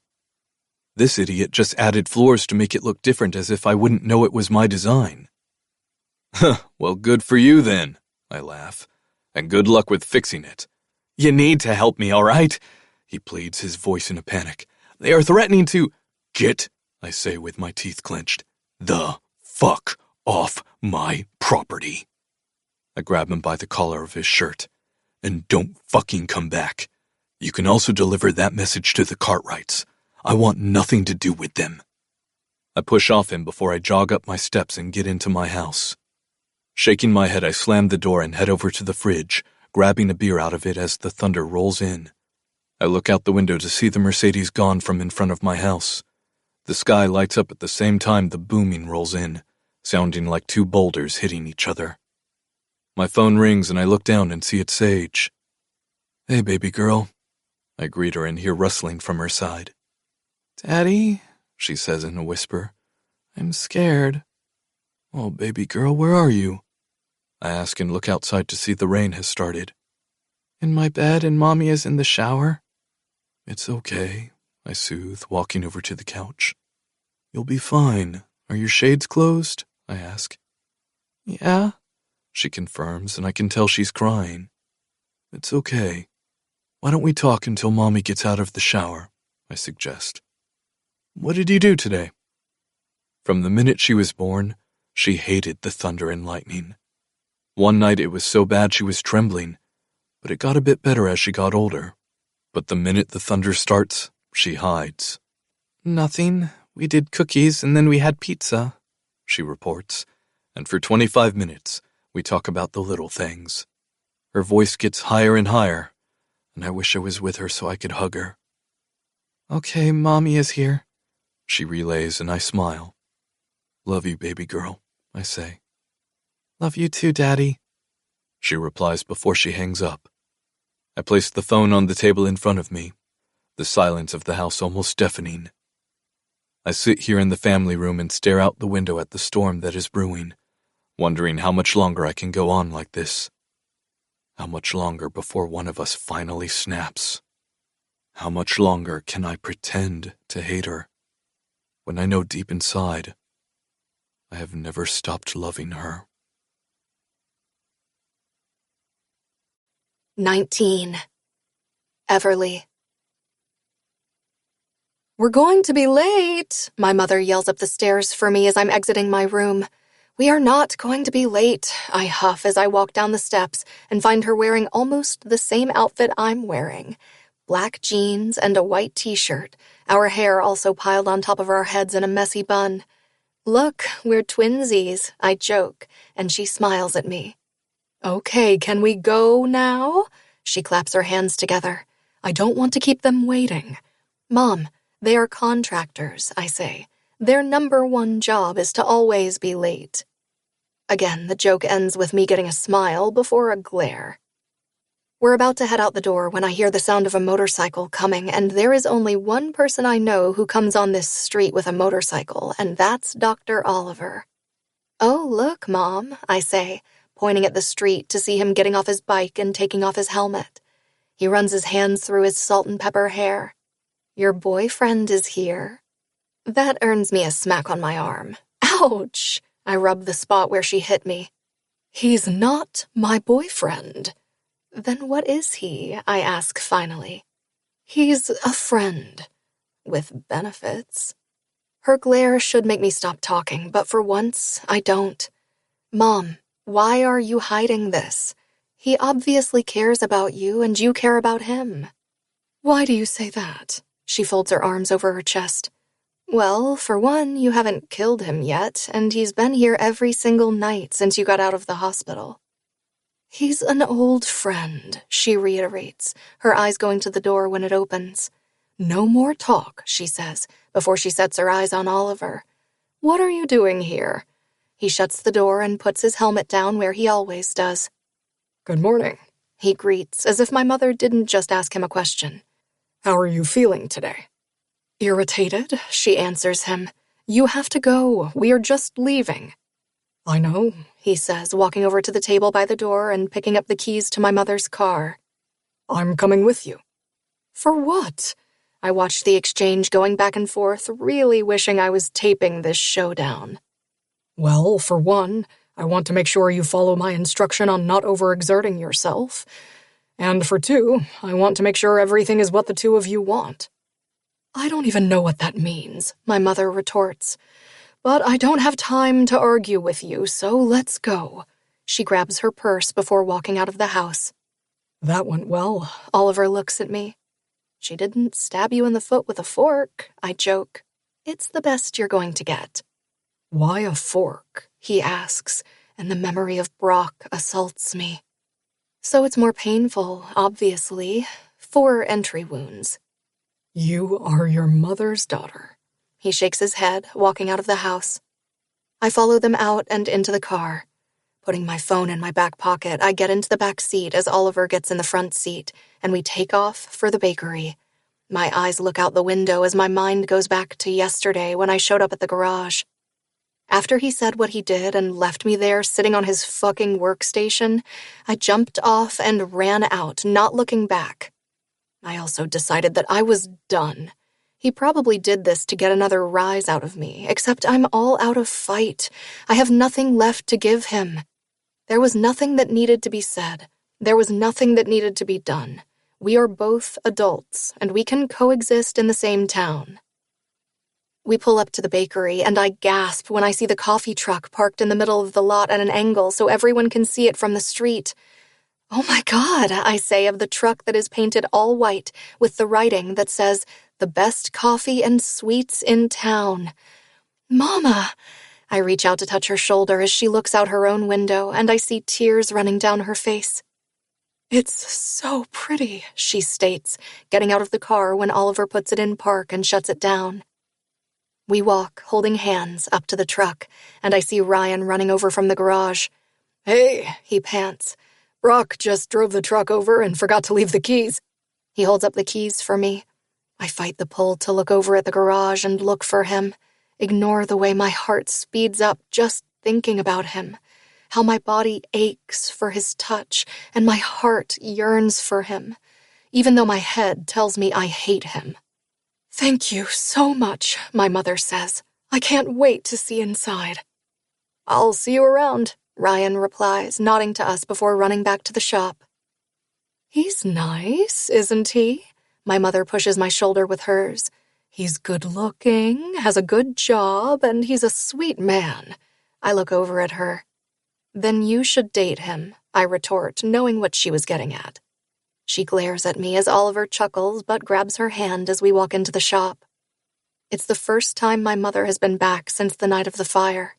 She gasps, and I can hear her sob a little. Her hand goes to her mouth as she looks at the gutted space, literally gutted, with nothing there but the 4 walls that were salvaged. It's finished. It's not finished. Oliver takes her in his arms. It's a clean slate, is all. Stop doing that. She pushes away from him. You always do the glass half full. It's fucking half empty. Instead of arguing with her, all he does is nod his head. She turns in a circle. Is it even worth it? You tell me, I urge her. Do you want to throw in the towel and close shop? I raise my eyebrows. Or do you want to rebuild and make it better than ever? Put your stamp on things the way you want them, and not how you inherited it. She shrugs when the door opens, and I see the contractor enter. Hey, he says. Jensen. He extends his hand to mine. We spoke on the phone. Yes, I reply, extending my hand to him. I'm Everleigh, and this is my mother, Madeline, and her friend Oliver, I introduce, earning me a chuckle from Oliver. What? I don't know what to label you. I look at Jensen, who just rolls his lips to stop from laughing.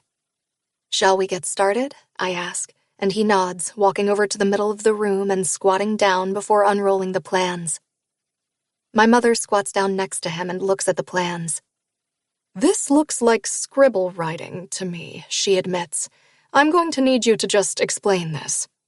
Will do, Jensen assures her and walks over with my mother as he explains where walls will go and how the kitchen is going to be set up. Then he walks over to the front. And from here, we're going to knock down this wall, he says of the front wall, and push it out 12 feet so we can add some tables. We were also thinking of maybe even extending this side wall about 10 feet so we can make an even bigger kitchen. A bigger kitchen, my mother ponders. I don't even know what to say. Mom, you were always complaining that it was too small and you were bumping into things and there wasn't enough storage. I remind her, now is the time. How much would all of that cost? She asks nervously. That isn't an issue, Oliver speaks up. We'll do it. My mother whirls toward him. She'll do it. He smirks at her. Better? No, not better. Okay, lovebirds, no fighting in front of company, I tease, looking back at Jensen. What are we looking at in terms of how long it will take? Well, believe it or not, we have some folks here who will volunteer to do some of the work. Plus my crew and another crew coming down from another section. We should be able to be working around the clock. What? My mother whispers as Oliver goes to her and puts his arm around her shoulders. The community has banded together to help rebuild this, Jensen explains, and even I am shocked. She turns in his arms and cries into his shoulder as he rubs her arm. So we can start tomorrow? Oliver asks, and he nods. Our supplier had everything in stock. I already got approval from the county to expand, so let's say we start tomorrow at 6 a.m. We finish talking to Jensen, and when he walks out, I look over at my mother. This is going to be good, I assure her, and she nods. It's going to be everything you've ever dreamed of. Not everything, she mumbles, but it'll be close. I look at her, trying to catch her eye to see what she meant by that, but she turns her head toward Oliver. We're going to have a nice chat, you and I. Oh, he responds. I can't wait. Shall we get going so we can get this chat over with? He slips his hand in hers and brings it to his lips. Or how about I treat you guys to breakfast at the diner? He pulls her out of the shop and we head over to the diner. We have a late breakfast and head home. When my phone rings, I look down to see it's Autumn. Hey, I answer, smiling when I hear Landon in the background. Hey, she says, are you free tonight? That depends. Does he have chubby hands and a gummy smile? Sadly, no, she laughs. Our bartender called out sick. Brady has a baseball game with Wyatt, so I'm up to work. Oh, fun, I say. Do you need help? Yes, I need someone to help me not fall asleep. Done. I'll be there after dinner. Actually, come early and we can grab a burger. Fine, twist my arm, I laugh. I'll see you at 5. Perfect, she says, disconnecting. I take a shower before putting on a touch of makeup and sliding on the pair of tight white jeans I think I wore in high school. Putting on a white lace bra, I see the mark he left me yesterday on display, so I change it to one that is more of a bralette. I slide on the light peach button-down short-sleeved shirt, leaving the top 4 buttons open, before tucking the front in and letting the back hang down past my ass. I grab my beige wedges before heading downstairs and finding Mom in the kitchen cooking. Where are you going all dressed up? I'm going to have dinner with Autumn, I inform her. By the way, I kiss her cheek. I started the dough for the donuts, so I'll be up at around 3 to start frying them. I'll come and help you. I shake my head as she says the words, and I start to make my way to the door. I can nap when you leave, she says. Don't make me call Oliver, I throw over my shoulder. I'll be back early. I opt again to walk to the bar instead of driving, missing the walks I've been doing these past couple of weeks. I get to the bar and see it's not full at all, just a couple of tables lingering. I catch Autumn behind the bar. Hey, what happened to everyone? No tours today, she explains, and I look at her confused. We offer tours of the distillery, she fills me in, and usually they always stay to drink and eat. But Monday is our off day, which means we have to depend on the locals. And, well, she points at the tables. That is what you get. Well then, better for me. I sit on the stool. All to myself. All to yourself, she confirms, and then stops talking when she looks up and sees 10 people walking in with Charlie as the leader of the pack. What are you doing here?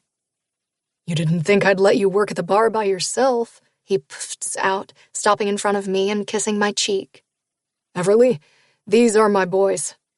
He points at the men following him. I'm Emmett, the tall one beside him tells me. His blue eyes are striking, and his blondish-brown hair sticks out from the back of his baseball hat. They are all wearing Mustang Creek Ranch shirts. I don't believe we've met. He smirks at me, holding out his hand. I'm Everleigh. I extend my hand to shake his. But we've met before, I remind him. He started working for Charlie when he opened the ranch, even though we only met a couple of times when I went out there to ride with them. Oh, I know, he says.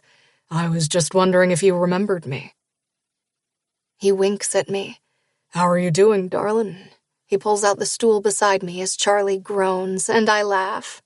How are you doing? I ask, and he folds his arms on the bar. I would be better with a beer, he tosses out, and Autumn just looks at him. Please?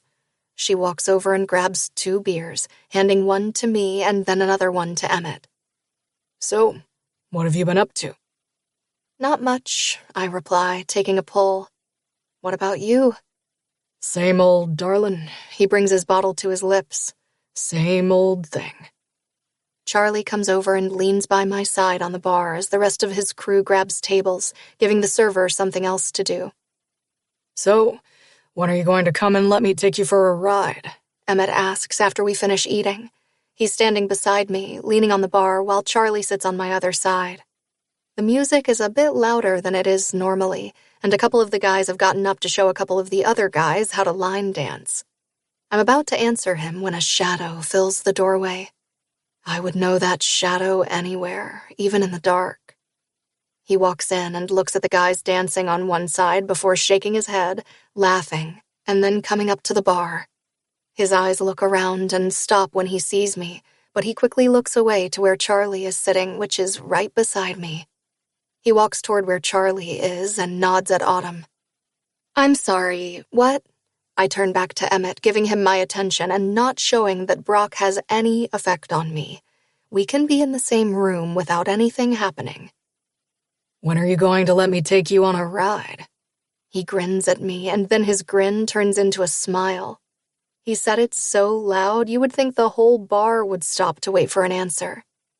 What kind of ride are we talking about? I flirt back with him, but I feel like I shouldn't because I'm only doing it to take my mind off the one person I should stop thinking about. Whatever ride you want me to take you on. He winks at me, and then we both laugh. I don't know. I push out the stool. Can you dance? I ask him as my head screams at me, this isn't going to end well. But my heart is beating for someone else entirely, someone who I vowed I would never love again.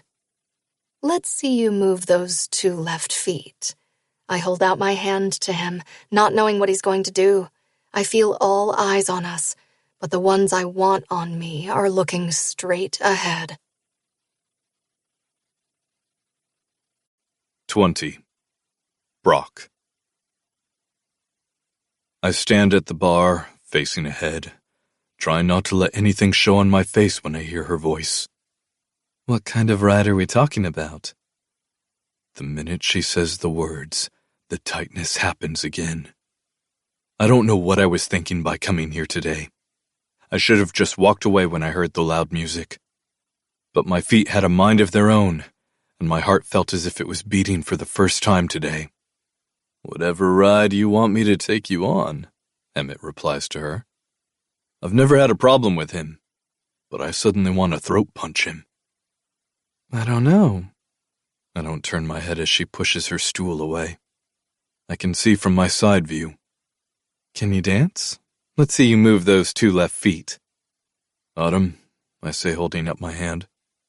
Can I get a double of the house blend? I ignore the need to turn around and watch her. I can hear the hooting and laughing coming, and I can imagine what is going on. She always could turn heads when she would dance. You good? Charlie asks from beside me.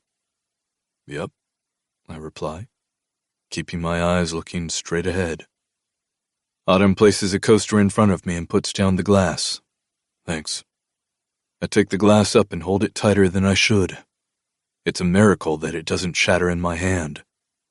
I bring the glass to my lips and take a gulp instead of downing the whole thing so I can get the fuck out of here. Sent you a text, Charlie states, and if I look at him, I'll see her, but if I don't, she'll know it gets to me. Either decision means I lose and she wins. But it's no surprise.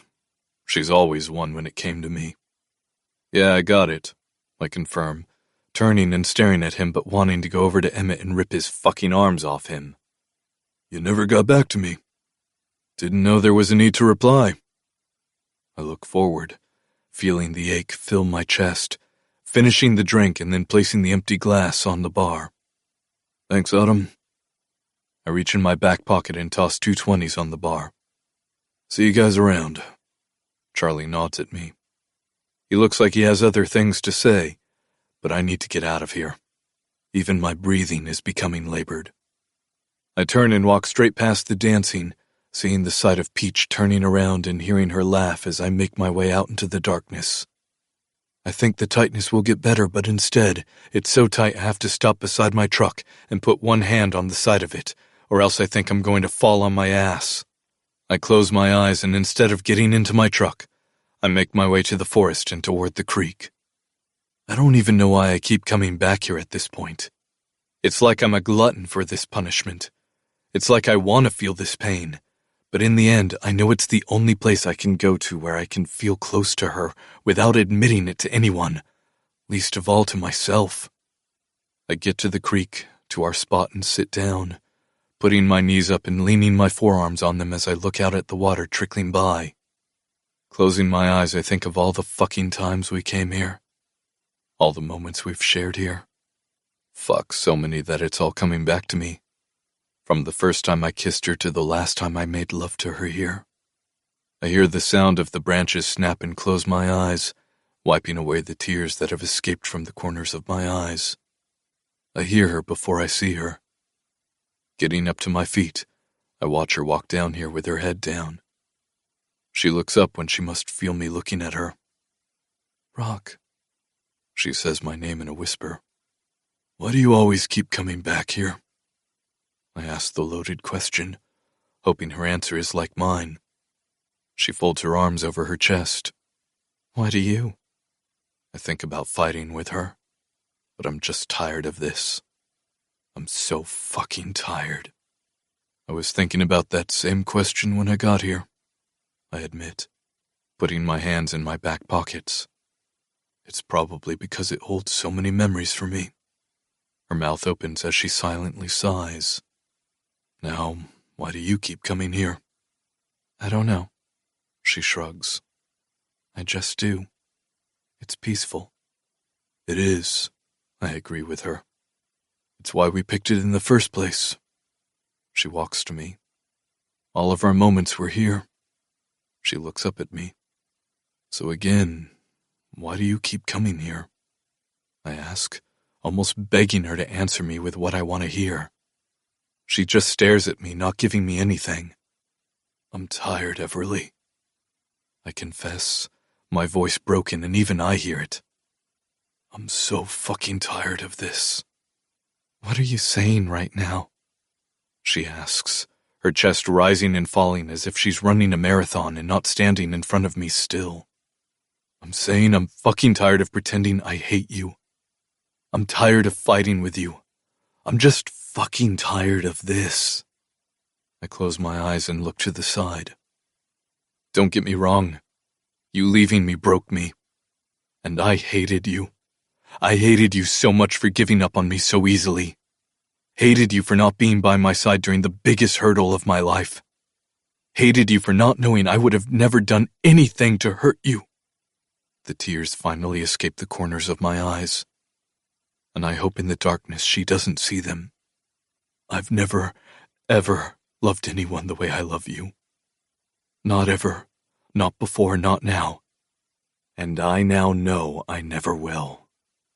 You're a liar, she hisses, right before she softly sniffles back, then advances on me. I don't believe you. How can you even say that? I ask in disbelief. There was never any question about how much I loved you. You moved on, she retorts, her own tears running down her face. And pretty quickly, too. I never moved on, I cut her off. Never. You moved on, she repeats in almost a whisper. I may have left town, but I never moved on, she sobs. My hand comes out of my pocket to grab her neck, but she moves away from my touch, and my hand falls to my side. She was carrying your baby 2 months after I left, she shouts at me. 2 fucking months. She shakes her head. 60 fucking days and you moved on. You left me and I was destroyed. I was either drunk or in a daze, taking whatever pills I could have taken, drinking whatever I could to make sure if the pills didn't work, the booze would. I explain, and her eyes go big at that. Anything to numb the pain. I don't even know why I did it. But I did, and then she was standing there telling me she was having my child. I fucked up in the most momentous way, but I had to do what was right. It wasn't the child's fault. I was a fuck-up. I take a step toward her, closing the distance, hating that I'm hurting her again, hating I've caused her this pain, hating she thought I would ever move on from her. Baby, don't say that. She closes her eyes. Don't call me that. Her head hangs down, and I move to her, taking her in my arms, and she finally lets me touch her. I hold her in my arms, closing my own eyes as her tears seep into my shirt and into my skin. I can't do this anymore, she says, moving away. I can't. I don't have anything left in me. I don't want to hurt you. I sigh heavily. I don't want to fucking hurt you. I never wanted to hurt you. My heart seizes in my chest. But you did. Her voice is broken. You broke me to the point where I didn't even think I would be able to live another day. To the point where breathing hurt. To the point where every single limb on my body felt dead. I listened to her break in front of me. Then knowing someone else was carrying your child, carrying what was supposed to be ours, what was supposed to be mine. I can't regret Sage, I say. I won't. She was the only reason I got up in the morning. The only reason I didn't just end everything. I won't regret her. Of course you wouldn't, she gasps. You wouldn't be the man I thought you were if you did. She's yours. Fuck, Brock, she's so beautiful. She smiles through the tears. So fucking beautiful. She took my breath away. Another reason I love you. You're the strongest person I know. I close my eyes.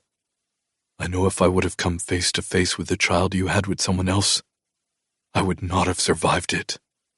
Stop saying that, she whispers. Stop saying that. I can't, I admit. You think because I had a child with someone else that I never loved you? That I could stop loving you? You left me and you broke me, ruined me.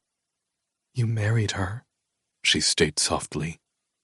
You made vows to her, vowed to love her forever, made her promises. I shake my head. I married her in a courthouse. I didn't say any vows to her. They asked me if I took her to be my wife, and I said yes. But I never made her any promises. I couldn't make her any promises. I couldn't even vow for it to be forever. I thought it was the right thing to do, but she knew. She knew it was never going to be like that. She knew she would never have that. She thought she could live with it, and even if she could have, I couldn't. I couldn't do it. Couldn't live with it anymore. And I left her. I run my hands through my hair. It's never been anyone but you. It will never be anyone but you. I can't fight it anymore. I won't fight it anymore. I'm a shell of a man. I'm existing and living for my daughter. I thought I would be okay with that, and then you came back to town, and all of a sudden, everything feels so empty. My life is colorless. You come back to town, and all of the hurt of you leaving me is gone. All of the hatred I thought I had toward it is gone. And all I want to do is come to you and tell you how sorry I am. How much I love you. How much I want to make it up to you. How much I've missed you. How just looking at you and seeing you smile makes it all better. I take a deep inhale. I love you, Everleigh. My heart is yours. It was always yours. It will always be yours. I bend my head and kiss her lips softly. It will always be yours. If anything, I wanted you to know that. I need you to know that. I won't bother you anymore, I say. I won't cause you any more pain than what I've already caused you. But you had to know. My hand comes up to cup her cheek, my thumb sweeping side to side. I'll love you forever. I take one more look at her before walking away from her, not willing to be the cause of any more pain that comes to her. Also not willing to hear her say it doesn't matter. Not willing for her to tell me she doesn't care. Knowing my body and soul wouldn't be able to survive that for sure.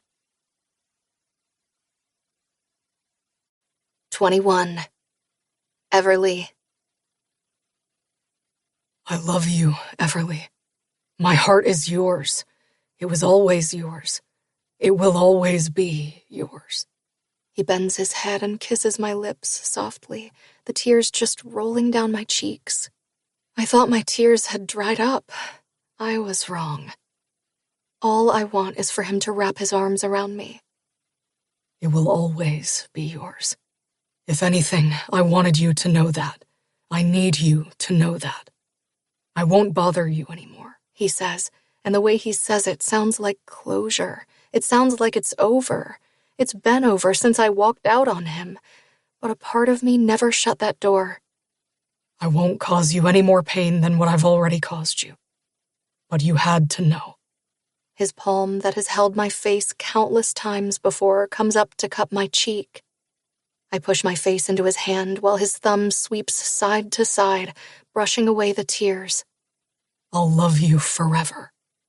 I stare into his eyes, the lump in my throat making it hard for me to breathe, before his hand drops from my face and he walks away from me. I close my eyes, not willing to open them to see him walking away from me, not willing to see the back of him, not willing to watch the heartbreak yet again. I don't even know if he's gone before I drop to my knees. I sit back on my feet, looking up at the sky, not able to see it. I love you, I whisper back to him, and think back to the day everything changed. I knew the minute I walked into the apartment that something was wrong. Fuck, I knew something was wrong for the last 6 months. I found him on the couch with a bottle of whiskey in front of him and his elbows on his knees with his head hanging down. My eyes went from him to the empty bottle. Hey, I said, putting my purse down. I took one step into the living room and his head came up. His eyes were bloodshot from the whiskey or crying, I didn't know. Are you okay? I asked, even though nothing had been right since the night of the accident. Instead of us being closer than ever, we were miles and miles apart. At first, I made excuses for him. He lost his best friend in the accident, and his other best friend, Charlie, was off the rails. "The court case starts tomorrow," he said, his voice husky, and I took steps toward him. "I'm being called as a character witness for Waylon." Some of the survivors were suing Wayland's estate for wrongful death. "What?" I asked, shocked. "What do you mean?" "It means I'm going to go on that stand and tell them what kind of guy Waylon was." I waited for him to tell me he was joking. "And the accident wasn't his fault. He wasn't being reckless." "But he was," I snapped, my heart pounding. He was not in his right mind, and we both knew it. "We knew fucking nothing." He stood, and I guess he was more drunk than I thought he was because he fell back on his ass. "He was fine." "He was all over the fucking place on that road, and you know it," I shrieked. "Why are you saying this?" "Because they asked me to," he admitted, his voice soft. "And I'm doing it." "Why?" The loaded question. "Why would you do that?" "Because it's the right thing to do." He avoided my eyes. "You are not," I shook my head. "You are not going to fucking do that. Are you crazy? You will be lying under oath." He shook his hand away, and I was livid, so livid I had tears running down my face. I stood. "Brock, you do this, and it'll be the end of us." I finally had enough, and I knew he would choose me. He had to choose me. Instead of looking at me with the love he'd shown me over the years, it was a glare. He was mad at me. "Don't you fucking threaten me." "I'm not threatening you," I said calmly. "I'm telling you, if you go into the courthouse tomorrow and you lie, it will be over between us." I turned, not willing to stand there any longer. I picked up my purse by the door and looked back over at him. The following morning, I waited outside the courthouse for him, and when he saw me there, he stopped in front of me. "I'm begging you not to do this." "I'm doing it, Everleigh," he said. "Get over it."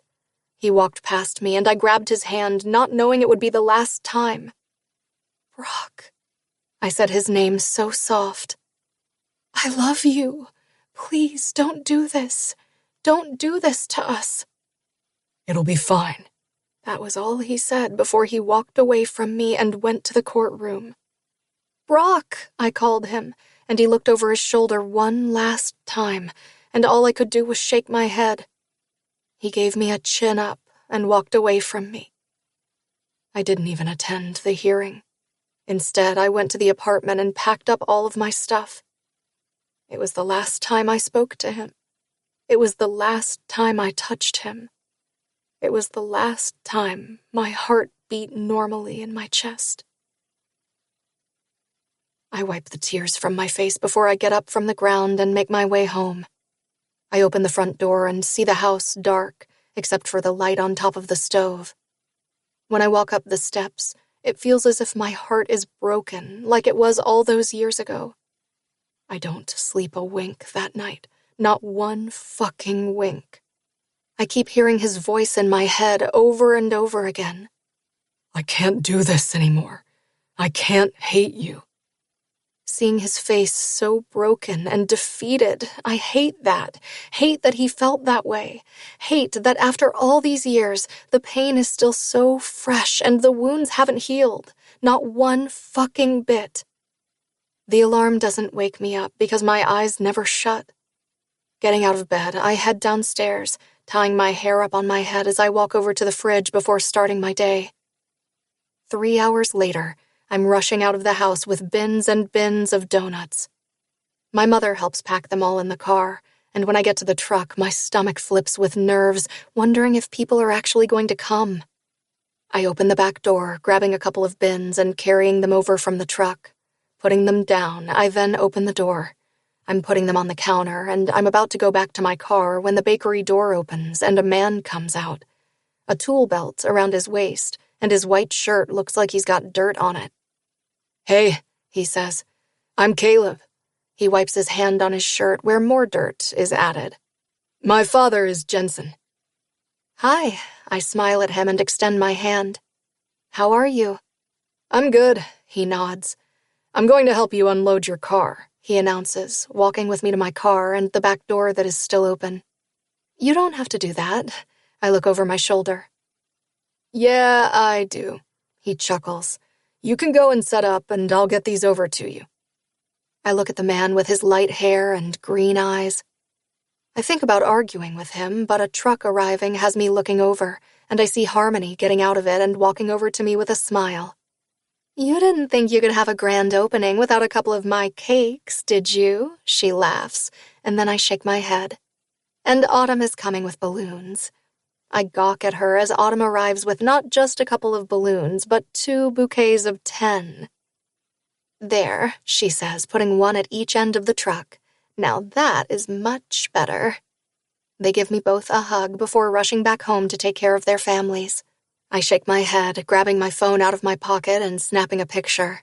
Opening social media, I posted on all the platforms we are on with the caption, "Open for business," before walking up to the food truck and starting the coffee. It's almost done when my first customer arrives. Hi, I greet, looking at Ryan and the boys from the shop.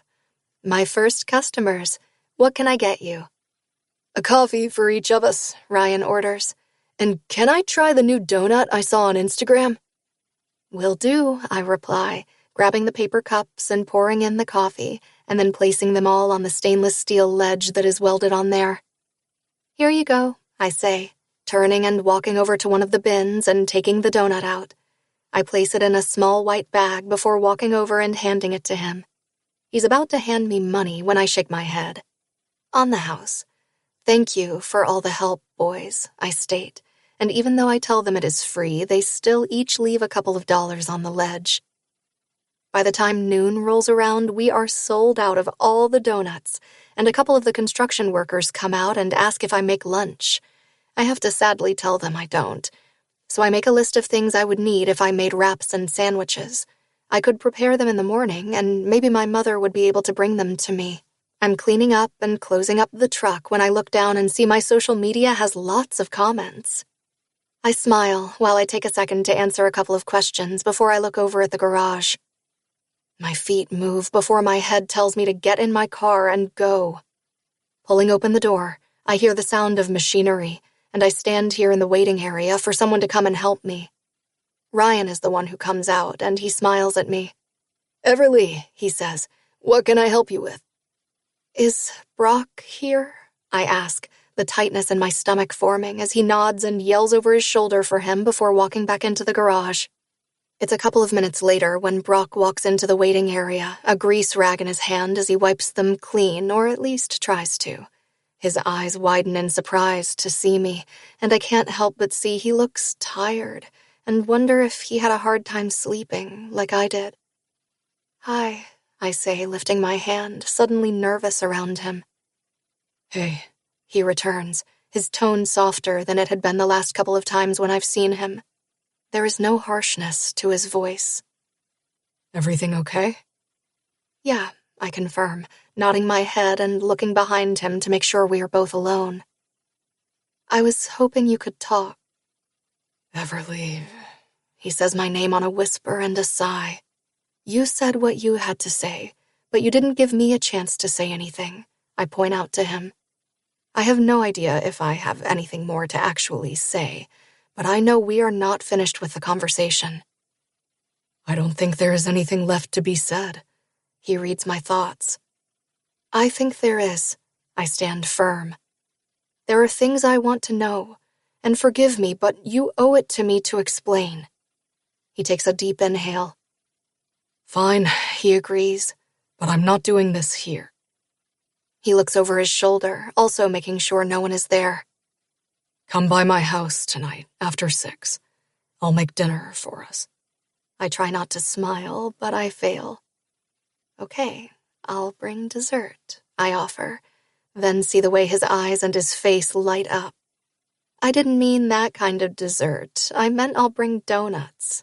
He chuckles, and it brings a warmth to my body I didn't know I needed at that moment. I'll see you then. I quickly turn and walk out of the garage before he changes his mind. 22. Brock. Instead of going after her and telling her there is nothing else to talk about. Fuck, how much more can there be to talk about? I watch her walk away. My heart hammers in my chest so fast that it feels like it's going to come out of it. My eyes fixate on her as she walks over to her car and gets in. Her hair blows a bit in the wind, and I can admit that my heart aches watching her. I knew it would. Knew it would fucking hurt. But again, instead of turning away and saving myself the pain, I'm adding more to it by inviting her into my home. A space that is reserved for Sage and me. A space I longed to have her in, so she could see what I created even though she hated me. I close my eyes, breathing in deeply. You okay? I hear Ryan ask when he walks in with a work order in his hand. Yeah, I nod, tucking the rag in my back pocket. I'm going to head out, I say, and he just looks at me with his eyebrows pinched together as he sits on the chair, fixing all of the papers on the front desk and putting them in a pile. You have Sage this week? He asks, knowing that unless I have Sage, I'm always the last one to leave. No, I reply. But I have something to do. I don't give him a chance to ask me anything before I walk back to my office and grab my keys. When I walk back out, he's still there figuring out all the paperwork and where to put everything. Leave that. I'm going to see if I can figure it out tomorrow night. Nah, he says. I just finished my work order, and it's too late to start another car, so I'm going to fix this. He holds up the papers in his hand, and then head out early, unless you need me for anything. I'm good. Take off early, I say, pushing open the glass door and heading out to my truck. I stop by the grocery store before heading home. Marinating the steaks I bought, I wash the potatoes and then place them in the oven with some carrots before heading back to my bedroom, undressing and taking a shower. I don't think I've ever been this nervous before in my life. I don't even know why I'm that nervous. At almost 6 o'clock, I open the fridge door to grab myself a beer when I hear a car door slam. My head turns and my eyes immediately go to the front window, where I see her standing there by the driver's side of the car, parked on the street looking at the house. I'm sure she's looking at the changes I've done to the front, like the big glass window that gives the whole house light, especially with the extension of the two-car garage on one side. The house is painted a bright white with wooden shutters, which is different from the brown it was painted back in the day.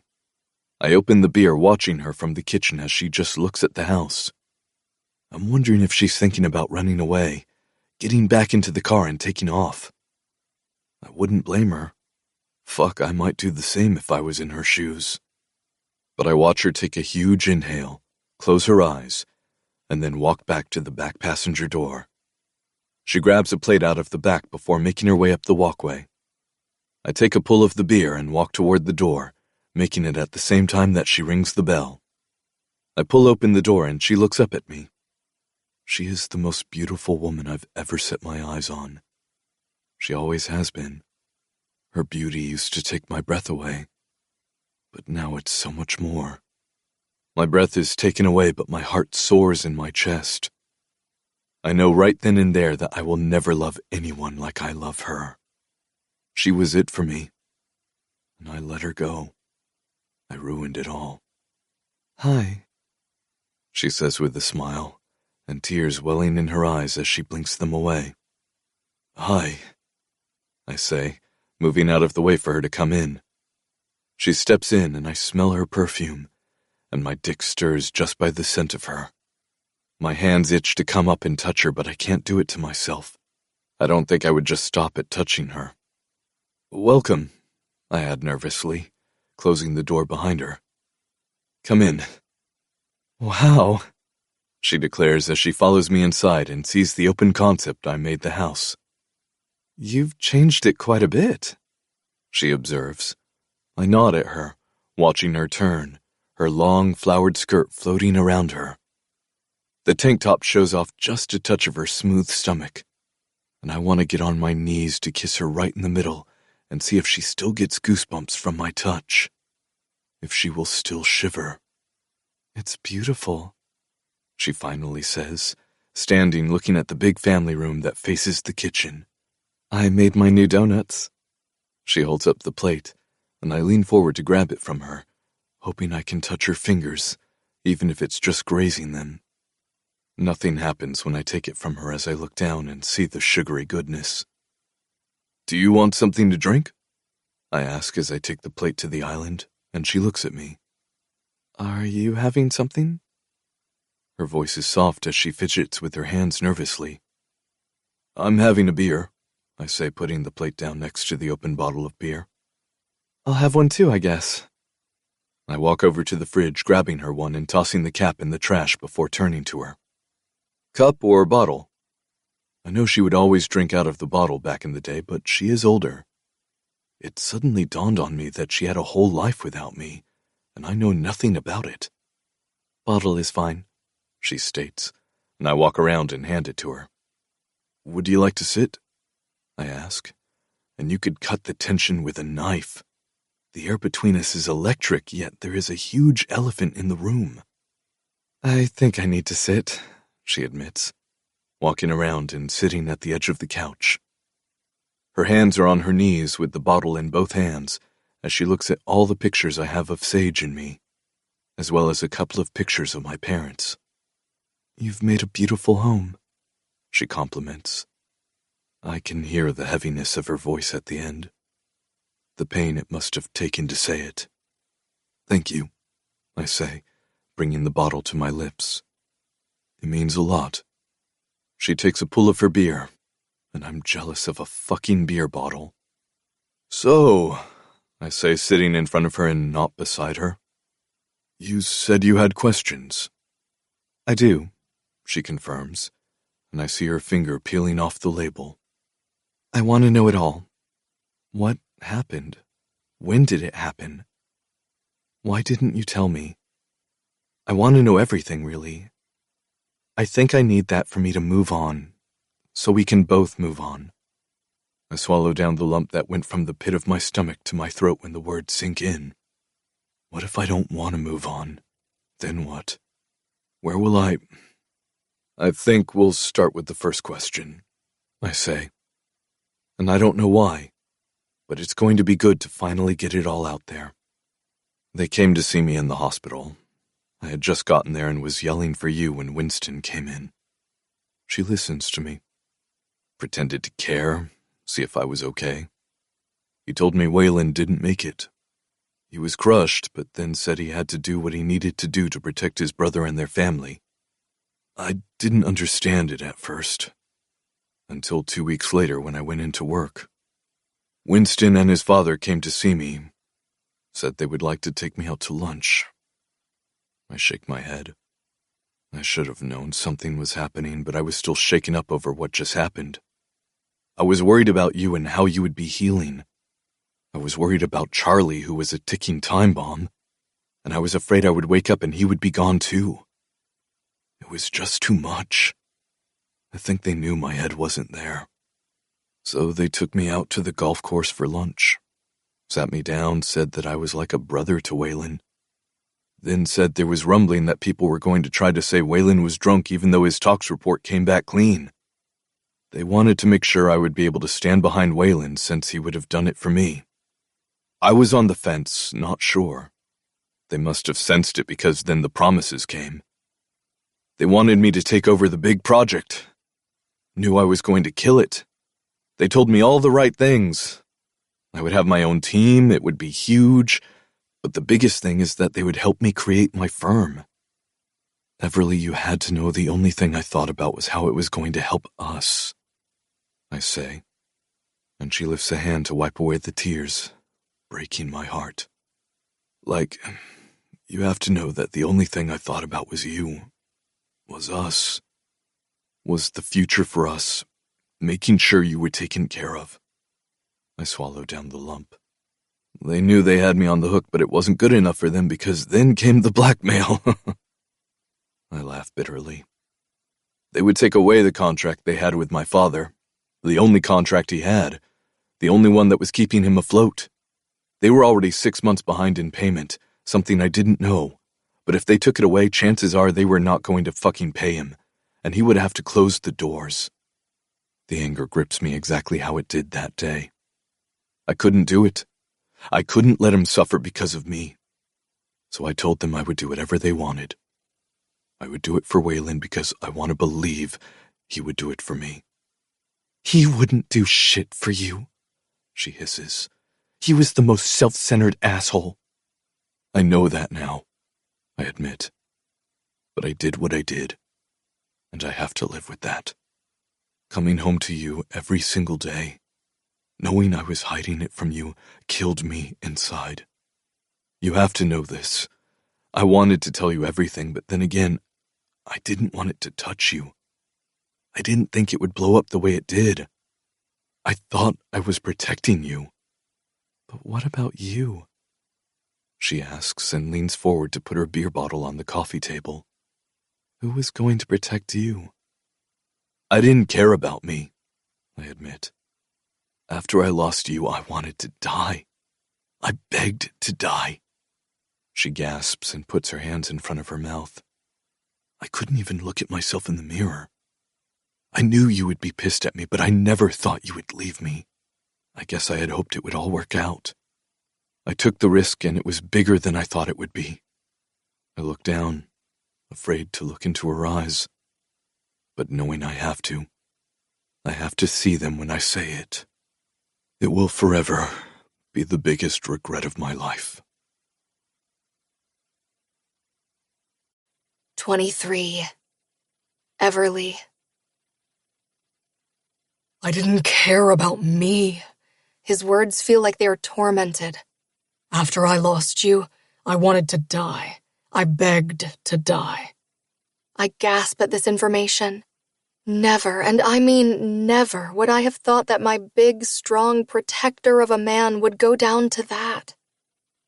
I couldn't even look myself in the mirror. I knew you would be pissed at me, but I never thought you would leave me. I guess I had hoped that it would all work out. I took the risk, and it was bigger than I thought it would be. I watch him go through the emotions that he should have gone through all those years ago, but now, sitting in front of him, I can see I wasn't the only one who suffered from this. He did too. He suffered along with me. I may have blocked it out because it was easier for me to hate him, thinking he did it because he didn't care about me. It will forever be the biggest regret of my life. His words feel like they are ripped from his soul. Thank you.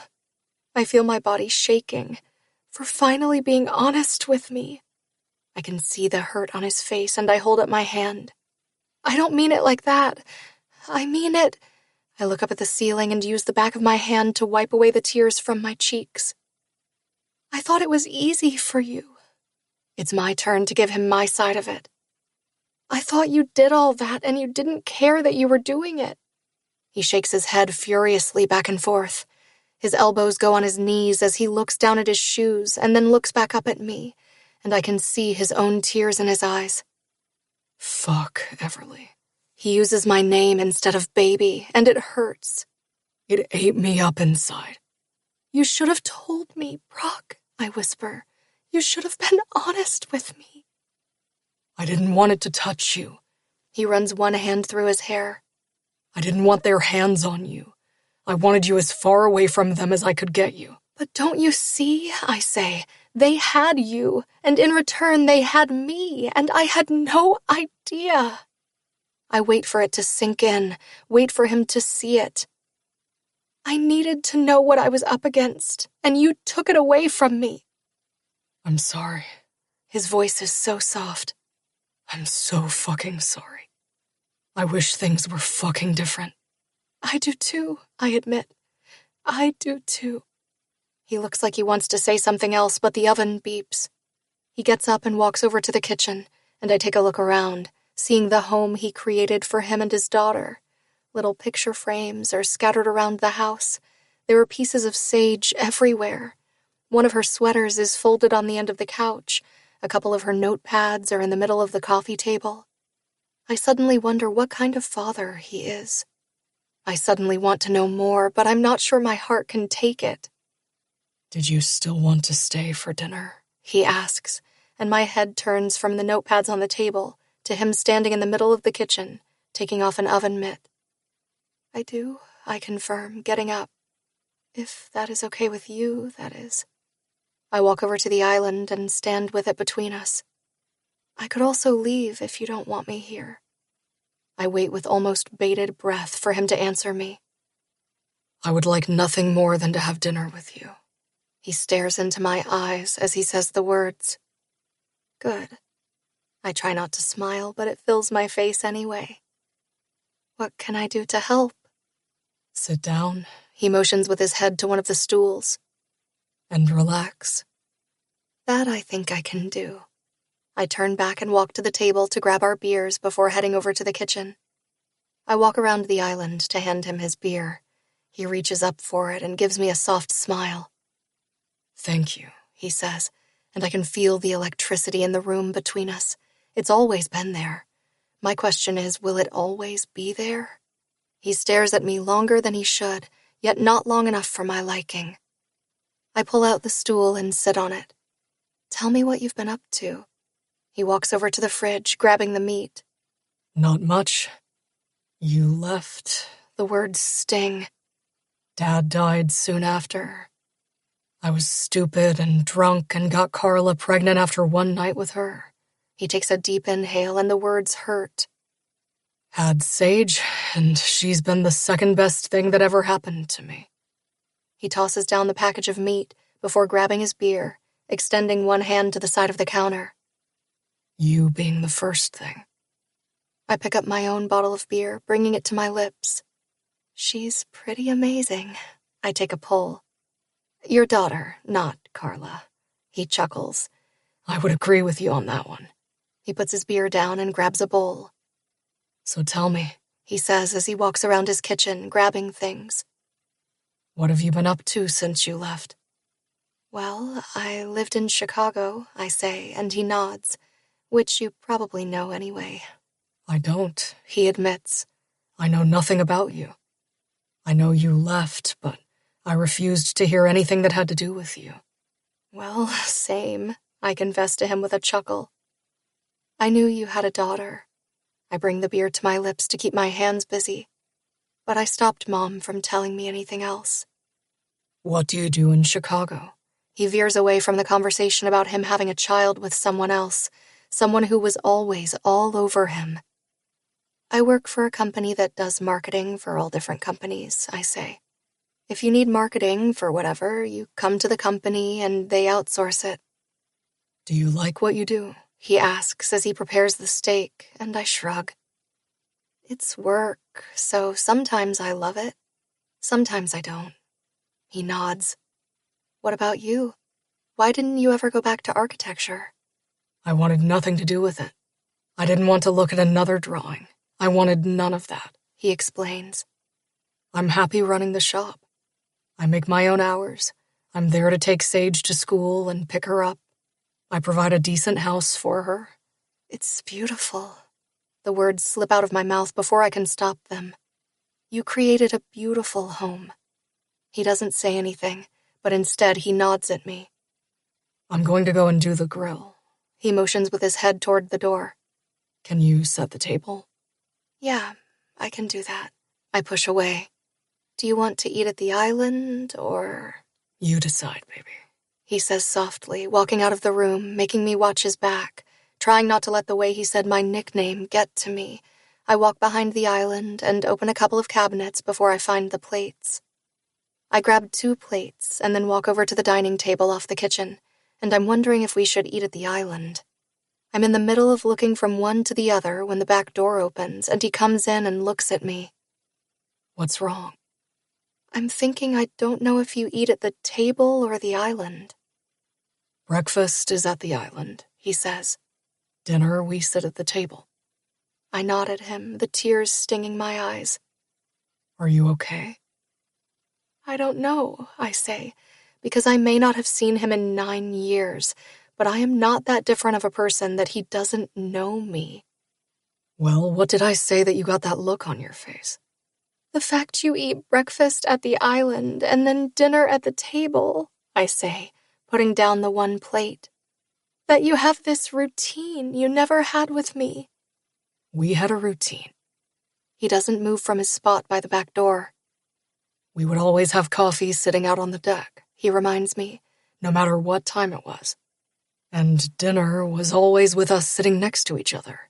Whether it was on the couch, side by side, or standing, you were always beside me. I nod. I wanted Sage to have a routine. I smile at him, and I don't plan to have the sob rip out from me, but it does, and it takes him 5 steps to take me in his arms. "I'm sorry," I close my eyes. I shake my head. "I have to get over it."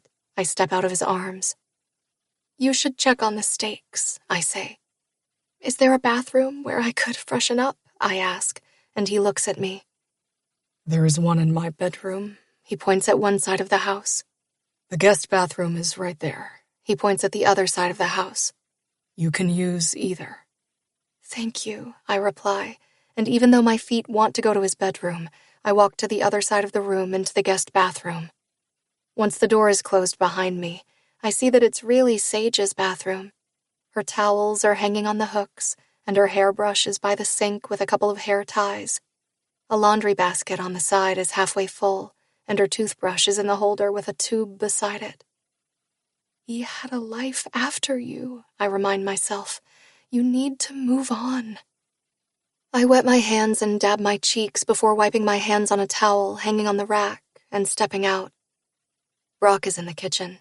The steak is on the table, along with a plate of potatoes next to a bowl of salad. Are you okay? He asks, and I shrug. "I'll get used to it." I smile at him. "Now, where do you sit?" He pulls out the chair he sits at, and I look at him.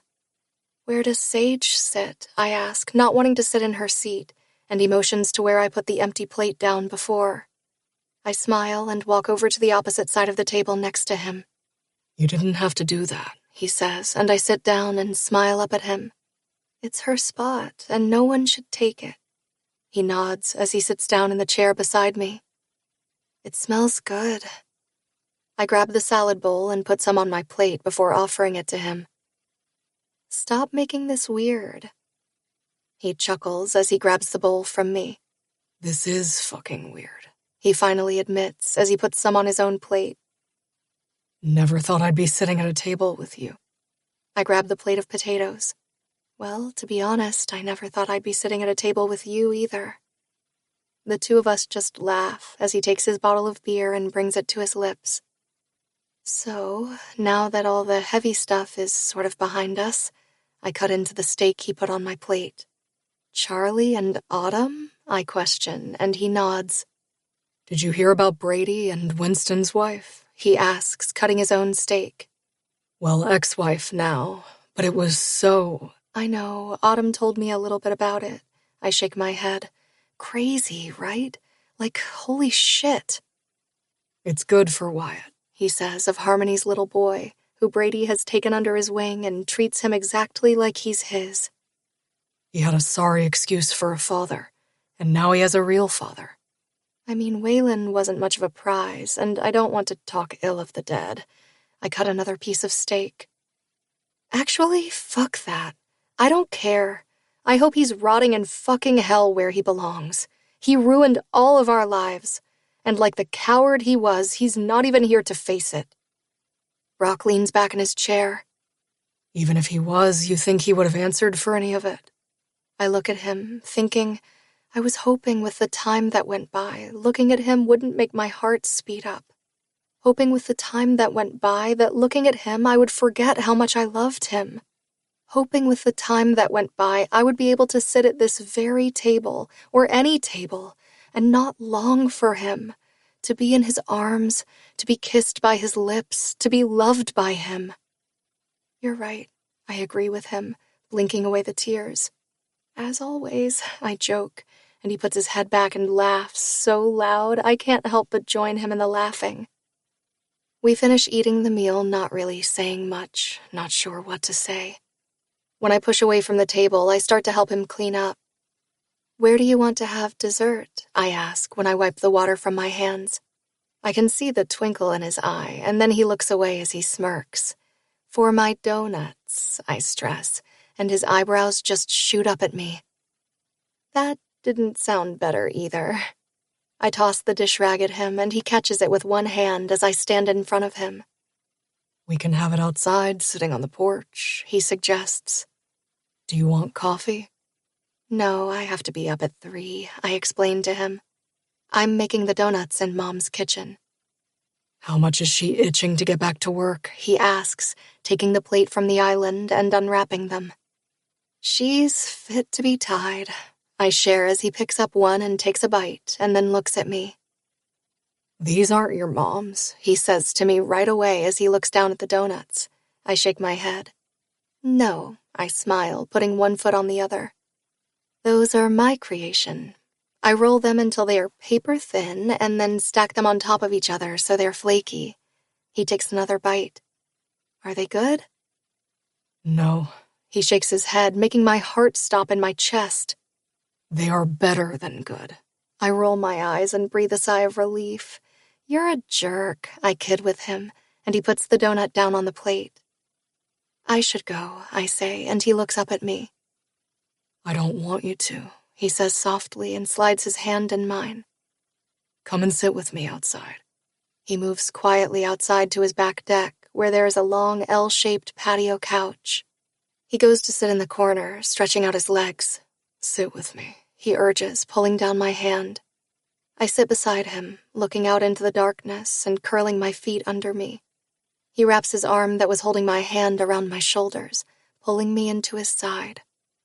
I shouldn't be here with him, but there is nowhere else in the world I would rather be than right here. I put my head on his shoulder, looking out into the darkness. The next thing I know, my eyes are so heavy I can't open them. Baby. I hear his voice softly, and when my eyes flutter open, I'm lying with my head in his lap, right on top of his hard cock. I push up, looking at him. It's almost 3. I sit up. What? I ask him, and he rubs his eyes. We fell asleep, he explains, and I sit up, blinking away the sleep from my eyes. Shit, I swear, getting up. I closed my eyes for a minute. Well, it was a little bit more than 6 hours, he corrects, getting up with me. I have to go, I say, and walk to the door with him on my heels. Thank you so much. For what? He asks, standing there looking at me with sleep in his eyes. For dinner, I reply, and I want to lean up and kiss him. So I do, but instead of kissing his lips like I want to, I kiss his cheek. I'm about to walk out the door, but he spins me to face him. His hands go into my hair. Fisting it, he tilts my head to the side, and he kisses me. It's wet, it's wild, and it's fucking everything. My tongue mixes with his, and he kisses me until I don't even know my own name anymore. He finally lets my lips go, and I open my eyes. Have a good day, baby, he says as I turn and walk out of the house, my lips still wet from his kiss and tingling. I'm in a daze, and when I get home, the last thing I'm expecting is for my mother to be sitting up waiting for me. Hey, I say, walking in and kicking off my shoes. Did you just get up? What are you doing? She asks, getting up from her spot in her chair. I don't know what you mean, I reply to her, confused, as she stands in front of me with her hands on her hips. That man has been a shell of a man since you left, she says, her voice tight but soft at the same time. And now you are doing the same thing to him that you did back then. Her words shock me, but she's not done. You are going to leave here and go back to your life, and he is going to stay here. But now he's older, and he has a daughter he has to worry about, and not just you. Mom, I say as my chest tightens, her voice and words penetrating so much that my breathing is coming in pants. And what about you? She raises her hand, pointing at me. What are you going to do? How are you going to feel when you leave here? I swallow down the lump in my throat. You haven't had anyone in your life since him, I softly gasp. No, I want you to be happy. You have a life, and you haven't done a thing since you left here. Sure, you're successful, but what else do you have? She shakes her head and she wipes the tears away that are rolling down her face. You don't think I know what it's like to love someone from afar, she says. I know more than you think I know. You get one chance at love in your life. I'm not talking about loving someone. I'm talking about falling in love with someone so much that your heart hurts when you aren't with them. That you literally don't think you'll be able to live if they're not there. It's a love that is so consuming, you know you will never love someone like you love that person. The way she's talking, it's like she's reliving something. I watch the pain on her face, and I know this isn't only about me. Are you talking about me? I point at myself. Or are you talking about you?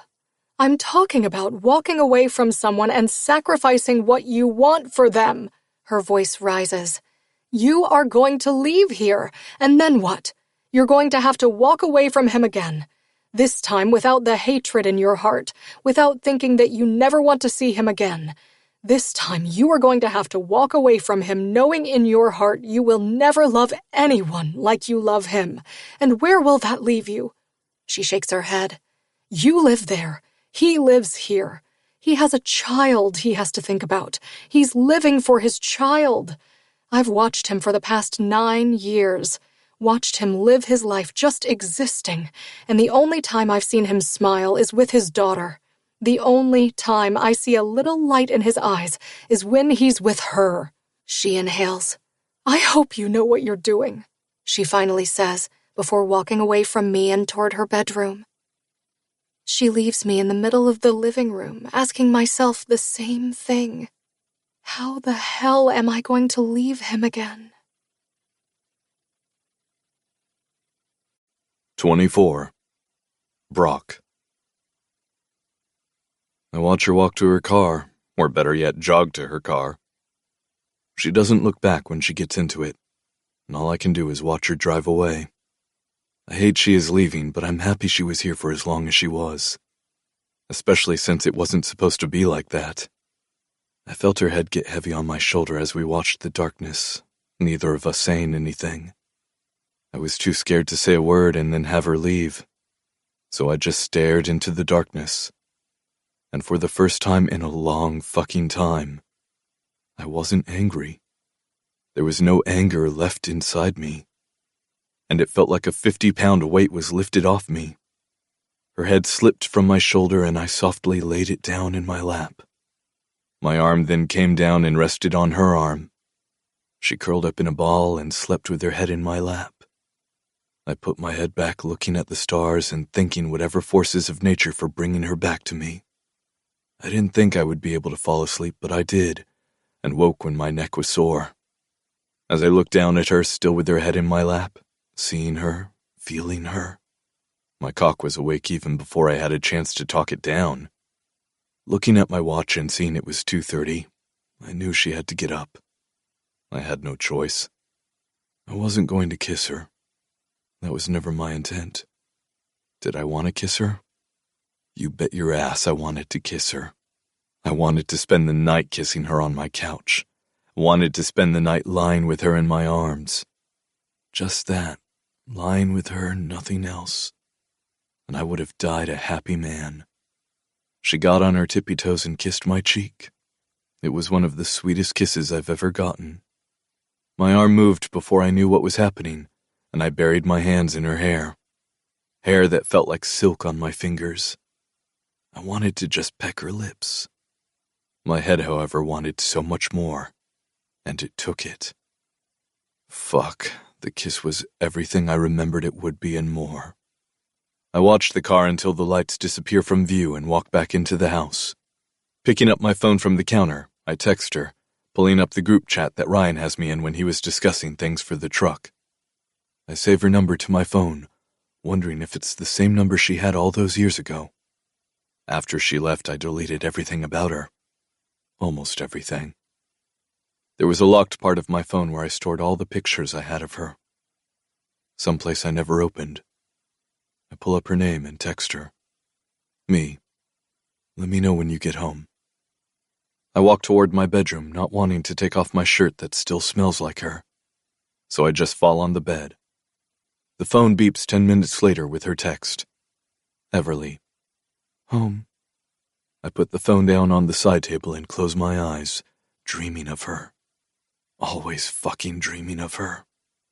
This time the dreams are with her smiling and laughing.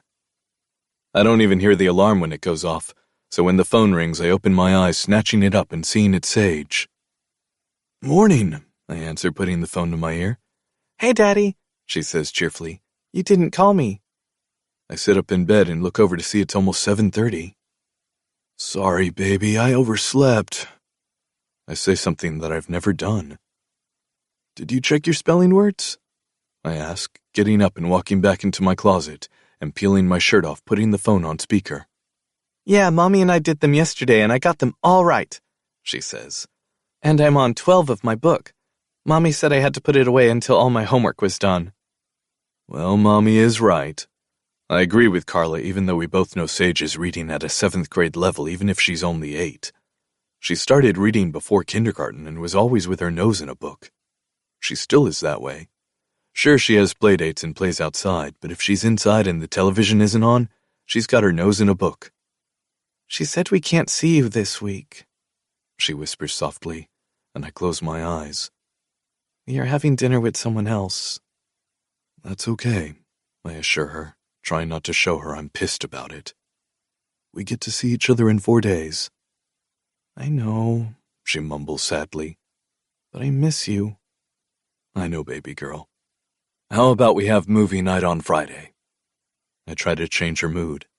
We can order pizza and camp out in front of the television, and we can watch whatever movie you want to watch. "Oh," she squeals with glee. "Okay, let's do that." I hear Carla yelling at her in the background that she needs to get dressed. Call me tonight when you get home and let me know how the test went. I love you, Sage. "Love you too, Daddy," she replies and then hangs up before Carla starts in on her again. I know I shouldn't text her, but I do anyway. Me. Hey, can you call me when you have a minute? I get dressed in my Dickies pants and black t-shirt before rushing out of the house. I get to the garage at the same time as Ryan gets there, and he looks over at me like he's confused.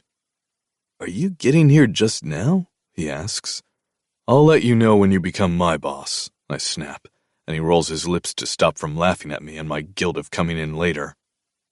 My eyes move up to the bakery, and I see about 10 construction men standing by the truck, some of them waiting on their order, a couple of them already with their coffee but eating a donut beside the truck. Did you get coffee? I ask Ryan as my feet start to walk toward the bakery. Ryan rushes over to walk beside me. I did, but something tells me I need to come with you. I turn in the parking lot and spot her right away, leaning out of the side of the truck with a smile as she hands the man in front of her a coffee. My jaw gets tight. She's fucking gorgeous, and she can make a mean donut. I don't even feel my jaw getting tighter. Maybe we should come back. Ryan tries to pull me away from the construction men who should be fucking working. I stand in line behind 2 men who are also standing behind a man as they talk about some game that was on last night. But my eyes are on her as she pours 2 more cups of coffee. The man in front of them tells Everleigh, You're going to have to let me take you out, or better yet, let me cook for you. He winks and smirks at her, and she just smiles, not saying anything as she turns and prepares his coffee. I'll see you later, Everleigh, he says, and she nods. I'll be here until 3:30. I don't think she's flirting back with him as much as she's just telling him what her hours are. The 2 men in front of us walk up to the window to order their stuff. She goes to prepare their items. Her eyes meet mine when she sticks her head out again, and the smile that is on her face goes even bigger. Hi, she says over the 2 guys in front of her, taking one more look at me before turning to the guys and telling them how much it is. They each give her a 5, which is double their bill. She puts it in the tip jar in the front, which I see is almost full, and she's only been open for about an hour. Hey, she leans on her elbows on the counter inside the truck. What can I get you guys? I'll have a coffee, Ryan orders, and one of the donuts. She nods and then turns to me. I'll have the same. I motion with my head toward Ryan, and she pushes back as she makes the 2 cups of coffee, placing them on the stainless steel ledge I know Ryan and Eddie soldered on there. I look behind me and see a couple more guys coming out to get some coffee. Are you okay? Ryan asks, looking around. Yeah, why? I answer. You look like you are about to go all Hulk. he snickers as she comes back with 2 donuts wrapped in a white bag. There you guys go. She hands me mine.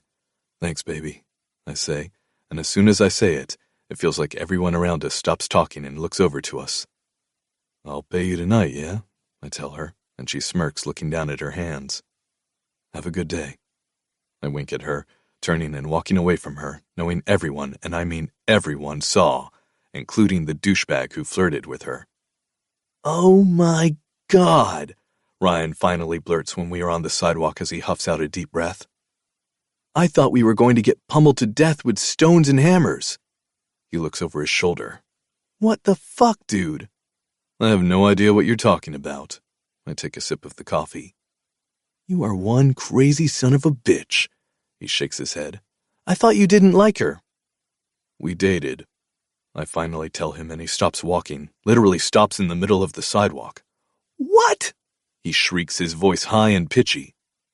A long time ago, I explain to him. Didn't end well. Wait a second. He holds up his hand. Before or after Sage? He asks, trying to piece everything together. Before. I don't wait for him, so he has to jog to me. Way before. Was going to marry her. Shit, he swears. I'm so sorry, man. Yeah, you aren't the only one, I reply, pulling open the door. Now get your ass to work. You're 5 minutes late. He laughs, shaking his head, walking into the garage while I walk to my office. I toss my keys on the top of it and look out the window to see the construction workers have also left to go to work. I pull out my phone and text her. Me. Have a great day. It takes her a couple of seconds to send me back a text. Everleigh. What was that all about? I shake my head and smile. Me. I don't know what you mean. Dinner tonight, my house? 5? I'm waiting for her to answer me, looking down at the phone, when a call comes in from Winston, and my hand grips the phone even tighter. I press the red decline button, sending him to voicemail, knowing the mailbox is full and he won't be able to leave me a message. My phone beeps in my hand and I see I have a text from Winston. Winston, you need to call me back and we need to settle this. But my eyes are on the next text that comes in, and I'm smiling even bigger than I did when I saw her. Everleigh, we shouldn't, but I'll be there. 25. Everleigh. I inhale and open my bedroom door, walking out and down the steps. I find my mother in the kitchen, walking to the stove, wearing cut-off jeans and a loose tank top. Hey, she says, looking over her shoulder as she bastes the chicken she's been roasting. Dinner is almost done. I'm not eating at home. I stand here in the middle of the kitchen. I'm going out. Where are you going? She tosses the dish towel on the counter beside her. This morning, I couldn't get into it, I say, pulling out a chair and sitting down. But now I can. She eyes me. What did you mean that you knew what it was like to let go of the one thing that you've loved? She shakes her head. This isn't about me. What did you mean, Mama? I ask softly. She's about to say something when the door opens, and Oliver stops dead in his tracks, taking in the scene. My mother has tears running down her face, and she quickly wipes them away. What's going on? Oliver questions, coming into the room and looking at both of us. I turn to him. Oliver, how long have you known my mother? Everleigh, my mother snaps, and I shake my head. Oliver walks over to my mother and smiles at her. She's old enough to know.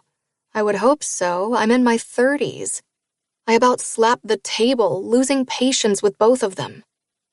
We've known each other since high school, Oliver answers, wrapping one arm around her neck. We dated back then. My eyes open as I look at him and then my mother. I got into medical school at the same time I asked her to marry me. Oliver, she hisses at him. At the same time, I gasp out in shock, my hand going to my mouth. Maddie, he says, dropping his hands. It's enough time, don't you think? He shakes his head, looks up at the ceiling, and lets out a huge sigh. Call me later, he says, walking out the door and slamming it behind him. My eyes followed him across the room and toward the door, and I just stare at it before turning and looking over at my mother, who is now in front of the sink, looking out the window. "Mom." She turns back to me, and I think she's going to blow me off, but instead she looks straight at me.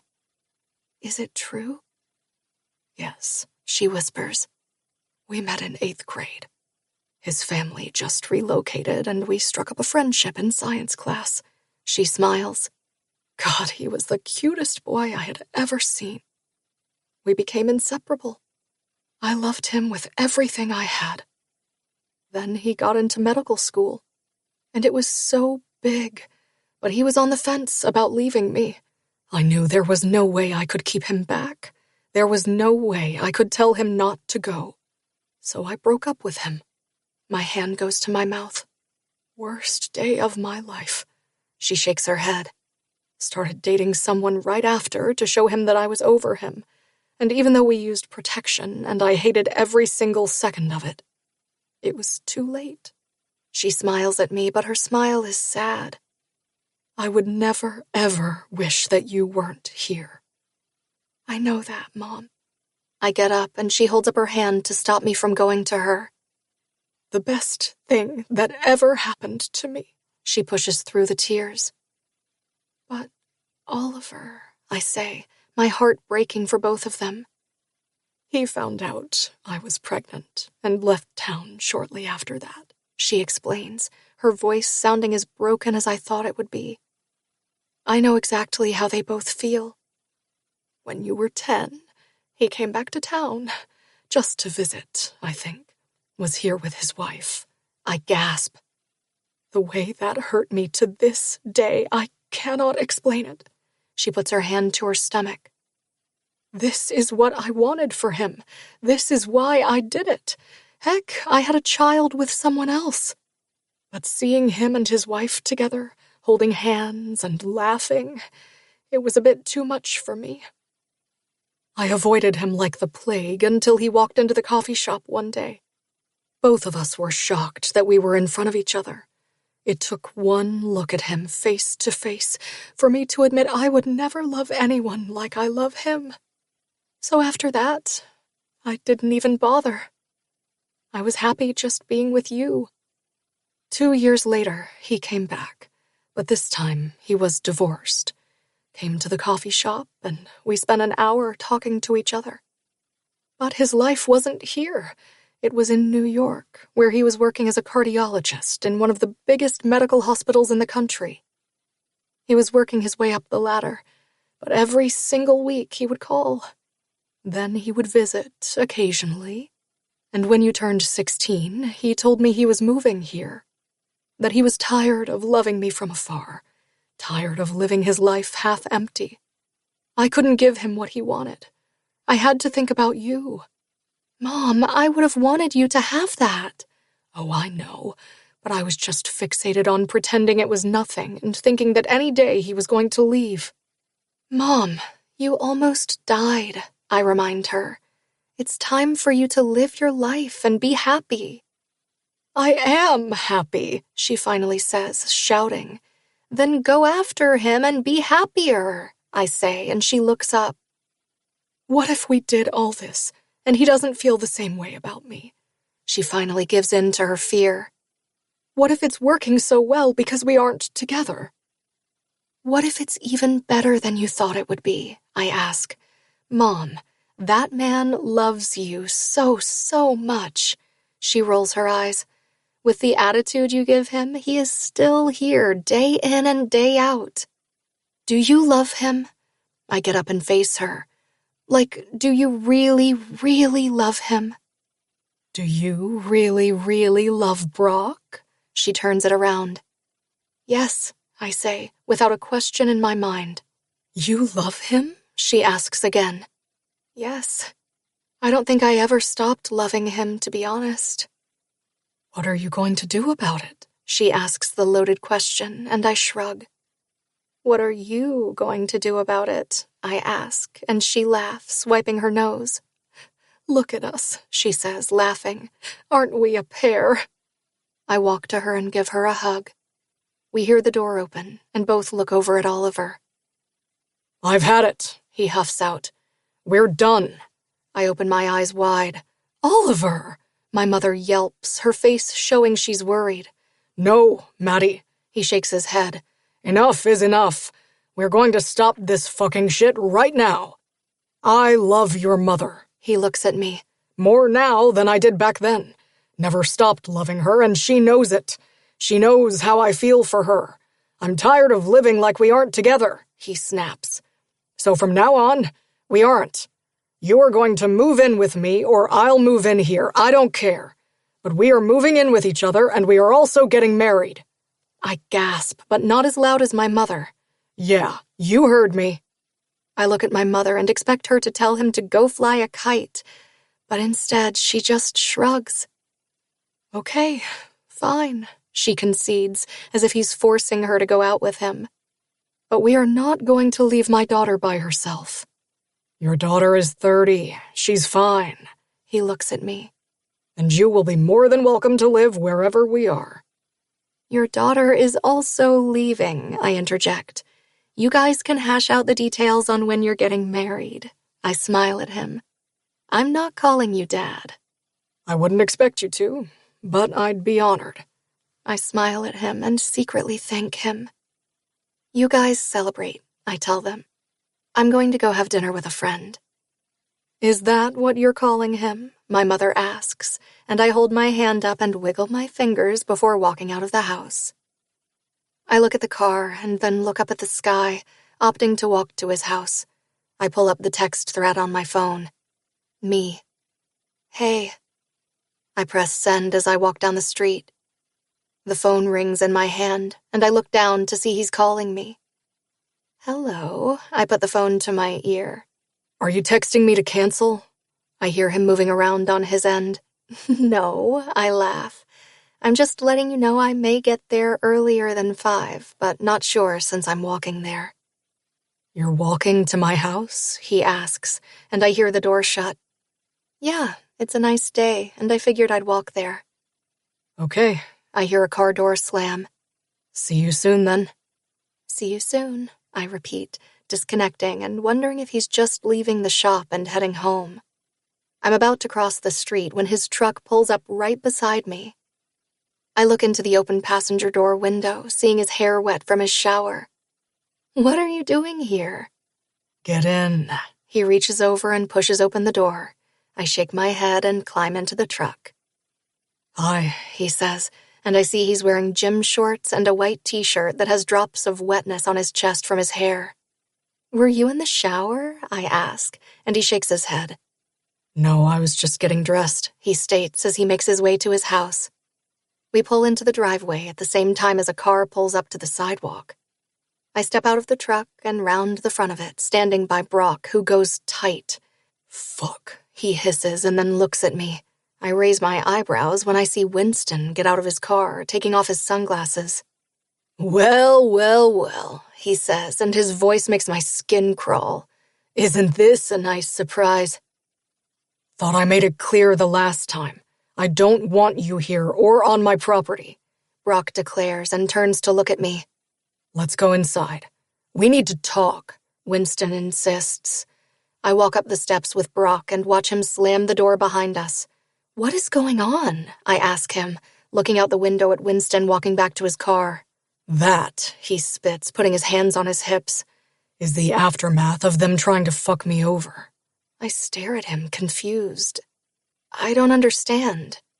Before you left, they brought me in to help the lead architect, he explains as I watch him. Well, after you left and the truth came out and they were done with me, they stole my designs and then fired me. I gasp. Except they fucking put more apartments than the foundation was built for. Now it's not only cracking, it's sinking. So what do they want from you? To tell them how to fix it, he states, and my eyes go big. Can you fix it? I ask, and he shakes his head. The only way to fix it is to demolish it and start over, and they don't want to do that. What are you going to do? I ask, and he looks at me. There is nothing for me to do. I lost everything because of them. I would never have been behind that. He stole it and passed it off as his own design, doubling it. I don't think he gave much thought about the foundation, thinking it would be fine. Wouldn't he know? I ask the loaded question. Yes, but he probably didn't give a shit, thinking that nothing would happen. He shakes his head. Were you going to tell me? I ask the loaded question, and he stares me in the eye. Tonight at dinner, he states, no word of a lie. I was going to tell you tonight at dinner. Is there anything else I need to know? I ask, waiting. There are a couple of things, he admits, and my mouth gets dry. Sage wants to see me once a week when she isn't with me. Okay. I'm not sure why that is something I need to know. Carla isn't keen on it. What? I ask, shocked. Why not? No fucking idea, besides the fact that she fucking hates me. I'm going to talk to her one more time, and if that doesn't help, I'm going back to my lawyer. Don't you think that would just upset her more? I don't know. I also don't care. I'm a good dad, a great fucking dad, and I love my kid. She can hate me all she wants. She needs to put her feelings for me aside and focus on Sage. I watch him run his hands through his hair. That's it. That's all of it. I nod at him as he inhales deeply. Do you have any questions? I try to hide my smile, but I can't. Are we going to make out before or after dinner? 26. Brock. I stand in front of her, giving her all of it, not keeping one thing from her because I did that once and I'm never, ever doing that again. Knowing it might be too much, knowing she already left me once without looking back, knowing this time it might actually kill me. Each second feels like a lifetime. She looks down at her hands, and she tries to hide her smile, but she can't. Are we going to make out before or after dinner? The minute she says the words, I'm halfway to her. The question is, couch or bed? I don't wait for her to answer. Instead, one hand wraps around her waist, pulling her to me. The other hand goes to the side of her head, tilting it before my mouth slams down on hers. We both let go of a moan, both moans swallowed by each other's mouth. Our tongues go around and around. Decide? I urge her, walking her back toward the couch or the bedroom. Bedroom, she finally replies. I pick her up, and her legs wrap around my waist, her mouth going back to mine as I make my way to my bedroom. She kisses me as soon as I walk into the bedroom. Not to be a total Debbie Downer, she says, but she looks at me and then the bed. Just so we're safe, I haven't had sex with anyone but you for the last 6 months. I begin to tell her, and I see the relief wash over her face. And I never brought them here. You're the only woman I've had in that bed. I motion to the bed, leaving out she's the only one I want in the bed. One thing at a time. She slides her legs off my hips, planting them right on the floor. Same, she says, and I don't want to think of her with someone else. Her hands go to my shirt, lifting it up over my head, before she gets on her tippy toes and kisses me again. My hand goes to the hem of her shirt and lifts it up over her head. My hands come up to cup her tits in the lace bra that leaves nothing to the imagination. Her nipples pebble and tighten, waiting to be sucked. My hands push down the cups viciously before I take one in my mouth. I roll the other nipple with my forefinger and thumb before pinching it. Brock! She moans my name, her hand running into my hair as my head moves from one nipple to the next. You know what this does to me? She says, and I do know. I know every single thing about her. I know when I suck her nipples, she needs me to rub her clit at the same time. But I've made her come a handful of times just by sucking her nipples. I want you naked, she states, pushing down my shorts and gasping when my cock springs free. She licks her lips and I shake my head.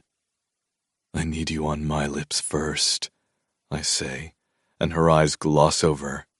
She knows exactly what I need. I slip her jeans over her hips, down to her ankles, and then wait for her to step out of them. When she does, I kiss her pussy through her panties. Fuck, I can't wait to taste you. She turns to walk toward my bed, her hand coming up to the back where her bra is and unclipping it so it falls to the floor. She puts one knee on the bed and crawls to the middle of it, turning around and looking at me. Before you get my pussy on your tongue. She sits back on her feet before kicking her feet out and lying down. I want your cock down my throat. I close my eyes as my hand goes to my cock, fisting it. It is throbbing to get into her. Her mouth, her pussy, her ass, fucking anywhere. You going to join me? She asks. I open my eyes and the 5 seconds I had to calm down did nothing when I see her with her feet on the bed and her knees up as she moves them side to side. I walk over to the bed and lie down beside her. It's not fair that you still have your panties on, I declare as she puts one knee between my own and holds herself up by my side before she bends to kiss me. Her tongue slides into mine as my hands go to her bare ass thanks to the thong she's wearing. She moves her hips back and kneels in the middle of one leg, making me sit up and twirl my tongue around her nipple before she pushes my chest so I can lie back down. She wastes no time moving down and gripping my cock in her hand. I can't help but hiss out when she swallows the head into her mouth. My eyes watch her suck it in and then let it go. She gets on her hands and knees as she swallows the head of my cock into her mouth again, her hand working with her mouth. Fuck, baby, I mutter when she looks into my eyes as she bends to take one of my balls into her mouth, sucking it softly. Her eyes never leave mine as she licks up the shaft all the way to the tip, licking my cock like it's a lollipop, before taking half of it in her mouth. She closes her eyes, trying to take me all the way to the back of her throat. That's it, baby. I lift my hips to go deeper into her throat. Open up for me. She moans as I push to the back of her throat, fucking her mouth like I would her pussy. If you don't stop, I'm going to come down your throat, I warn her, and she opens, her eyes looking up at me. You want that? I ask, knowing that look. Her mouth lets go of my cock, but her hand doesn't let up, gripping me even tighter. I want you to show me how much you missed me. She sucks the head in. Show me how much you missed my mouth. She takes me all the way down to the root, gagging a bit. Paint every single part of me that you missed with your cum. She sucks me back into her mouth. My mouth. She lets me go, repeating the movements. My tits. I groan, my cock getting bigger in her hand. My pussy. I have to close my eyes, but I'm fixated on watching her. My back. She moans, and I can see her hand playing with herself. My ass. That's all it takes, the visual of fucking her ass, and I groan again. I start to say, but her mouth has already covered my cock, and I'm shooting in the back of her throat. Her hand works with her mouth to drain every last drop from me. That was, I say when my cock plops from her mouth, and she looks at me with a sly smile on her lips. She crawls to me, and I bend to leave my mark on her, a mark that I had left all the time. Right next to her nipple, close to her heart. I want you to lie down in the middle of the bed and spread your legs for me. You don't have to tell me twice. She moves around me, my hands catching the lace of her panties, and they rip off, and she gasps. I see we're starting this again, she retorts, trying to sound annoyed, but there is a twinkle in her eyes. I used to rip at least one pair of panties a week off her, so many that when we were starting to make out and it was about to get even hotter and heavier, she would take off her panties in the middle of it to save them. I can't talk, I inform her as she lies down and opens her legs. My mouth is full. I suck her pussy into my mouth, and her taste is like euphoria. She is my drug, a drug I didn't know I was addicted to until now, a drug I know now I will never get over. Fuck. I slide my tongue into her, tasting her sweetness before licking to her clit. Brock. She runs her hands through my hair, pulling it in her fisted hand. You like that? I ask, knowing full well she likes when I play with her clit, sucking it into my mouth. Her back comes off the bed. Baby, I kissed the inside of her thigh at the same time I rubbed 2 fingers up her slit, getting them wet before I slide one into her. Her pussy immediately tightens on my finger. Baby, I look up at her as I slide another finger into her. You like that? Yes, She pants out as I move my fingers in and out of her. right there. Oh, I know, I assure her, feeling her G-spot and curling my fingers up. I know this pussy better than you do. I bite her clit, pulling my fingers out of her, and she cries out, grabbing my wrist to put my fingers back. Such a greedy girl, I tease her. She opens her eyes as I lick my pinky and then move back down, her eyes on my fingers as I slide it into her ass. She hisses out and opens her legs more. Your pussy is greedy. I slide 2 fingers into her pussy at the same time my pinky fingers her ass. Your ass is even greedier. Make me come, she begs. I need to come. Your wish, I say, finger-fucking her hard, is my command. I move my fingers in and out of her. You are getting so close. I suck her clit in as I watch her move her hands to her tits, where she rolls her nipples. Need you to fuck me, she pants. I need your cock. She lifts her hips. Need to feel full. She rotates her hips. Make me feel full, she begs. Only your cock is going to do. You are going to have to lose my fingers, I say, and she groans out in frustration, knowing she'll lose my fingers. Need your cock more, she pleads but holds my hand. But I need you to fuck me hard. Is that so? I smirk, my fingers still playing with her pussy. I think I can do that. She nods at me as I pull my fingers out of her, crawling up between her legs with my cock in my hand. I look at her and see she's moved one hand down and she has her 2 middle fingers in her, fucking herself. Her eyes are on my cock and not on me. You want my cock? You are going to have to get your fingers out of there, I state, leaning down and taking her nipple into my mouth. I let go of her nipple, taking my cock and slapping her clit with it, and she knows I'm ready to slide into her. It was code when we were together all those years ago. She moves her legs back, slides her fingers out, and in one thrust I'm buried balls deep. Her pussy comes as soon as I enter her. She comes on my cock, almost choking it to death. Fuck, baby, I can't even move. You better fuck me hard, she hisses as she moves her fingers to her clit and moves it side to side. None of this soft bullshit. I laugh as I pull out until the tip of my cock, and then slam into her. Yes, like that, she cheers.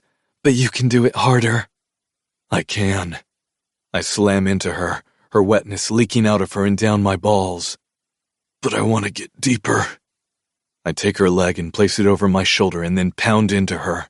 She screams when I do that. You like that? Yes, she confirms. More. I fuck her with everything I have. I'm there again.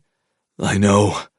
That is the only thing I say, my eyes watching her pussy swallow my cock. All you have to do is watch. I look down and see her doing the same. Greedy pussy, I say, and she moves her hips up to meet me. I'm going to come. Yes, I'm coming, she shouts, closing her eyes as I fuck her through her orgasm. You going to come in my pussy or my mouth? Pussy now, mouth later. I plant myself all the way inside her, shooting into her, pulling out and shooting again. My head goes back as I roar out her name. Everleigh!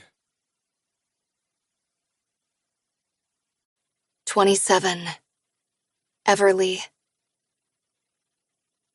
I watch him fuck me, and I can feel when he is about to come. His cock gets even bigger in me, filling me so full I never want not to have him in me.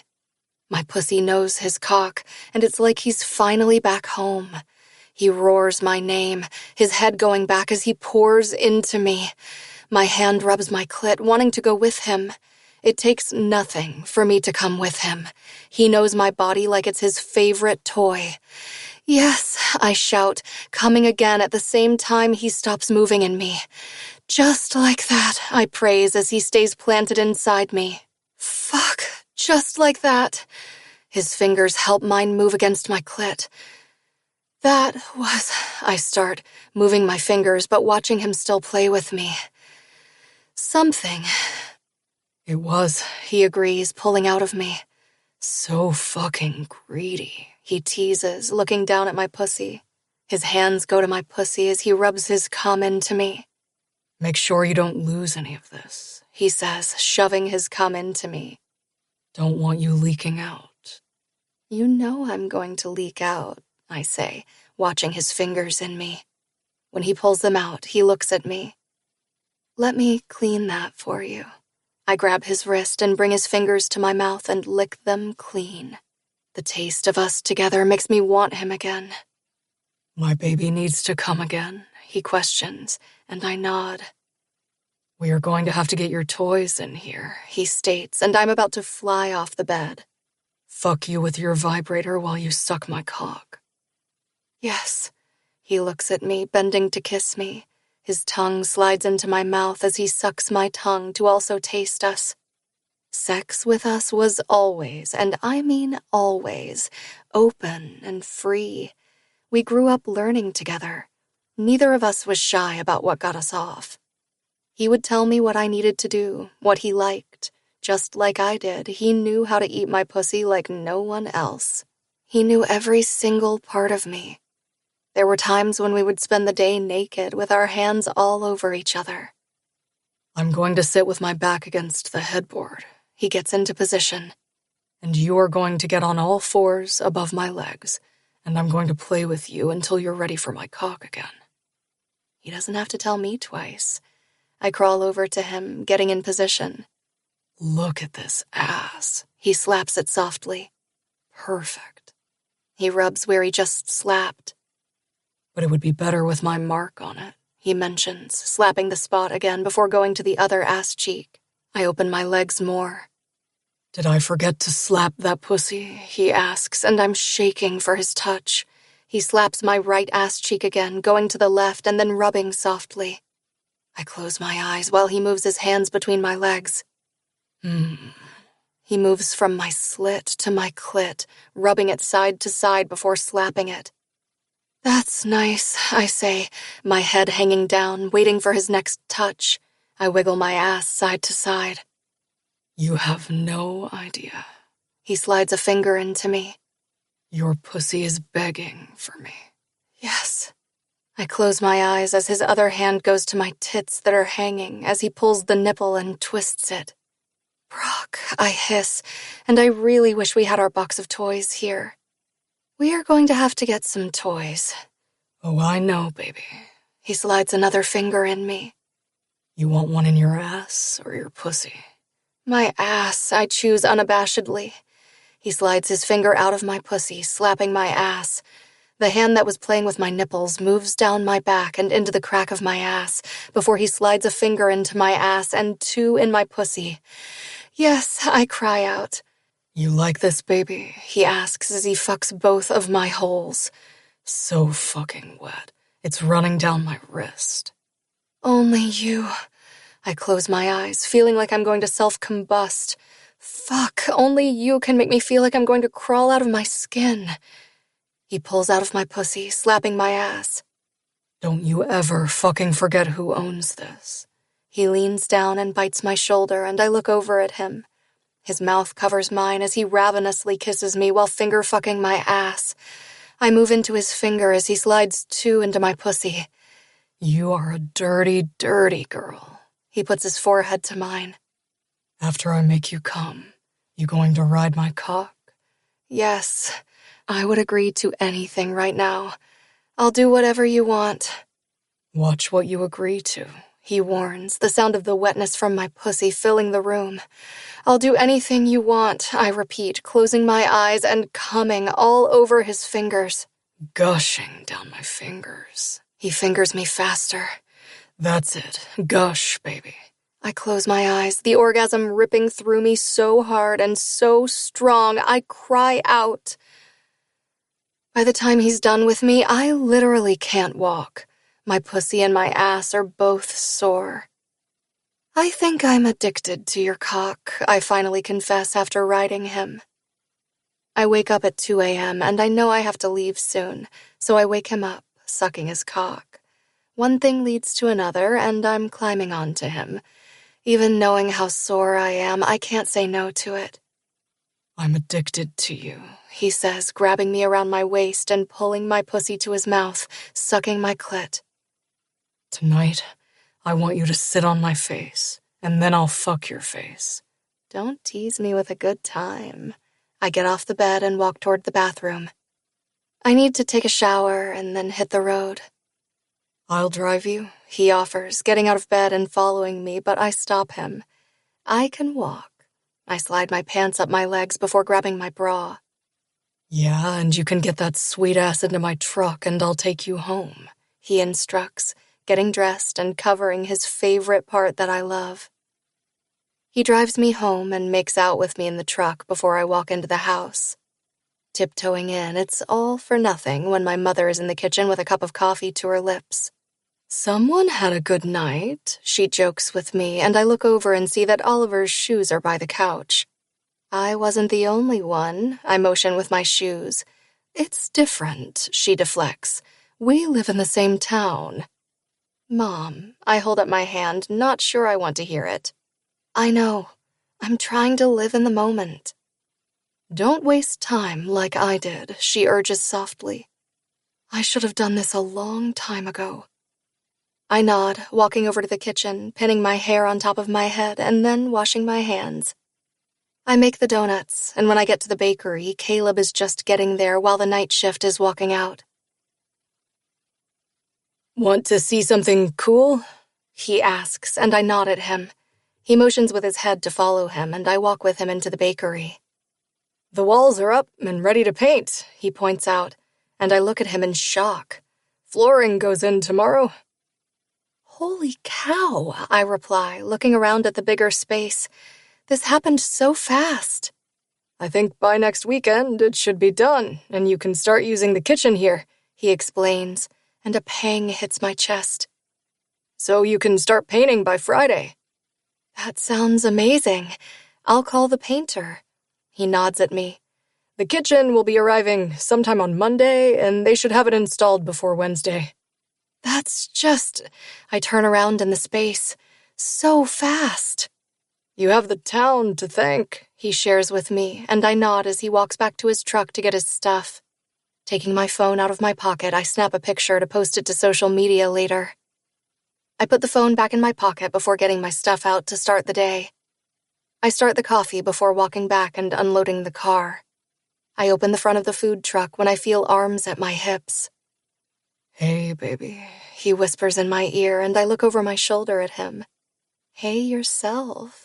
I smile as my chest feels like it's getting even fuller than it was when I left him, which was pretty much so full I felt like my chest would explode. My hand comes up and holds his cheek. I smile as he leans to kiss my lips. Can I help? He asks, and I nod. You can get the rest of the donuts from the car, I say, and he walks away at the same time Harmony gets here. She comes over with her own box of cakes. I know you were selling only donuts, but I thought I would bring this by.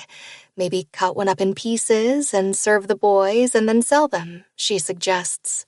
Oh, that's a good idea, I say, grabbing the box from her. I can pay you tomorrow. Nope, she shakes her head. That one is on the house, she says, looking at Brock with her eyes wide in surprise when he stops by her with the plastic containers in his arms. Hey, Harmony, he greets cheerfully before walking away. Hi, Brock, she replies, unsure what else to say. She waits for him to walk away before she leans in. Is that Brock? I try not to laugh. Yes, I think. I look at him putting the containers down inside. He's helping unload my car. Yeah, I saw. I thought I was in some parallel universe. Nope. I can't help but laugh. Not unless I am also. I look at him walking down the steps of the food truck. He's wearing his black Dickies with a matching shirt when the phone rings from his pocket. Oh, I get it now, Harmony murmurs. I did not see that coming. I turn to look at her. Although Brady called it before you got here, she smirks at me. Text me later. I will, I assure her and walk over to the truck, up the steps, and hear him on the phone. Okay, baby girl, he says softly. You have a good day and call me when you get home from school. He finishes and then hangs up. Sorry about that. You don't have to apologize for ever taking her call, I say. She takes priority. He looks like he wants to say something, but he doesn't. You have to get to work, I remind him softly, walking to him. And I have to start the day. Yeah, he says, gripping me by my hips and pulling me to him. You going to have dinner with me again? You going to play with me after? I ask him with a smirk. Before and after, he confirms, and I laugh at him. Now I'm fucking hard, and all I can think about is bending you over and fucking you. Well, considering people might see, how about we table that? I step away from him. I'll make you a coffee and send you on your way. I grab a cup and make him a coffee. And don't you go and take care of yourself. I look at him and make sure no one is around. The next load is going down my throat. I wink at him. It would be a shame if it wasn't a mouthful. 28. Brock. She slides down my cock, and my hands come up to hold her tits in my hands. I bend forward and take one nipple in my mouth as she rides me. I'm almost there, she moans, her head going back and her hair swaying on my legs. Take what you need, baby. I encourage her, letting her ride me the way she wants to ride me. My own release simmers waiting for her. You need my help? Play with my clit. She instructs me, not even shy about it. It's what I love about her.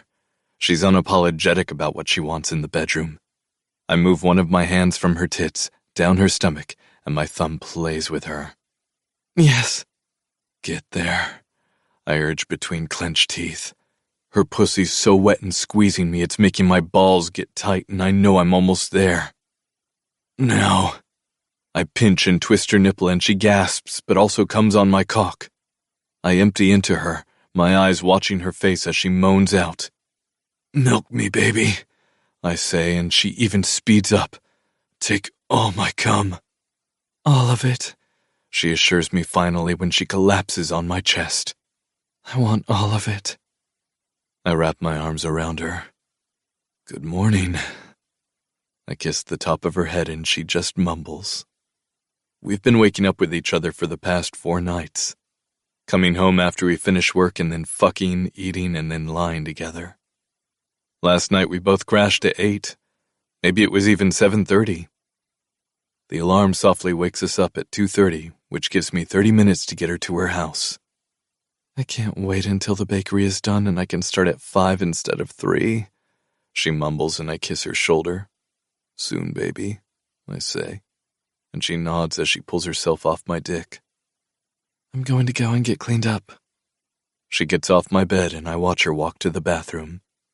Getting out of bed myself, I follow her.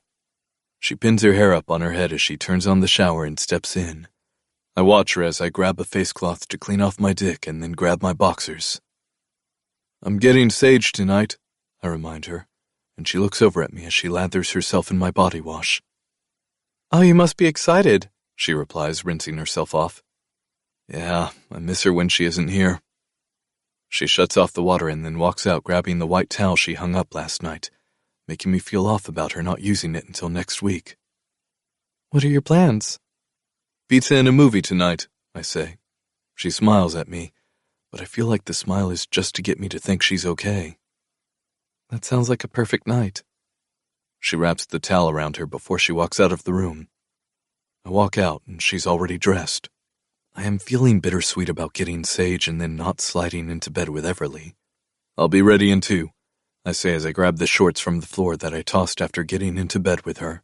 I slide them on and the t-shirt that she slipped into after taking a shower. We walk out, more quiet than usual. When I pull up to her house, she leans over. "Have a good day," she says softly, kissing me lightly on the lips before reaching for the door handle and getting out of the truck. I watch her walk inside the house and head back to mine, sliding into bed and smelling her all around me. I drift off to sleep with the alarm set for 6:30 so I can be at the shop by 7 and help her unload. It's something I've been doing also, just to make sure everyone knows she's with me. I pull up to the shop at the same time as Harmony gets there with her box of cakes. Everleigh steps out of the truck wearing acid-washed jean shorts with a loose white tank top that is tucked in. Her hair is piled on top of her head in a messy bun. She smiles and shares a laugh with Harmony as I walk over to them. "Morning, ladies." I greet them and Harmony smiles at me. "Morning, Brock," she replies. After the first morning, she's not that shocked to see me. "I'll see you later," she tells Everleigh before walking away. "Did you unload the car?" I ask, and she shakes her head. "I'll go get them." I help unload the car and watch her place the plastic bins to the side before she hands me a cup of coffee. "There you go, good sir," she jokes, and I smile. "Have a good day," I say, leaning and kissing her. "I'll call you later." She nods, and someone comes to the truck so I don't have a chance to ask her if she is okay before I walk away.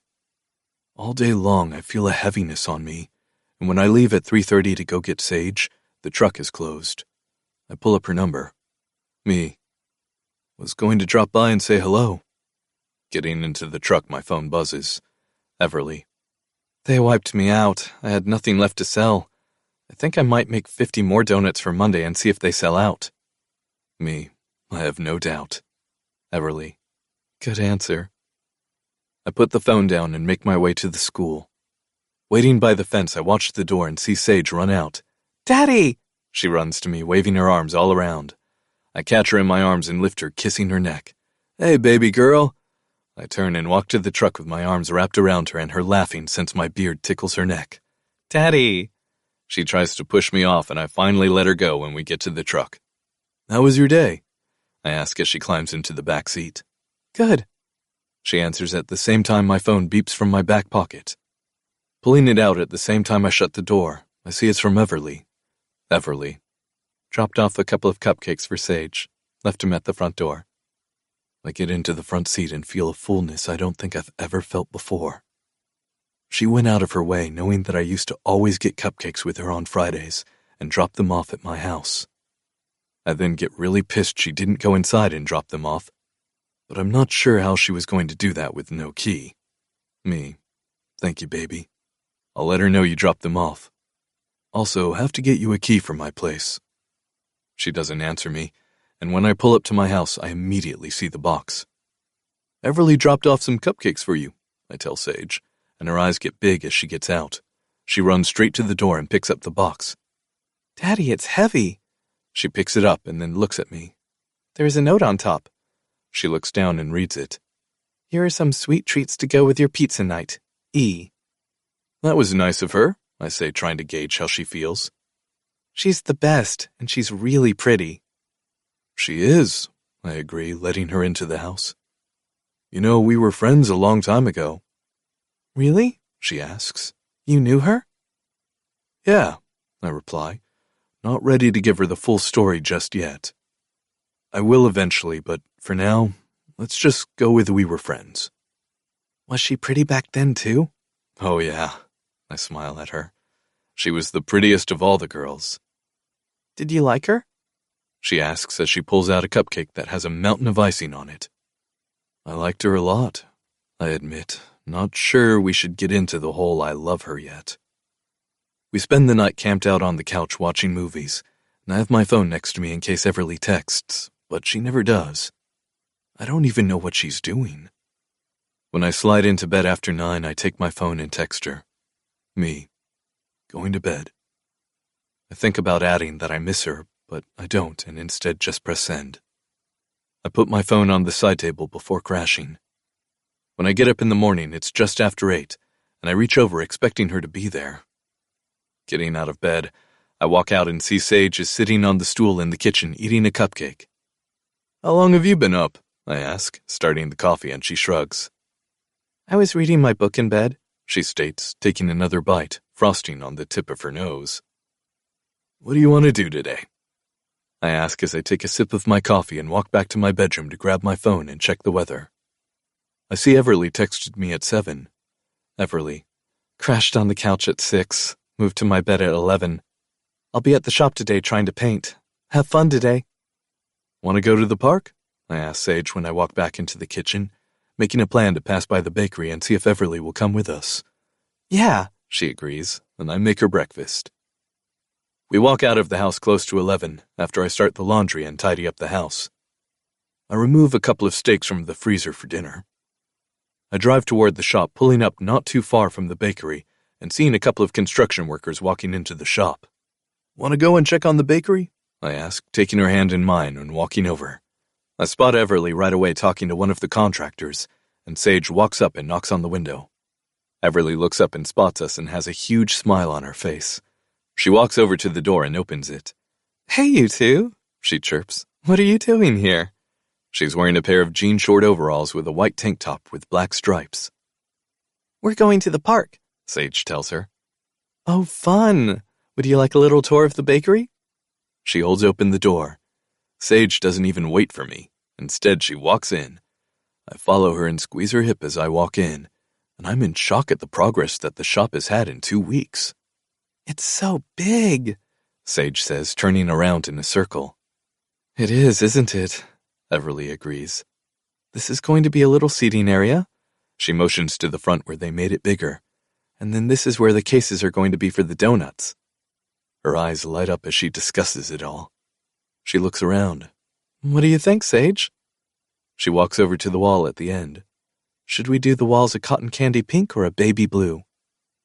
I like the pink, she declares, and Everleigh smiles as she nods. Me too, she says, folding her arms over her chest. Want to come to the park with us? I finally get the courage to ask. And then after ice cream? I don't even know I'm holding my breath. I don't want to intrude on your time, she says softly. It's fine, Sage says. Dad usually sits by himself, so you can sit with him.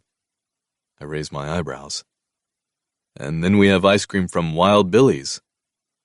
Well, I can't say no to Wild Billy's, she says to her. Only if you promise to try out all the new donuts that I'm going to make this week.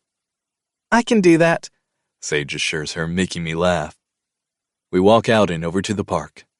Sage runs to play while I sit on the bench with Everleigh beside me. I want to lean in to kiss her, but I'm not sure it's the right time. So instead I put my arm on the back of the bench and rub my thumb up and down her bare arm. We sit quietly as we watch Sage run around with friends of hers before she comes over and asks Everleigh if she ever did the monkey bars. Everleigh laughs at her as the two of them go off and then back and forth on the monkey bars. My whole body is going to hate me later, Everleigh complains when she finally walks back over to me. Watching the two of them spend time together is something I didn't know I needed in my life. We don't stay at the park long enough for my liking, and after ice cream she gives Sage a hug goodbye before walking back to the bakery. I ache to kiss her. I ache to hold her. I ache to be with her, with the both of them at the same time. I make dinner with Sage on the couch reading her book. A shower is next, and then she goes to sleep at around 9:30. I pull out my phone, and instead of texting her, I call her and she answers after 2 rings. Hey, she says, and I close my eyes and lean my head back on the headboard. Want to come and make out with me? I whisper and hear her laugh. We have to be quiet. We can make out on the couch or my bed. You are incorrigible, she laughs. Be there in 5. She disconnects the phone. I walk out of the house to sit down to wait for her. She gets out of her car wearing a pair of loose shorts and a matching top. Are those your PJs? Well, yeah, she admits, walking toward me. I was in bed. Really? I say when she is close enough, and I don't wait a minute more before my mouth is on hers. Fuck, I hiss when I slide my tongue into her mouth. Bed or couch? Bed. That way I can sort of hide if she comes to your room, she decides. I slide my hand into hers as I make my way into the darkened house, feeling like my house just became a home. 29.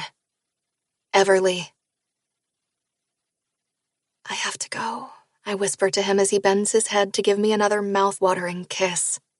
My hands come up to grip the front of his shirt as I listen to the birds chirping in the background. He finally lets go of my lips for just a second before coming back and softly pecking them. You need to stop doing that. My eyes finally flutter open as I stare at him, taking him all in. His hair is all over the place from my hands running through it. I don't want you to go, he admits, and my heart surges in my chest because I don't want to go either. You have to go and be a dad, I smile. I kiss under his jaw, the bristles from his beard pricking me. Call me later if you can.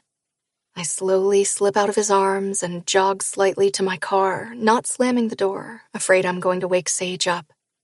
I start the car, hoping that it doesn't make noise, before I drive away with a last wave. I look in the rearview mirror until I get to the stop sign at the corner of his street. I see him standing there in shorts that are hanging on his hips, shorts he slipped on about 5 minutes before he walked me to the door. Opting to lie on his bed next to me in his boxers, even though I made it 1000% clear to him that we were not going to do anything that would require either of us getting naked. So instead, we made out like we did when we first started dating, dry humping each other, and it was magnificent. My phone beeps as soon as I get home with a message from him. Brock, text me when you get home. I'm waiting for you before I go into the shower. Me. I'm home, but why don't you go back to sleep? Brock. I've been rock hard since you lay down next to me. I need to go and jerk off. I can't help but laugh. Me. Same. I laugh as I get out of the car, the phone beeping in my hand. Brock. You are going to jerk off in the shower? I smirk as I walk up the 2 steps and then stop. Me. No, I'm going to get naked in my bed and get my vibrator out. I'm hoping that it drives him as crazy as it's driving me.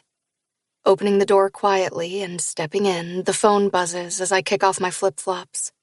Brock. That isn't helping. I see the light on top of the stove is on, as always, as I walk over to the steps and slowly creep upstairs, my eyes on the hallway where my mother's room is. I really do feel like I'm in high school again, and I'm sneaking in. I tiptoe until I close the door behind me and then slip into bed. I don't get naked like I told him I was going to. Instead, I turn on my side and fall asleep with the smell of him on me. When I wake up, I grab the phone and see that it's a little past 10 a.m. I blink the sleep out of my eyes, about to text Brock, when the phone rings in my hand and I see it's Autumn. Hello? I mumble, turning back to my side and closing my eyes. Ugh, she groans. Please tell me that you did not just get up. I smile at her tone. Okay, fine. I didn't just get up. I was up at 4:30 when Mr. Man over here thought it was a good time to start the day. I really hope the Mr. Man you're talking about is your son and not Charlie. I turn on my back and look out the blinds, seeing the sun shining high in the sky. She laughs. Yes, Landon William. What are you doing today? I wish I was hanging with Brock and Sage, I almost say. I am actually going to the bakery, and I'm going to paint. Oh, that sounds like fun, she replies. Want some company? Are you sure you want to spend your Saturday painting? I ask, and she laughs. That sounds like a perfect day. I'll be there in about an hour. Why don't we head out to the diner for some lunch for you and some breakfast for me, and then we can start. See you then, she confirms, and I hear her yelling Charlie's name as she hangs up. Getting out of bed, I head to the bathroom and wash my face before I head downstairs to make myself coffee. The sound of emptiness lets me know my mother is not home. She's no doubt out and about with Oliver. He's been holding her at bay, telling her she can start working part-time in 2 weeks, but in the meantime, she's been going to all these estate sales, trying to find decorations to tie into the new place. So far, she's found a lamp that is now in our living room, since she loves it so much. I get dressed in a pair of old jeans and a tank top before heading out. Autumn is sitting at a table when I get there. We both order breakfast, and 40 minutes later we are spreading the plastic tarp to cover the floor before she starts on the baseboards. I can't believe how quickly this was done. I know, I answer her from across the room, the paint roller in my hand as I roll it up and down on the wall. The whole town came through for Mom. Gotta love the small town, she laughs. What are you going to do when it's done and your mother is back at work? The question in itself makes my stomach turn. I don't know, I answer honestly. I thought I would come back and just leave after. Autumn laughs. Girl, same. She moves on her knees as she dips her paintbrush in the paint. Now here I am with a thriving business, a husband, and a child. She smiles when she says it. How are you and Brock? I look over at her. Is there talk about us? I ask, and she side-eyes me. Shit, really? He threw down with you in the middle of the parking lot with about 20 people there listening. It's not like he was keeping it to himself. I exhale. I don't know, I finally admit to her. I mean, I do know. I never stopped loving him, even though I convinced myself all these years that I hated him. I think it was easy since I didn't have to see him every single day. But the minute I finally laid eyes on him in the flesh, I knew I didn't really hate him. I also knew that I never really hated him to begin with. How are you going to handle that? She asks, and I shrug. Even if I did, I wouldn't be able to answer her. You still have a ways to go anyway. Do I? I ask, not really sure. And what is that going to do? More time spending it here, more time spending it with Brock, more time for me to see my life as empty without this. I open my arms. I know 2 of my neighbors, I admit to her, and one because we sometimes bang. She snort laughs. The other one because she complains my wind chimes that I keep outside wake her up at all hours of the night, so I had to bring it inside my bedroom near my window. I roll the paint roller in the paint. I haven't been to my apartment since I came here, and I don't think anyone noticed. Not one person even texted to check on me or ask me how I'm doing. I'm so sorry, she says softly.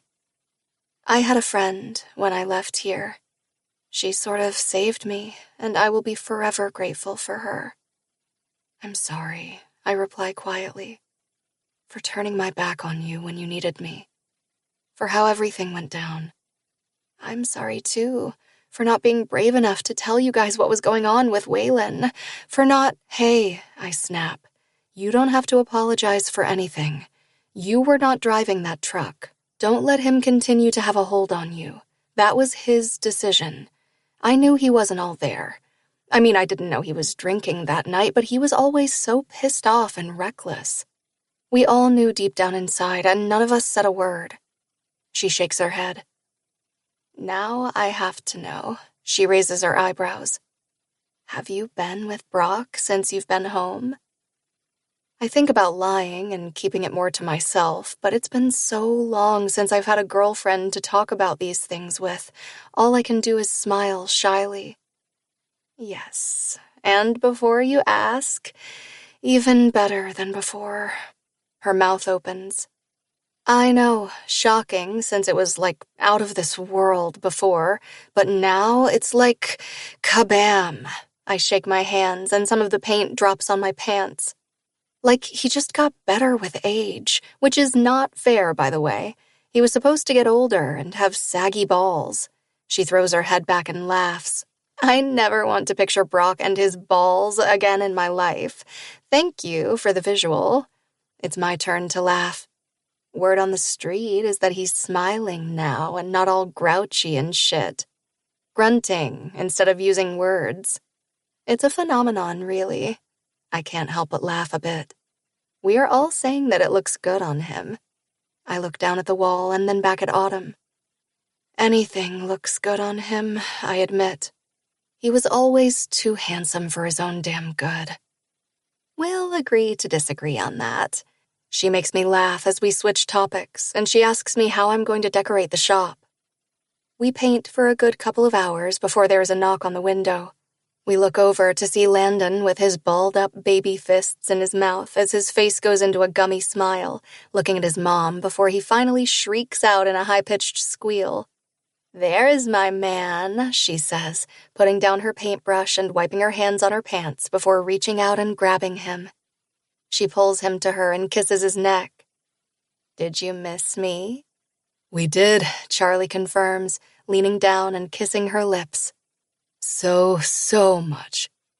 I smile at the three of them having their moment. "This is perfect timing," I say, putting the paintbrush down, "because I am done for the day." I clap my hands together. "I'm going to clean up and then head out." "Oh no," Charlie says. "Why don't I clean up for you two? And you guys can go to the bar and take a load off." "Isn't he the best?" Autumn asks, looking at me and then looking up at Charlie. "He's something," I reply, trying not to laugh at them. "Are you sure?" I ask, and he nods. "Fine." I walk out with Autumn. "Are you sure he's okay?" I ask, turning my head. I don't even look where I'm going and almost run into something. "Oh my, I'm so sorry," I finally say, looking forward and coming face to face with Carla. My stomach literally sinks down to my feet. It was bound to happen. The town isn't that big. Well, she snips with a sickening smile on her face. "I heard you were back." She folds her arms over her chest. "Didn't really believe it until my daughter said she hung out with her dad's friend." She chuckles. "It was no big secret who that could be, considering he doesn't really have any friends." It's my turn to smirk at her. "I guess you don't know him like you think you know him." Her grin turns into a glare. "I knew him enough to have his child and marry him." I put my hand to my stomach to hold in my laughter as Autumn gasps beside me. "Oh, yeah, you would have to know him enough to spread your legs for him." I put my finger to my chin and looked to the side. "And how was the marriage? From what I heard, it was so good it lasted a whole, 6 months at that." "Fuck you, Everleigh," she snaps. Now, I shake my head. Must have touched a nerve. "I don't want you around my daughter," she finally hisses. Well, it's a good thing Brock is a good father, and he also gets to decide who is in his daughter's life. I wait for her to tear him down as a father, and I know if she does, I'm throwing hands. "Now, if you'll excuse me, I'm going to go and have a drink. You have a blessed day, Carla."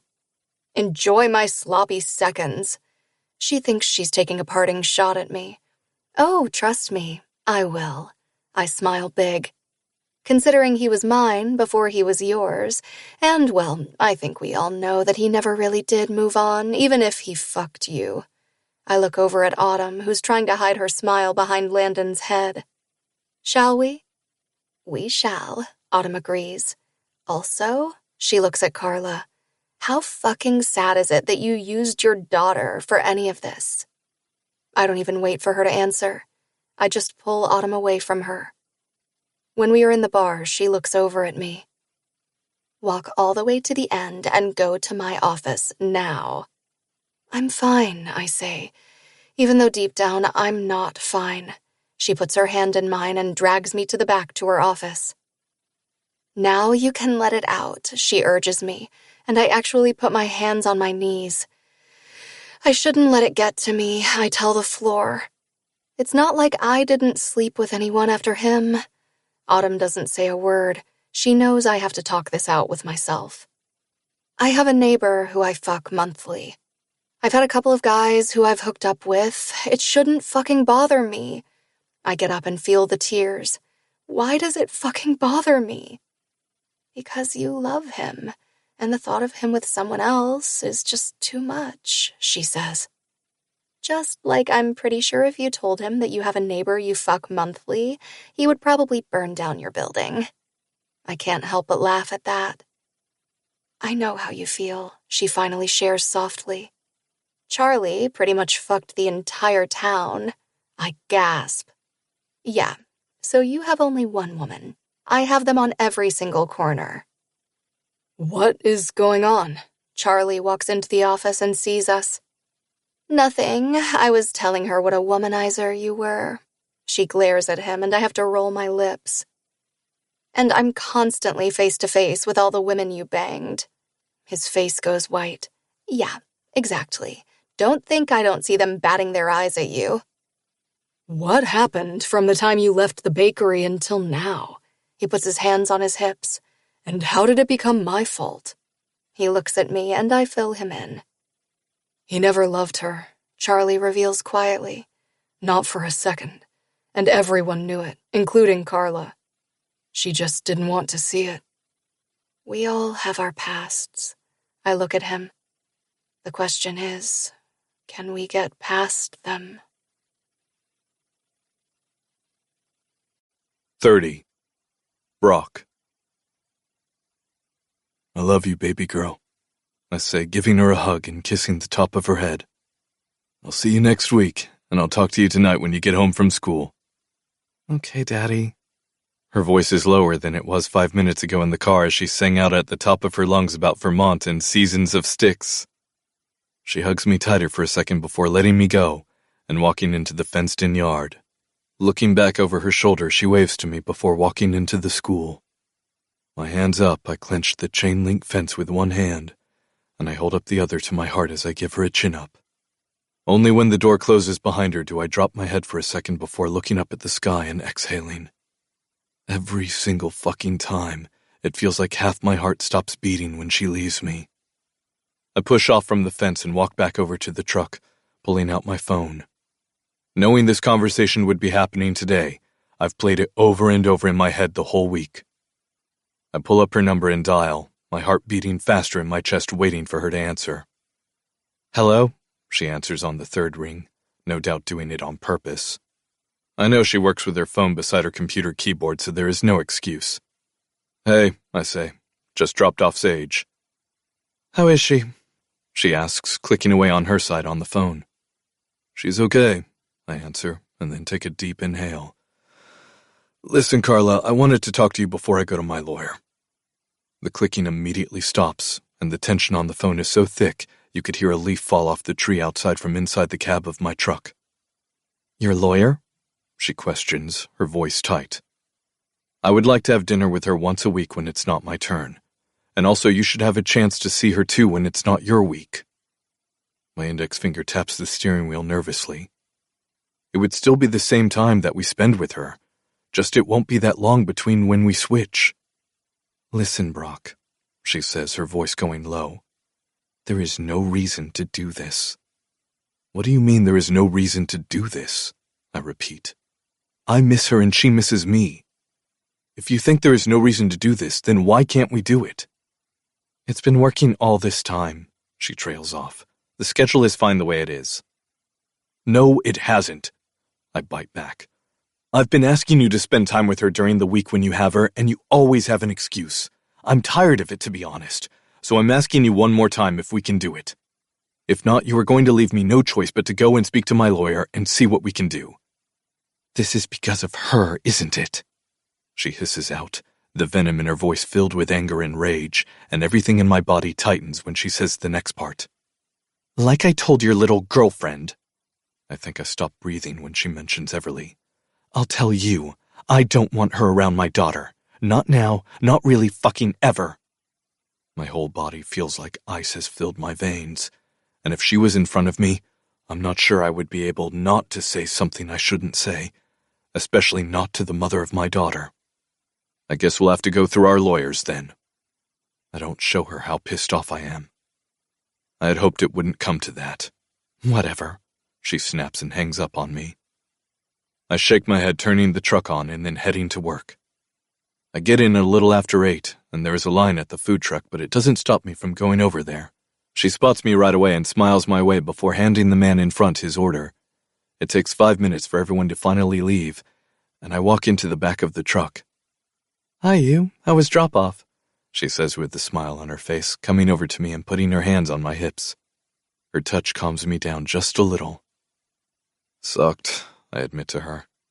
For the past week, I've seen her every single morning, kissing her hello, and then coming to see her before I pick up Sage, even though I've thought of begging her to come over and see me at night.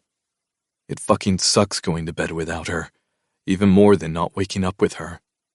I haven't had sex with her in over a week, and I'm so ready to slide into her tonight. Did you want a coffee? She asks softly. Yeah, I mumble before she leans up and kisses the side of my ear, and I watch her walk to make my coffee. Is there something that you might have forgotten to tell me? I ask, and she looks over at me. She's wearing another pair of shorts that show off her legs, making my mouth water with a regular t-shirt. Now she pairs her outfit with a pink apron that has 3 cupcakes on the top, with Maddie's written underneath them. She chuckles. I don't know, is there? She puts the lid on the coffee, turning to face me. From the look on your face, there has to be something I didn't tell you, but for the life of me, called Carla to discuss me seeing Sage during the week, I say, and her face pales when I mention her name. She said she spoke to you. Spoke to me is pushing it a little there. She folds her arms over her chest. What did she say to you? I ask, trying not to go over to Carla's work and cause a scene. Nothing really. She tries to play it off, but the look in her eyes tells me everything I need to know. She heard I was in town. All I do is raise my eyebrows. She heard that I met Sage, would like me not to be near her daughter. I stand straight, my body tight. I need you to tell me exactly, and I mean word for word, what she said. Why? She asks, confused. It's nothing. She's had 5 live-in boyfriends since we got divorced, I inform her. All of them moving in after a month or so, all of them lasting maybe 6 months. One of them lasted a whole year. Okay, she replies, not sure why I'm telling her this. I called her today after I dropped off Sage and told her I would like to see her during the week. Informed her I'll go to my lawyer if I have to. She told me that you two had words. My eyes are on hers. Now I want to know what fucking words were said, and then I want you to tell me why the fuck you didn't tell me any of this. What was there to say? She fights back with me. I bumped into her literally on the street. We exchanged pleasantries. I can tell she's lying. Told me she didn't want me near her daughter. You should have told me that, I say, because I would have called her and told her to go fuck herself. And what would that have accomplished, Brock? She asks, and I know she's right. It would have pissed you off. You would have called her, and then it would have pissed her off. So you sacrificed yourself? She gasps. She doesn't get to tell me who sees my daughter when my daughter is with me. Just like I don't get into her face when she brings men around. Do I like it? Fuck no. But I try to keep the peace. But that peace ends now. I point at the floor. I'm going to call my lawyer and talk to him. I close the distance door. Then I'm going to go to work, and tonight, me and you are going out. I wrap my arms around her waist. Then you are spending the night, and we are going to fuck and sleep the whole weekend. Is that so? She puts her hands on my chest. What if I have plans? We'll fuck around your plans, then. I finally bend my head and kiss her. You okay with going to the bar tonight? Yeah. Okay, good. Want to get ready at my place? If I get ready at your place, she smiles, we'll never leave. I put my forehead to hers. You have a point there. I'll pick you up at 8. Sounds good, she agrees, and I let her go, giving her one more kiss before I walk out of the truck and head toward the garage. I'm about to call my lawyer when a text comes in from Carla. Carla, fine, you can have her for dinner this week on Wednesday night. I shake my head but still call my lawyer and leave him a message.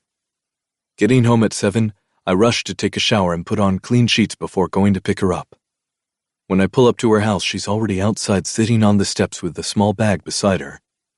She gets up and I see she's wearing a ruffled orange skirt with white flowers on it. Her hair is over one shoulder, showing me the tight white shirt she is wearing has big straps and falls right above the waist of her skirt. Hi.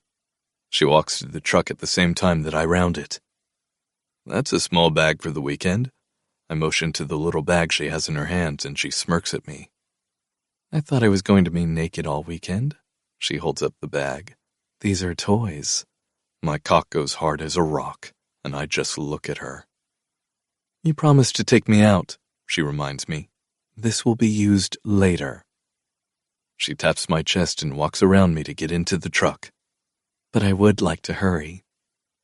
I shake my head, getting into the truck and starting it. What exactly is in that bag? I ask, and she turns to face me. Nothing much, just a cock ring. I stop breathing. My rose clit sucker, my rabbit vibrator, and I got a couple of anal plugs this week. My hands grip the steering wheel.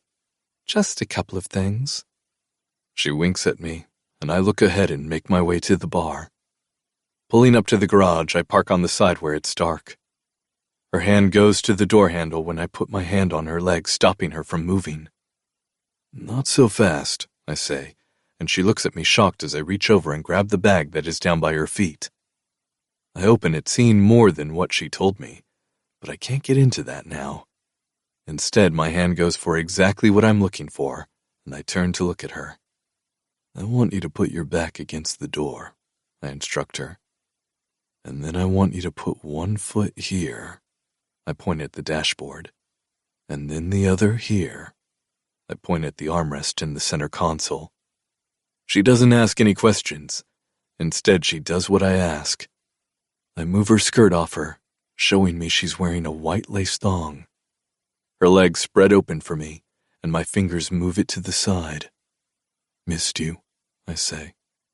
At the same time, I slide a finger into her, and her head goes back against the glass. Tell me how many times you played with my pussy this week. Every day, she admits, in the shower. She pants as I slide another one in her, hooking it on her G-spot. Before I went to bed. My thumb flicks her clit, and her breath hitches. In the morning when I woke up. Did you finger fuck yourself like this? I ask as I pull my fingers out of her and then move them back in. Yes. She nods as she looks between her legs. Only the light from the moon is in the truck cab. Did you fuck yourself with your vibrator? I lean over and bend to suck her clit into my mouth, the center console blocking me from really devouring her. Yes, she says, but it wasn't the same. I take the pink silicone that is in my other hand and bring it to her lips. Suck this while my fingers fuck you, I instruct her, and she takes it all in her mouth. I'm going to make you come, I say. Then you are going to wear this all night. Her pussy gets so wet my fingers are drenched. Then when we get home, I'll replace it with my cock. Her pussy spasms around my fingers. I take the anal plug out of her mouth and move it down. Tilt your hips, baby, I say, my fingers planted all the way inside her as my fingers scissor to play with her G-spot. Greedy, I tease her as I slide the anal plug inside her.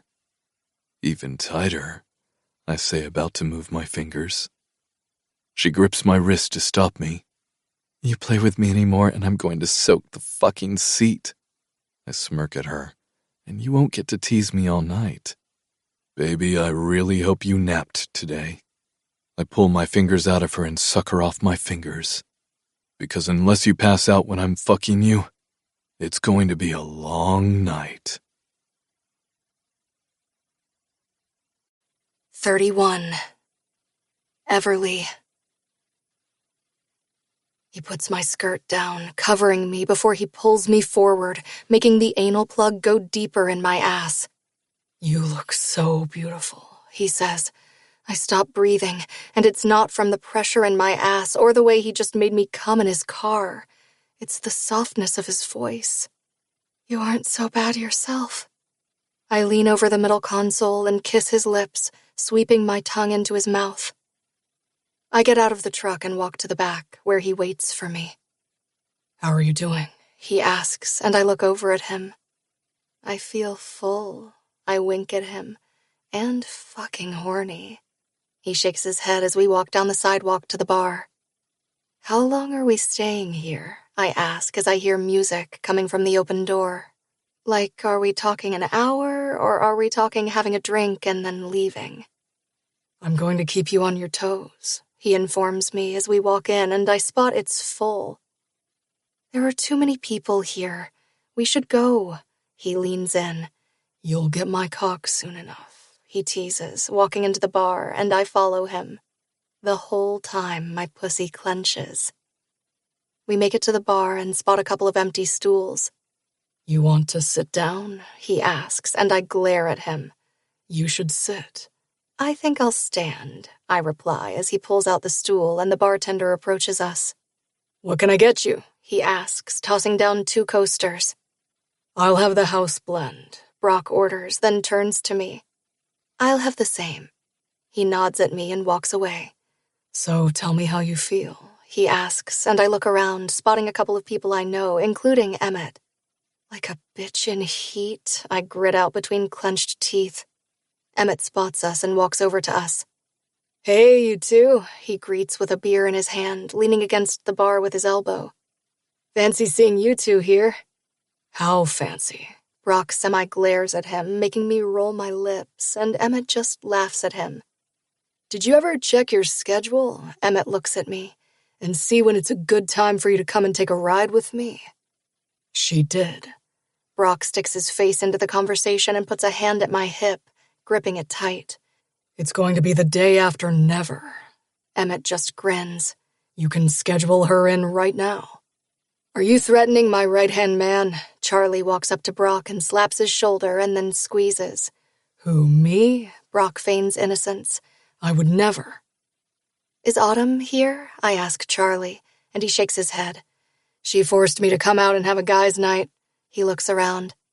I'm going back home in 10 minutes and telling her no one was here. You do know that she owns this bar. Brock looks over at him. And she can ask. Yeah, Charlie says, leaning on the bar with his elbows. But by then it'll be over. She can't get mad at me after the fact. Emmett starts. Have you met your wife? She almost kicked you out of the house yesterday. She did not, Charlie glares at him. She just locked the door and refused to open it until I did what she told me to do. And what was that? I asked Charlie. Get out of her hair, he deadpans, making us all laugh.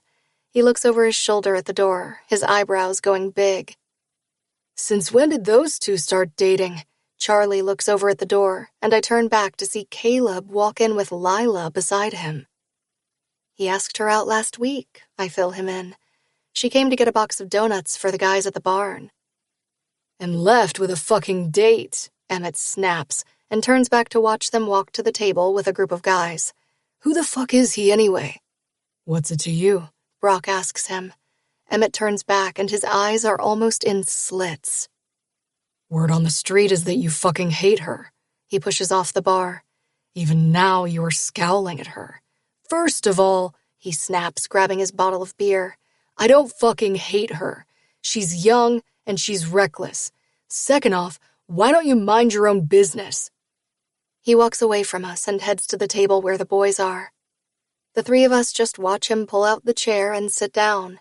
The scowl never leaves his face as Lila smiles and looks up at Caleb, introducing him to everyone. Lila smiles at the bunch, and then when she spots Emmett, she looks down at her hands and avoids looking back at him. Instead, she turns to talk to Caleb, and the 2 of them walk away to their own table. I look over at Charlie. Is Caleb going to be okay?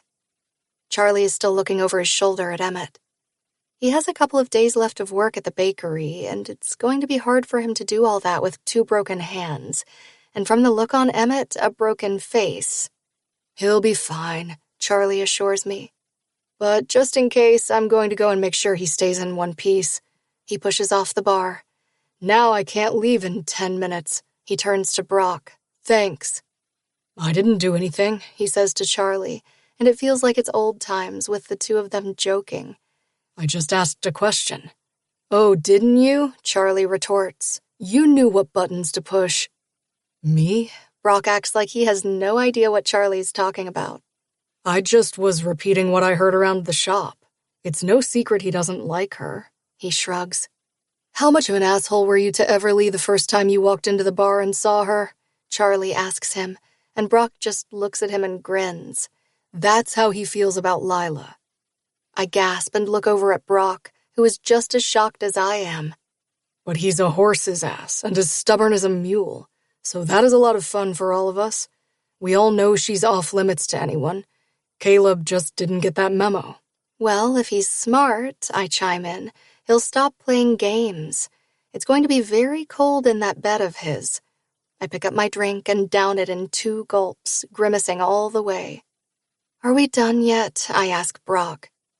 Yeah, baby, he confirms, pushing me away from him and getting up before reaching into his back pocket and putting $60 on the bar top.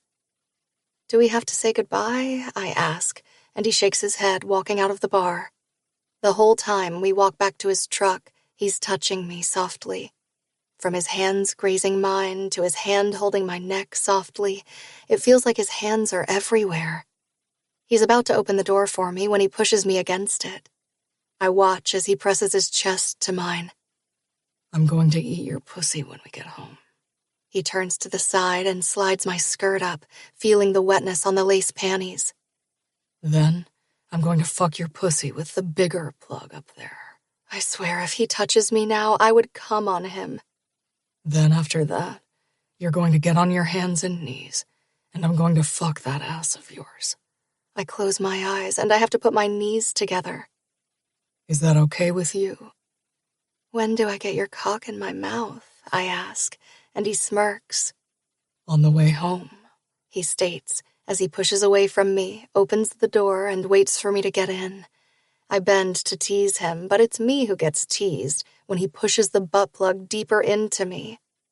He gets into the truck, and my hands are already on the buttons of his jeans. That's my girl, he praises when I free his cock at the same time as he pulls out of the parking lot. I suck as much of his cock as I can, his jeans restricting it. Fuck, I'm going to come down your throat, he informs me when he stops the truck and his hips jerk up to fuck my mouth. Suck the cum out of me, he growls. Take every fucking last drop. I moan on his cock as he shoots his cum to the back of my throat. I swallow it all, and when I let him go, I look around and see we're in his driveway. On my bed, spread open, he says, and I grab the bag. Fuck eating my pussy, I say as I walk up the steps, my knees almost pushed together. I need to be fucked. Don't tell me what to do with my pussy, he mutters as he devours my mouth, opening the door. His hands frantically grip my tits as my hands go to his zipper. The kiss is all tongue, and when I get to his bedroom, he strips me in 2 fucking movements, tossing the bag to the side of the bed. Back, now. I do as he tells me. My whole body feels like it's going to explode when I watch him undress. His cock is semi-hard, still shiny from my mouth. He puts one knee on the bed, crawling over to me. Look at this pussy, he praises, his hand coming down and slapping it, my hips bucking. And this ass. He uses the loop that is out of my ass as he turns it around in a circle. It's fucking soaked. Fuck me, Brock. I move my hands to grip my own tits, pinching my nipples. Fuck me good. He reaches over for the bag, dumping the contents on the bed beside me and grabbing my vibrator. This is what has been in my pussy, he asks as he rubs the pink vibrator up and down my slit, putting the tip of the cock inside me, making me pant. Get on your hands and knees, he demands, and I roll over, doing as I'm told. My body aches for him. This is better, he says, slapping one of my ass cheeks before he takes the vibrator and slides the head into me again. I grip the sheets in my hands. Grab the rose, baby, and stick it to your clit. I can't even see straight right now as my hand moves around beside me. I grab the rose, place it on my clit, and turn it on. The minute it sucks my clit in, I moan. He groans from behind me. You got my cock so hard right now, he states as his tongue slides into me. Pussy dripping wet, ass nice and tight. He turns the butt plug. I'm going to fuck you now. The head of his cock moves into me, the pressure pushing into my ass. Fuck, you're even tighter, he hisses out as he slides his cock all the way inside me. I swear my eyes roll to the back of my head. Grip my cock like you want me to come in you, he instructs, and I try to focus. Your pussy doesn't feel like it wants to get fucked. I want to get fucked, I pant. Show me how much you missed fucking my ass. I look over my shoulder as he pulls his cock out of my pussy. At the same time, I feel the plug start to pull out of my ass, but then he slams his cock into me and the plug in my ass. Brock, I call out as he moves the plug at the same time as his cock. I'm going to come, I warn him. It's going to be a big one. I feel it in my bones, knowing I'm about to come like I don't think I've ever come before. Don't stop. He slaps my ass as he pushes me over the edge. The orgasm rips through me as I gush around his cock. My arms almost shake as he pounds me without remorse. You ready? He asks. I don't have a chance to answer him because I feel like I'm floating out of my body. The plug is taken out of me. Going to fuck you now, he says, and his cock enters my ass. My pussy feels empty as it drips to the bed. Got the head in, he says how it's going, pulling out and then giving me more. Halfway, baby. You good? Yes, I hiss, the rose still on my clit. He fucks my ass until he's all the way in. You have it all, he informs me. Now fuck yourself. I look over my shoulder at him, knowing that he lets me do all the work. Show me how much you like me in your ass. I grip the sheets, moving my body forward and then back. Yeah, that's it, he urges me on. You want more, he asks, and I nod, needing more. Here, he hands me the vibrator. Once it's inside you, I'll fuck your ass, and you fuck your pussy. I reach in between, tossing the rose to the side as I turn on the vibrator. His cock is planted in my ass as I move the vibrator into me. He hisses the whole time I slowly put it in me. I shake when the rabbit ears move across my clit. Baby, he growls between clenched teeth. If you don't stop fucking around, I'm going to fuck your ass to the point you won't be able to sit until Monday. I smirk at him, and he pulls out and then slams back in. Move the cock in your pussy. I move it in and out, and then he picks up the speed, matching mine. I'm so full, I announce, knowing that I'm about to come again. I think I'm going to come. You aren't the only one, he groans, and I frantically push the vibrator in and out of me. The wetness comes out of me, soaking my hand as I close my eyes when I push the vibrator out of me, literally gushing all over his bed. My hips shake, but his hands grip me so hard as he thrusts into my ass and roars out my name. 32. Everleigh. I hunch down on my elbows, looking out of the food truck at my mother who is getting out of her car. Slamming the door shut, she finds my eyes and smiles at me. Hi, she says almost breathlessly, her smile filling her whole face from ear to ear. Hi yourself, I shout back at her as she walks to me, but her eyes are on the bakery's window. You think you're funny? She asks, pointing at the window I made them put up paper on so she wouldn't be able to see inside. You're early, I say, looking at my clock and seeing it's just after 1 in the afternoon. I said be here at 3. I know, she bounces on the tips of her feet. But come on, you have to show me the space. I roll my eyes at her. 2 hours isn't going to kill you. I tease her and then look up when another car parks behind my mother. Oliver slides out of the driver's side with a scowl on his face. Oh, someone is in trouble with Daddy. My mother whips her head to me. Don't ever call him Daddy again. I snort laugh, pushing up and walking out of the truck at the same time Oliver gets in front of my mother. We were supposed to have lunch. He puts his hands on his hips. I called and left you a message that I wasn't coming to that, she states. And I texted. It's not my fault you don't check your things. She folds her arms over her chest. It's a good thing I wasn't dying. I would have died. No, I snap. Too soon. Okay, fine. She looks up at the sky before turning to look at Oliver. I'm busy with my daughter. You can go get lunch at the diner. She points at the diner, then turns to me. Now you can either go in there with me, she points over her shoulder at the door, or I'm going in without you. She is so bossy. I look at Oliver. How long is she supposed to not work for? Would she listen to me anyway? He glares at her. I said you could start light work next week. I'm not working, she shrieks. I'm visiting my daughter. I put my hand beside my mouth to block it from my mother and aim my words at Oliver. She glazed some of the donuts this morning. You are going to get it, my mother warns with her teeth clenched together. The last time she told me that, I was 18, and I laughed at her, I tell Oliver, and she took off her shoe and threw it at me. She doesn't even defend herself. Instead, she huffs out as she turns to the bakery and storms into it, but Oliver catches her around her waist. Let her surprise you. No, she barks. It's time for me to see. Fine, I concede.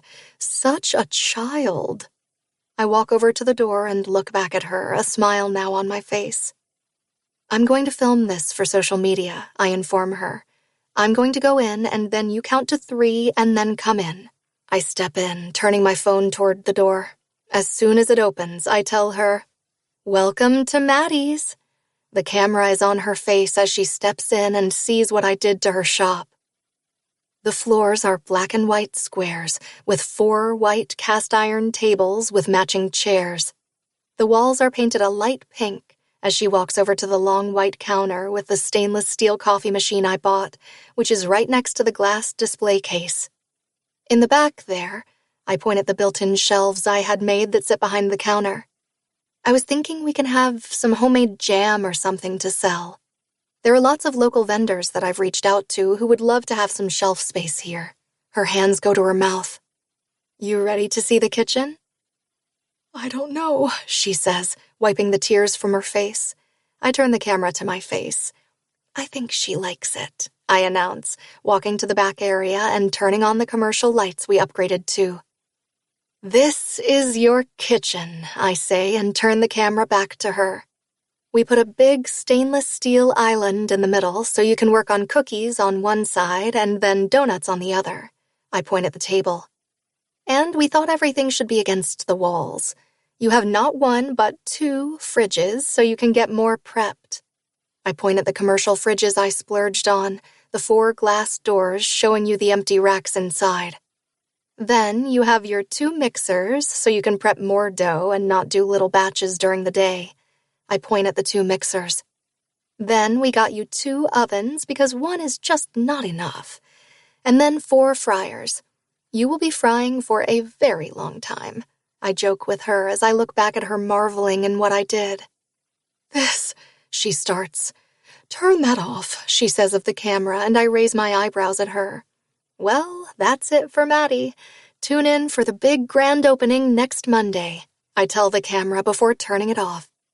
Everleigh, this is all too much. She looks around.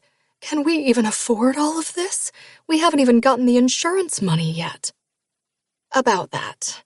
I take a big inhale and then look over at Oliver, who looks at the ceiling and then braces himself for what's going to come. The fire chief came in a couple of weeks ago. What? She asks, shocked. You didn't tell me. Well, it wasn't that good of a visit, I admit. The cause of the fire was arson, I say, and she gasps. It's not a surprise, she says, but hearing it officially takes my breath away. She shakes her head. Not only that, he knows we didn't set it, but he can't prove someone else set it either. So now what? She asks. How did you do all of this? Well, I brace myself for her to totally go off. I gave her the money, Oliver finally confesses. My mother turns to face him. Her hair whips her in her own face. I'm sorry, what? The construction was already underway, he starts, and to stop it and wait for whatever they were going to say was a waste of time. A waste of time, my mother repeats his words. You paid for this?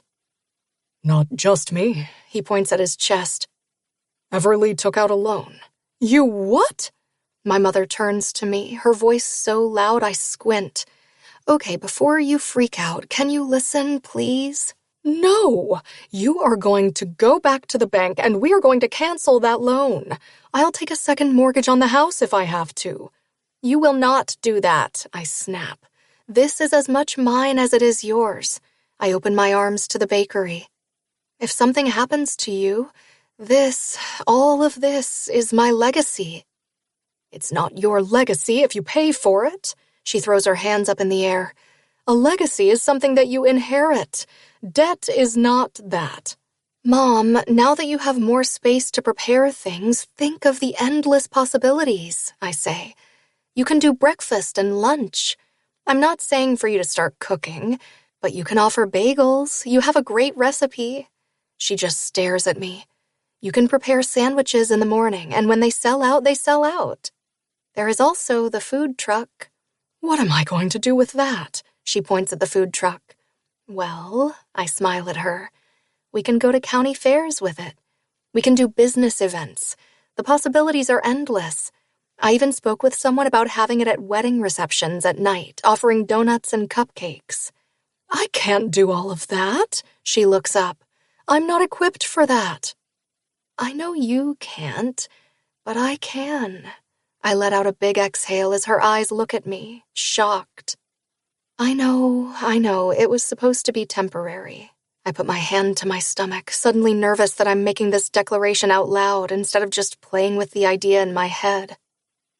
But what if I want to make this a permanent thing? What if I want to get a slew of food trucks? I hold up my hand. That's not my plan, but who knows? If it takes off, we can have food trucks all over. It's the big craze these days, Oliver states with a lightness in his eyes. I think even one of the big actor guys was caught cooking in the one he bought in New York. He inhales. I don't know about your mom, but I'd like for you to be closer to home. My mother looks at him, then back at me. What about your job? She asks, and I shrug. What if I like doing this more? Creating the donuts was so much fun. Some people might hate working in the food truck, but it was so good to see the same faces over and over again, to ask them how their families were doing. I don't know, it just made me feel settled. You used to hate that about living here, she reminds me. Yeah, but when you don't have it anymore, you miss it. I say the truth. It was good not having it, but then when you get it back, you realize how much you missed it. Does this have anything to do with Brock? She asks, and I can answer her with all the certainty in me. Part of it, yes, I smile. The other part is just me wanting to be here. Does he know? She asks, and I shake my head. You two should give communication classes. You are one to talk, I counter back at her. It took you, 50 years to declare your love for Oliver? I did not declare my love for him. She holds up her finger. I said I liked him, and we were together. She loves me. He puts his arm around her shoulders and pulls her to him. She just has trouble saying the words. That makes us both laugh. We are going to pay you back. She looks up at him. No matter what. What difference does it make when we get married? You get half of everything I have anyway. I put my hand in front of my mouth. Now that you're starting to work and have the energy, you can plan the wedding. Oh, snap, I snicker, and my mother just shakes her head, but to everyone's surprise, she doesn't say no. Now that you've seen the place, you can get out of my hair. We need to hire more people, my mother says, and I nod. Already have 4 new ones starting next week, I inform her, and she gasps. I've been busy, I say, and she smiles. Apparently, I haven't been paying attention, my mother notes. I walk out of the bakery and head back to the food truck, leaving her to get used to the new kitchen. I'm about to text Brock when I hear a knock on the side of the truck and look up to see him standing there. What are you doing here? I ask him as he steps into the truck with a smile on his face. It's nice to see you too, he retorts, and I can't help but laugh as he pulls me to him. It's been 5 days since Sage went back to her mom. 5 days, and we've spent every night together. I was surprised I was able to walk on Monday after spending literally all weekend naked. Don't forget I have dinner with Sage tonight. He bends his head to bury his face in my neck. Are you excited? I ask, and he smiles. Do you want to come with us? He asks again, and I shake my head. You haven't seen her all week long, I point out. Why don't you two have dinner, and then I'll meet you back at your place when you drop her off. He looks at me like he has to say something. Okay. He kisses my lips. We'll talk tonight. I don't say anything, not liking his tone, but also knowing he has to get back to work. I don't have a chance to say anything to him either when my phone rings. I look down to see it's the local newspaper I called to place a couple of ads this morning. See you later. I nod at him as I put the phone to my ear. Hello, I answer, watching him walk back to the shop. Everleigh, the woman says my name. This is Amy, and I'm calling you from the Town Chronicle. I'm interested in doing a story about the bakery in the next issue. I look down at my hands. I'm hoping we could sit down and talk. That sounds great, I say, looking over at the bakery door and seeing my mother walk out with a huge smile on her face. That sounds really good, actually. 33. Brock. Me. There is a key under the mat. Let yourself in. I put the phone down as I pull up to Carla's place. The phone beeps and I look down to see she texted me back already. Everleigh. Is that safe to have it under the front mat? At least put it in a plant. I shake my head and look in the back, seeing Sage get out of her seat and open the back door. I get out and hold her hand until the front door, where she turns around and gives me a big hug. I'll see you in 2 days, I remind her, and she nods as the front door is pulled open. Hey, baby, Carla greets Sage, coming outside and extending her arms to give her a hug. Sage goes into her arms. Did you have fun? Yeah, Sage replies. We had steak. Sounds yummy, she says. Go get in the shower. She motions with her head and I smile at Sage. 2 days, baby girl, I repeat, and she smiles before skipping into the house. Carla waits until she's out of earshot before she turns on me. I got the lawyer's letter. I nod at her. I thought we agreed. We didn't agree on anything. You said I could have her this week. What about next time? What about when you get a hair up your ass about something and take it out on me? She doesn't even bother denying it. I want to make sure that it's on paper. Whatever. She turns and starts to walk into the house. Carla. I call her name and she turns back to look at me. Just so we're clear, who I see is none of your business. She spins to face me. And who I have in my house is again none of your business. She starts to say something, but I hold up my hand. Before you spew any shit, think about it. People who live in glass houses shouldn't throw stones, yeah? I wait a second. I'm going to introduce Sage to Everleigh this weekend, I say. She already met her, she throws in my face. Not that you discussed it with me. Not that I need to explain myself to you, but she met her as my friend.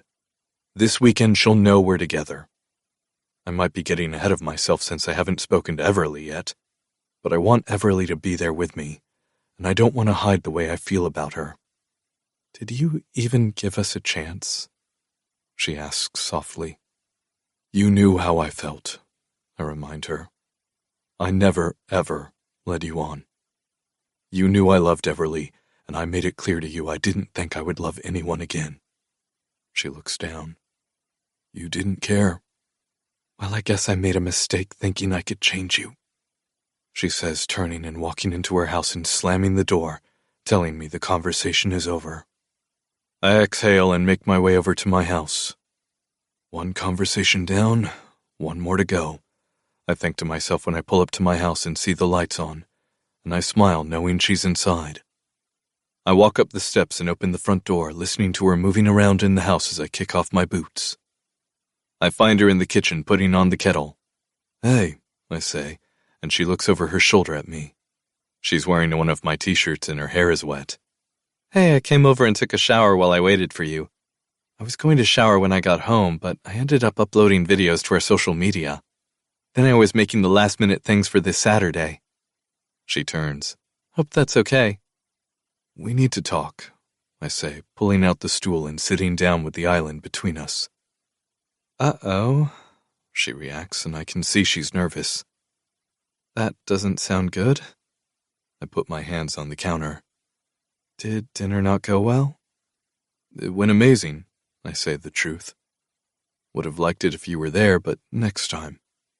You guys should have alone time, she says, and it does something to me that she understands that. I spoke to Carla tonight, I share, and she walks to the island between us. She puts her hands on the island, and I can see her nervously tapping it. Told her I was going to introduce you to Sage this weekend. I've already met her. She says the same thing Carla said. Yes, but she thought you were my friend. I want to tell her you're more than that. Isn't that rushing things? She looks in my eyes and I feel the crushing on my chest, thinking she's already made up her mind about when she is leaving, and she hasn't told me. I don't know. You tell me, I retort. Soon the bakery is going to be done. It's done already, but soon your mother is going to be back full force. Where does that leave you? Funny you should ask. I had a conversation with my mother today about that, she states, and I hold my breath. I'm bracing for what is to come, bracing for her to say the words she's leaving, bracing for how I'm going to live without her again, but this time knowing I will never, ever love another woman the way I love her. She's it for me. We discussed the bakery and how I want to continue with the food truck. I can't even swallow. The lump is growing bigger and bigger in my throat. And, well, I've decided I'm going to stay. I let out the breath I was holding. I know this might be a lot for you, that it's too fast and whatever, but you weren't the deciding factor. Did you factor me in there at all? Well, of course I did, she says softly. I just didn't want you to... To what? I snip. Hope you were staying for me? For us? Brock, she says, and I shake my head. I came home tonight and saw the light on, and when I walked in, I heard you in here doing whatever it is you were doing. I've never come home to anyone in this house. When I don't have Sage, the house is dead and quiet. It is eerily quiet, as if the house is standing still. With you in it, it gives it life. I'm making tea, she announces.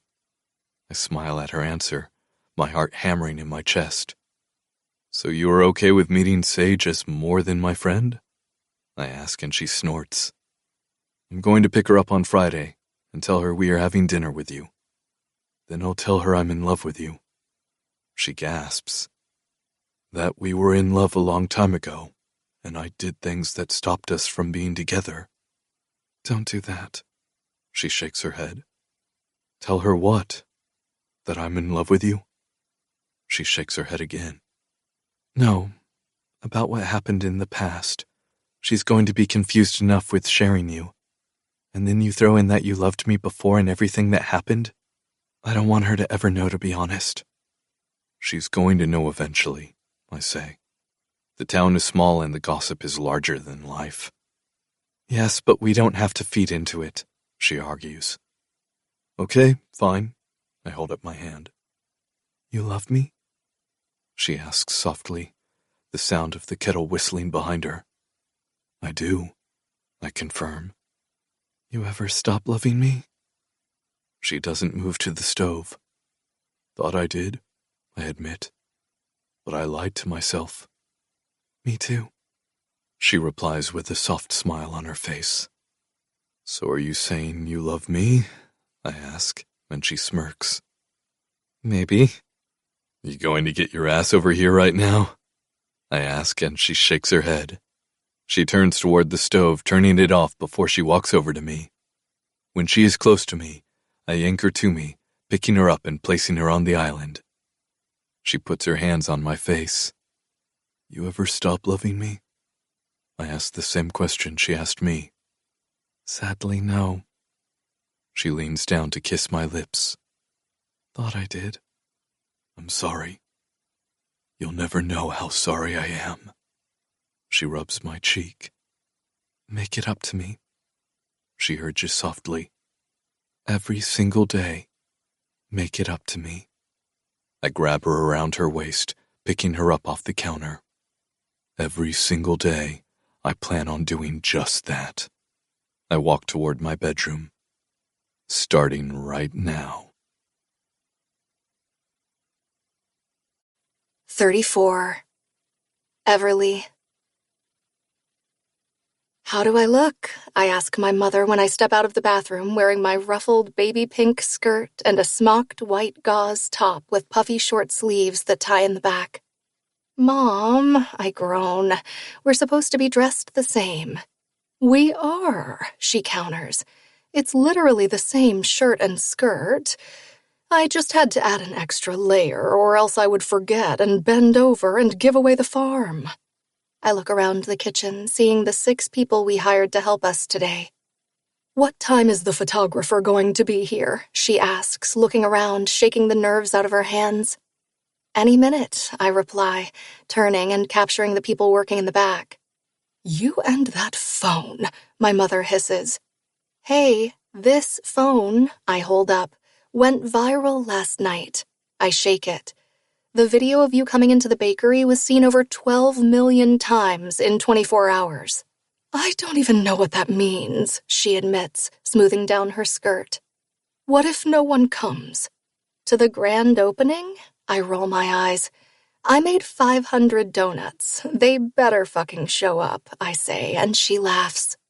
She doesn't have a chance to say anything else because the door opens and the photographer for the local paper comes in. We sit at the table by the window, side by side, with the top of it overflowing with cookies, cupcakes, donuts, and cups of coffee. I look over at my mother, who smiles at me. Proud of you, I say, and she throws her head back and laughs. I'm the one who is supposed to say that. She chides as the photographer tells me to look at him. 2 days ago, the reporter called to tell me she wanted to do a story about how the town rallied around us to help rebuild the bakery after it burned down. She asked me a slew of questions, and today the photographer came out to snap a couple of pictures before our big opening at noon.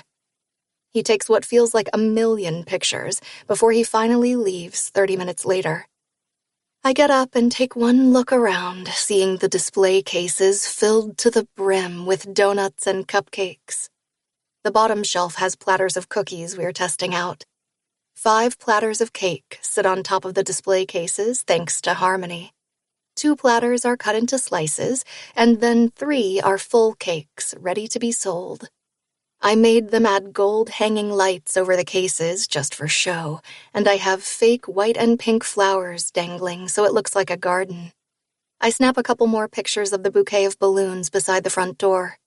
Mom? I call to her, holding up the camera. What do you want to say about the opening? I want to thank everyone in Montgavin for coming out and volunteering their time for us to be here today. We couldn't have done it without any of them. She smiles. But most importantly, thank you to my daughter, who put aside her life to come back and take care of me and the bakery when I got sick. She blinks away the tears. I couldn't and wouldn't want to do this without her. I stop taping her as the door opens, and I look up to see Sage and Brock come into the bakery. Miss Maddie, Sage shrieks, running over to her, wearing the sundress she picked out last night at dinner to wear today. Her hair is parted in the middle with 2 tiny braids on each side, tied in the back. This is so pretty, she says, looking around. My eyes go to Brock, who holds flowers in one hand. He is wearing his gray slacks with a white button-down shirt that is not tucked in, the collar open, and the sleeves rolled up to his elbows. Hi, I smile big when I see him. Hi, baby. He smiles back as he walks up to me, wrapping his free arm around me and pulling me to him. I think he's going to kiss my cheek, but he bends his head and his lips softly find mine. I open my eyes big, looking over at Sage to see if she saw. We had dinner last night, and there was no talk about who I was, at least not when I was there. I've been going since 3 a.m. today, so I haven't had a chance to ask him about it. You look beautiful. Hi, Everleigh, Sage greets. We brought you flowers. She grabs the flowers from Brock's hand, holding them up for me to see the pink peonies. They are the same color as the walls, so they match. These are beautiful, I compliment, grabbing them from her.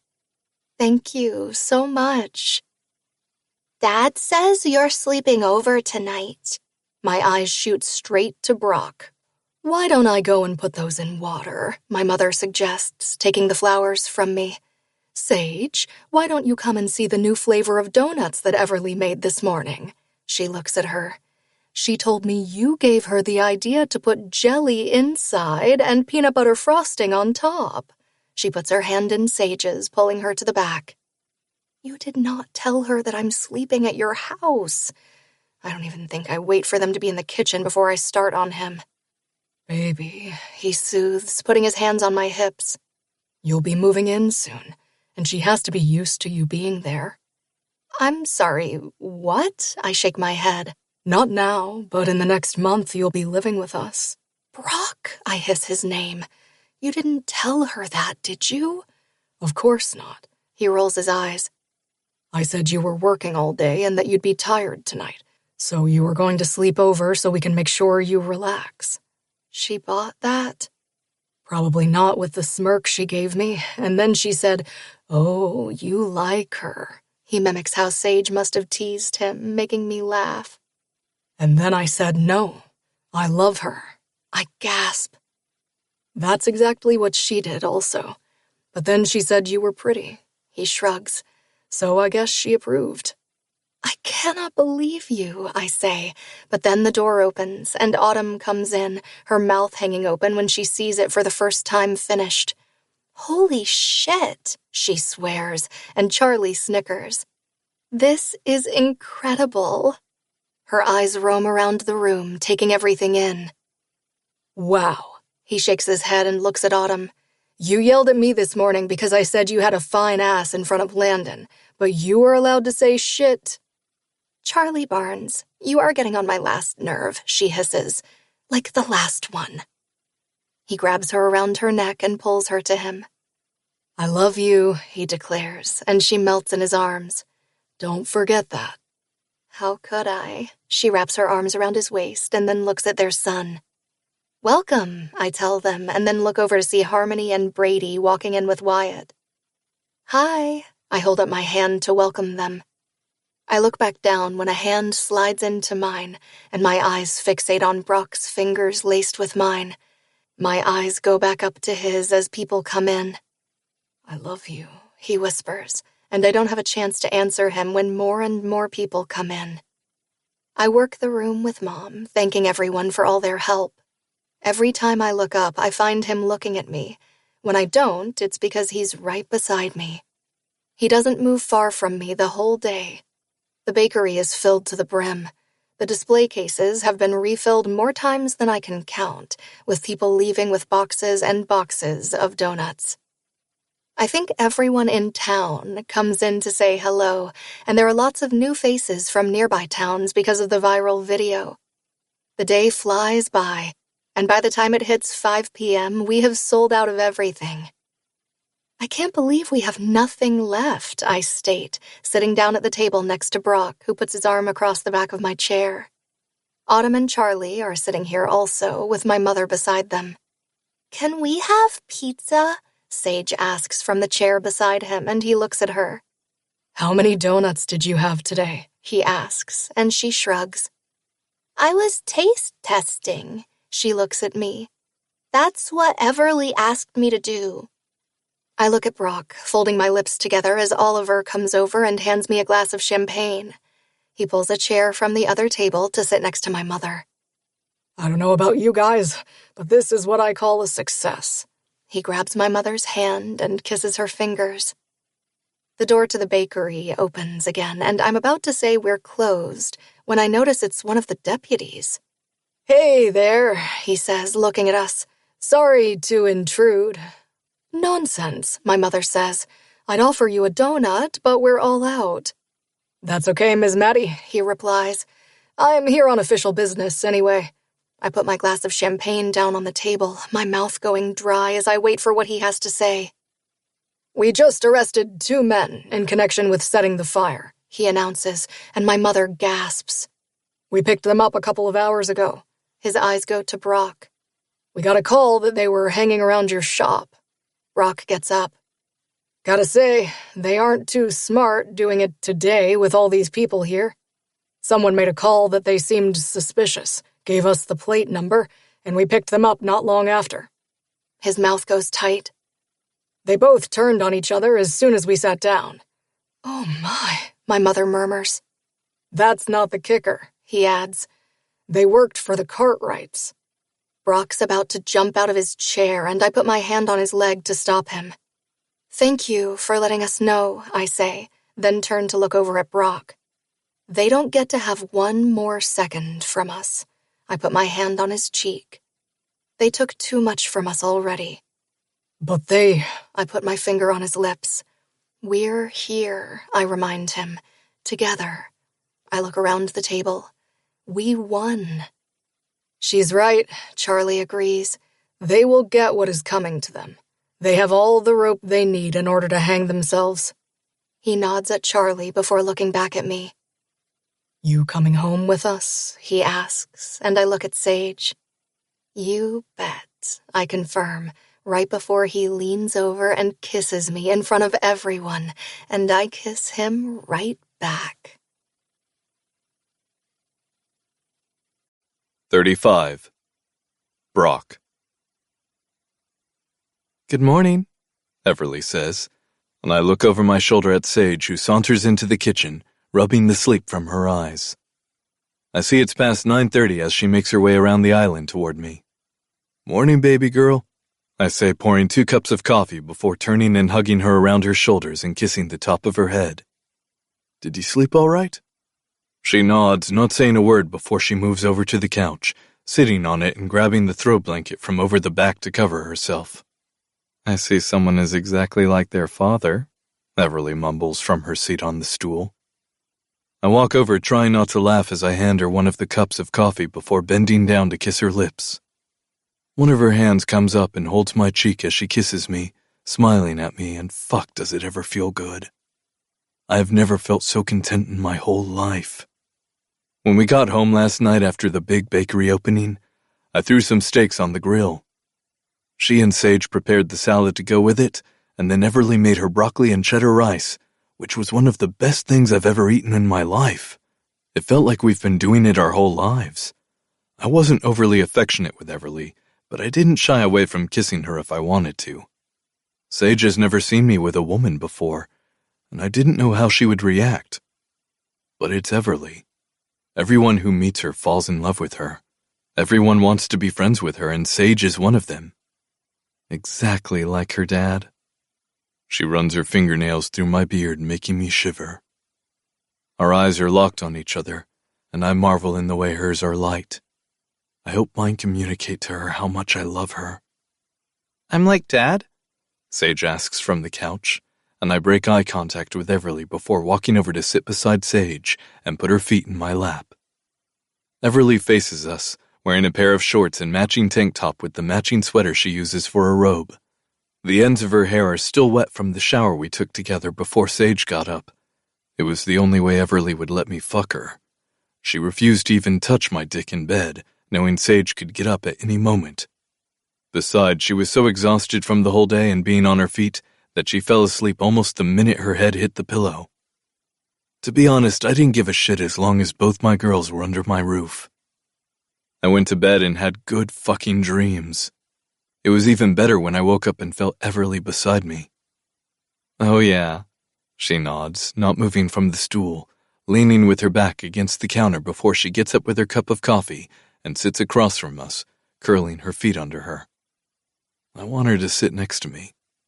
He would camp out on the couch until the afternoon if no one told him to get up. I did not. I try to defend myself, but she's right. Not the whole day. She tilts her head to the side, and I know she's going to list each and every time I did it.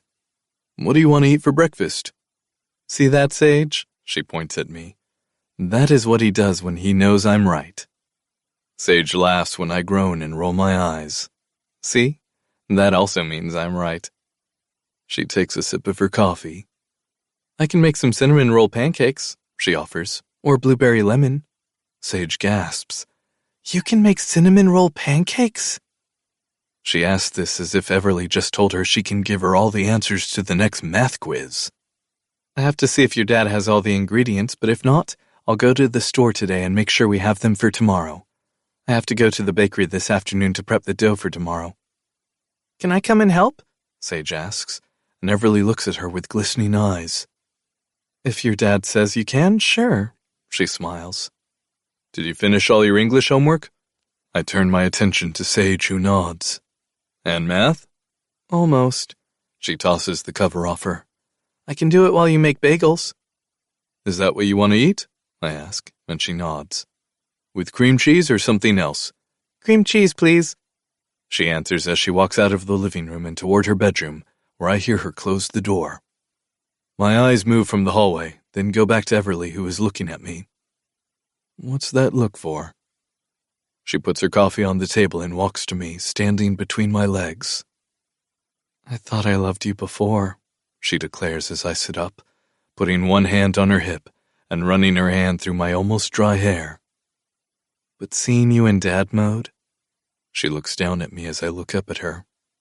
You're a dilf. I throw my head back and laugh at her. Like hardcore dilf.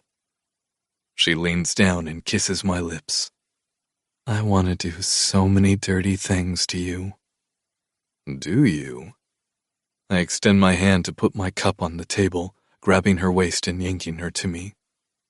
She yelps as she straddles my hips, sitting right on my cock. I want to hear all about it. Her head goes back as the room fills with her laughter while my mouth goes to her neck. She raises her shoulder and bends her neck to stop me, giggling even more. I want to do dirty things to you too, I mumble, pushing her down harder on my cock. You know what we haven't done? Her eyes light up and her eyebrows rise.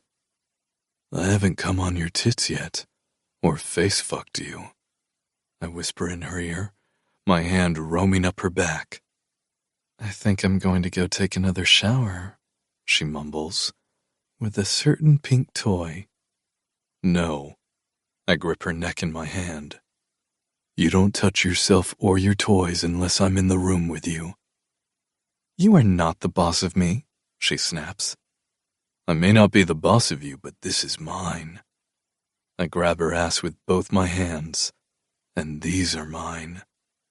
I grab her tits, teasing her nipples, and this. I move my hand down to her mound, and she jumps off my lap. I get the picture, she hisses. And you have to get bagels in the toaster. I get up, pulling her to me, and her chest crashes into mine as she wraps her arms around my neck. I love you, baby. I smile down at her. More than yesterday and less than tomorrow. I love you more, she replies as Sage enters the room. I'm done, Sage announces. Now can we go? Yeah, I say, letting go of Everleigh but bending and kissing her lips. I'll start the bagels. I'll go make the bed, and I might have to stop at home and get a change of clothes. Need you to pack a bag, I say, and she looks at me. I know she wants to argue with me, but with Sage in the room, she doesn't dare. I'll think about it, she mumbles before walking out of the living room and grabbing her coffee on the way out. I'll get the bagels, I offer, grabbing my own cup of coffee and taking a seat. You get the cream cheese. She walks to the fridge, pulling out the tub of cream cheese and also the strawberries and blueberries. Is Everleigh going to sleep here again tonight? Sage asks me, and I look over at her. I was hoping she would, I reply. Is that okay with you? She's nice, Sage says. You like her a lot, don't you? I do. I put the bagel in the toaster and then turn to look at her. I love her. Her eyes go big. And I want her with me all the time. Just like I want you here with me all the time. Mom said you always loved her. Sage shocks me. Says Everleigh was always the one you were in love with, even with her. I take a deep inhale, wanting to call Carla up and tell her what a fucking moron she is. But I have to take care of this first. Did you love Mom? I love your mother because she gave me you. I answer her as honestly as I can. I will always love her because she's a part of you. And I love you with my whole heart, I explain softly. Just the way I have loved Everleigh. I'm happy she's here with you when I'm not here, she says. You were always lonely when you called me. I shake my head. I'm always happy, I deny. I wasn't always lonely. I tease her and she points at me. You're lying, she giggles, just like Everleigh said. I can see the two of you are going to gang up on me, I accuse when the bagel pops out of the toaster. Nah, she shakes her head. I'm always going to be on your side. I look over at her. You're my dad. You bet your ass, I say. She walks over to the sink with the strawberries, opening them and letting the water soak them. What are we doing? Everleigh asks, walking into the kitchen wearing exactly what she was wearing yesterday. Dad says you're moving in, Sage announces, and I see Everleigh's mouth hang open. It's good because he's lonely, she continues, the color in Everleigh's face draining. And now with you here, he won't be lonely when I'm not here. She turns off the water, which he totally lied to me about, but I caught him like you said. I wasn't lying. I turn to spread some cream cheese on the bagel. He's doing it again, Sage teases. See? I see. Everleigh walks over to me and puts one hand on my back. Are you lonely without her? I look at her, seeing she's teasing me. Now that you're moving in, I turn it back on her. I'll be less lonely with you here, but I'll still miss Sage. I'll still call you every night, Dad, Sage offers. And when I go away to college, now you'll have Everleigh to take care of you. Off to college? I shriek. You aren't even in middle school. Dad, time flies, she deadpans. Everleigh buries her face in my back, and I can feel her body shaking as she tries to muffle her laughter. Eat your breakfast before I turn around and you're an old lady. It's not going that fast, she jokes, taking a bite of her bagel. I turn and wrap my arms around Everleigh. So when are you moving in? Epilogue 1. Everleigh. 2 months later. You didn't have to come with me, I say as we climb the steps to my 4th floor apartment. You think I was going to let you come up here and pack up all by yourself? He grips my hips, pulling them back to him. For the whole weekend? His head buries into my neck. For the whole weekend. He repeats his words as he takes a deep inhale. Without you by my side. I think you would have survived. I put the key in and turn it, opening the door and stepping into the apartment. It's 2 days. 2 days without you is like a lifetime. His fingers squeeze my hips tighter while I slip the key out of the lock. For the last 2 months, I've been in his bed, even if I didn't want to be. The minute that he told Sage I was moving in, I was in. He helped me pack my bags and then watched me unpack them with a smile on his face. I wish I could say that the past 2 months have been uneventful, but they haven't been. After discussing everything with Brock about the Cartwrights, we went and got a lawyer. He told the lawyer everything, who then brought all the proof to the sheriff's office and then held a meeting with the safety officials. Just last week, the story ran in the paper, and there were now countless lawsuits brought to the Cartwrights, as well as criminal charges. From what we've heard, they will be lucky if they have a penny left. The room is filled with a thickness from being closed all these months. I need to get a window open in here. I walk over to the living room window, pushing it up and letting some air in. You lived here? Brock snaps at me.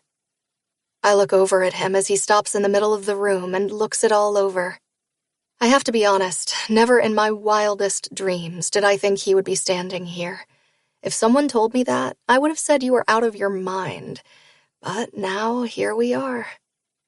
Yep, I say, trying not to be hurt by his words, shrugging. This is all mine. I immediately correct myself. This was all mine. Now it's going to be someone else's. This place is the size of our bathroom. I roll my eyes at him. It is not, I counter, going to the bedroom and also opening the window. Besides, rent is much more expensive in the city. Baby, he says, putting his hands on his hips, and I swear the minute he calls me that, my knees still get weak. It's crazy how much I missed it. Without admitting it to myself, I missed it. I hate thinking of you living here. Well, the good news is that I don't live here anymore. I look around at the tiny space where I made my home, smiling at him. At least, not for much longer. Why don't you start packing the kitchen, and I'll go and pack my bedroom? Sure thing, baby, he agrees, kissing my lips and grabbing my ass in both of his hands. He squeezes me as he passes and grabs a box before walking into the kitchen. Turning, I make my way to the little bedroom I had. I open the closet and pull out the large suitcase as I slowly start filling it with clothes, making a giveaway pile at the same time I pack the clothes I'm taking with me.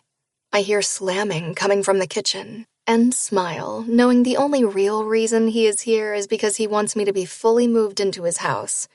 He hated knowing that I had an apartment, and I think it was because it was easy for me to leave in his eyes. Little does he know, I've been itching to give up my apartment since he asked me to move in, but I've been doing it in baby steps, not to seem like I'm overwhelming him and Sage. I'm done in the kitchen, Brock announces, coming in the bedroom and falling on my bed. It's a twin bed, so he's already too big for it. He folds his arm and places his hand on his temple as he watches me move around. What time are they coming to get all the furniture? We also discussed putting my stuff in the spare bedroom when I finally gave up my lease, but he has everything, so it would be too cramped. He even offered to get rid of some of his things to make me more comfortable, but I decided it was best to just donate it to a women's shelter. They're going to take everything I have, even my kitchen stuff. It was a huge relief knowing the only thing I had to bring back was my clothes and my linens and towels. They said they would be here between 2 and 5, I answer, closing the suitcase once all my clothes are in there. They will call me 30 minutes before. He watches me as I pull the luggage off the bed, getting up to roll it to the front door. I have to do the bathroom and my office, and we're done, I say. Why don't I do the bathroom and you do your office, he suggests. Then we can go and get something to eat while we wait for them to call you. Look at us. I wrap my arms around his neck. Multitasking. I get on my tippy toes. And then, if we have enough time, I might have to pay you back for helping me pack up my things. Baby, he says, grinning. Anytime you want to drop to your knees, I'm never going to stop you. Drop to my knees, I joke. I was thinking of you eating me out and making me come on your tongue. He glares. It would make me happy, and that's all you need, right? Very funny. He shakes his head. Or you blow me while I eat you, and we're both happy. We could do that also, I laugh, walking over to my desk and starting to clear things away. I have organized everything when he comes out of the bathroom, holding on to something in his hand. I'm assuming we are taking this with us. He holds up the pink vibrator in his hand that I keep in the shower. I can't help but laugh when he turns it on, and the sound of vibrating now fills the room. It's a good one, for sure. I wink at him. There's a blue box under my bed, I say. Toss it in there. He gasps. You have a treasure chest and didn't pack that first? He walks over to my bedroom and comes out with the box in one hand, placing it on the coffee table. After we finish packing, we'll go through that and see. Don't promise me a good time, Brock, and not follow through. I point at him. We won't even have a bed here. I booked us a room, he informs me, and now I'm the one gasping. I thought you said we would just camp out like we did back in the day. Baby, we are both too old to sleep on a wood floor, and we are sleeping in a king-size bed in a hotel. We'll even order room service. It'll be like camping. I throw my head back and laugh. That isn't like camping at all. He puts the pink vibrator in the box and then turns back to the bathroom. Are there any more toys I should know about? He asks over his shoulder. I'll let you find out, I sing at his retreating back before I go back to cleaning my desk. I put all my documents in my backpack when he comes out with a box with the word bathroom on it, and he puts it in the corner of the room next to the luggage. My phone rings at 1:30, telling me they will be here within the hour. I take a deep inhale when the buzzer rings, walking over and opening the door. 2 guys are waiting for me, and 2 more guys are hanging out on the stairs. Brock tells them he can lend a helping hand to make it go quicker. I point at things as they slowly start to empty my apartment. I thought I would feel a touch sadder, but it's more of a happiness than anything. They carry out the last box at the same time as someone is coming up the stairs. Brock comes out of the apartment, wiping the sweat from his brow. "Hey," Patrick says, giving me a chin-up and a sly smirk. "You're back in town." He stops at his door across the way from me. "Yeah," I reply softly. "You moving out?" he asks after he opens his door. "I am," I confirm. He puts his hands on his hips and then takes in Brock, who comes to stand next to me. "That sucks." He either has a death wish or couldn't care less that Brock is staring daggers at him. "Well, hit me up if you're ever in town." "Yeah," Brock says. "You wait for that, buddy." He puts his arm around my shoulders and pulls me inside, slamming the door behind me. "Friend of yours?" I hesitate, looking up at the ceiling and moving my head side to side. "He was a friend that—" "You fucked." "Sort of," I tell him, and his eyebrows go up. "Okay, fine, we used to hook up from time to time." "More than once?" "Sort of." I put my hands on his abs. "It was more of, oh, hey, you're home. I'm home." I can see his neck get tight. But obviously not now. "Obviously," he growls with his teeth clenched. "Why don't we load up your truck and take off?" I urge him. "You have that whole hotel room waiting, and I have to thank you for today." He mumbles, walking over to my luggage and picking it up while I go and grab a box of linens. It takes 4 trips up and down before the apartment is empty. I walk over to the little counter and put my key down on it before turning and walking out, the door locking behind me. Brock puts his hand in mine and ushers me down to his truck. I get in, taking one more look at my building before he drives out of the parking lot, stopping in the corner near the dumpsters. "What are you doing?" "Got to toss something," he says, and I think he's going to throw out some of the takeout containers we accumulated on our drive here. I watch him get out and round the front of the truck, opening the back door. I look over my shoulder, seeing him snatch my treasure chest. He slams the back door closed, and the next thing I see is the chest flying through the air, opening as a couple of my vibrators fly through the air with it and land in the dumpster. I gasp at the same time he opens his door and gets back into the truck. "You did not just do that." "Oh, baby, I just did that. There is no fucking way that was coming home with us, knowing that you used it with someone else." "I cleaned them," I scowl at him. "And I didn't really use all of them with him, just a few." He puts the truck in drive and looks over at me. "I can't believe you right now." "You come into our home and find something from my ex. Are we going to keep it?" "Yes," I snap as he drives down the street, knowing full well I would probably set it on fire. I turn and look out the window, pissed at him.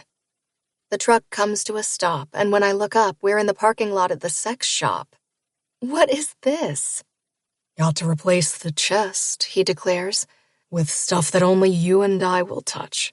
He opens his door and steps out, looking at me. "You coming, or are you going to let me decide what to put in there?" He just stares at me. "I've always wanted to get that paddle." "You are so fucking lucky that you're hot." I open the door and step down, walking around to his side. "And that I love you and Sage, or else." He grabs my hips, pulling me to him. "Yeah," he states, "I'm the luckiest guy in the world." The bells ring on top of the door as soon as I place the donut trays in the display cases. Autumn comes in with Landon in his stroller, clapping as they walk in. This is an early surprise. I look up and see it's not even 8 in the morning. I know. She pushes the stroller as I round the counter and stop in front of Landon. I squat down and kiss his neck, listening to him giggle. We got an early phone call from Emmett. Oh no, I say, standing in front of her. Is everything okay? She looks around, making sure we are both alone. I'm not sure. He called Charlie this morning. He's headed up north to pick up his daughter. Excuse me? I ask, shocked. His daughter? Yeah, she nods. One he didn't know he had. Epilogue 2. Brock. 1 year later. I grab the work order on the desk and head back to the garage with it in my hand at the same time the phone rings in my back pocket. I pull it out, sliding the green button when I see it's Everleigh calling. Hey, baby. I walk over to my workstation, dropping the work order down on the table and sitting on the stool. Hey. Her voice is low and something about it has the hair on the back of my neck standing up. Don't freak out. I don't know why, but I'm already on my feet. What happened? Nothing, she says. Okay, so I was driving to go to check out the food truck. I close my eyes and the blood feels like it's draining from my body. And then I didn't feel right. She adds and I hear car doors slamming in the background. So I pulled over. Where are you? I rush out the front door and head for my truck. I'm fine, she starts to say. Really, I think it's just I haven't eaten anything and maybe my blood sugar went down. Everleigh? I grit, my teeth clenched together, starting the truck. Where the fuck are you? So I called Mom and she had the audacity to call Oliver, who called an ambulance. Jesus fucking Christ, I swear. I'll meet you at the hospital. I'm fine, she tells me. It's all for nothing. If Oliver sent an ambulance, do you think he thinks it's fine? She groans. He's an overachiever and is begging for me to call him Dad. She tries to joke, but I feel like I'm about to rip the steering wheel off and toss it across town. He's a cardiologist, for Christ's sake. I'm fine, she repeats, not talking to me. I just need a little apple juice or maybe a cupcake and I'll be good as new. You said you think you passed out. Someone says and I hear the rustling of her hand on the phone. I have to go. I'm fine. It's all fine. I'm going to kill Oliver, but it's fine. She assures, and then she turns to whoever and doesn't click the phone off so I can hear her. I said I think I could have blinked and maybe fallen asleep. She hisses out before she finally disconnects. I speed all the way over to the hospital, barely parking before rushing into the emergency room. I practically smash into the sliding glass door when it takes too long. I run to the woman who is sitting behind a glass divider. I'm here for Everleigh Bishops. I'm pissed she still doesn't have my name, even though she has my ring on her finger. Something I did as soon as we got back from her apartment and officially moved all her stuff into my house. I look around to see if Maddie is here. Then I look back at the woman who is typing things in her computer. The ambulance is bringing her in. She called me. She is being registered, she tells me like it's not a fucking emergency, and I look over at the sign that says we will not tolerate any abusive behavior. I want to grip the paper in my fist and rip it down. You'll be able to see her in a little bit. Yeah, no. I mumble and pull out my phone and call Oliver, who answers after one ring. Where are you? He doesn't even say hello. I'm in the emergency room, I reply, and I hear Everleigh in the background. I'm not talking to you, she scolds, and I mean it this time. I look over at the 2 doors that swing open, and Oliver comes out and motions with his head to go to him. Where is she? I ask him as I follow him. What happened? I can hear her voice, and even though I'm freaking out, I somewhat calm down when I hear her say, I said I'm fine. Oliver moves the curtain to the side and I see her in the hospital bed. She's wearing exactly what she was wearing when she kissed me goodbye this morning before rushing out. I walk over to the side of the bed that the nurse isn't standing at, taking her hand in mine and bringing it to my lips. She looks up at me, trying to give me a reassuring look as she squeezes her hand in mine. The nurse is taking her blood pressure. Her eyes come to me. I'm fine, she repeats, trying to reassure me. Her blood pressure is a little high, the nurse tells Oliver. It should be skyrocketing, she barks to the nurse. And it's all his fault, she points to Oliver, and then we hear Maddie walking in.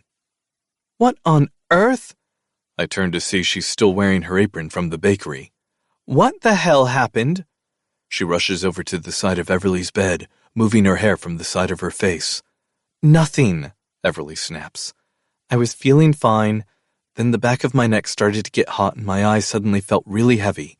So I pulled over to the side of the road and I made the horrible mistake of calling him, she points to Oliver, who blew this whole thing out of proportion.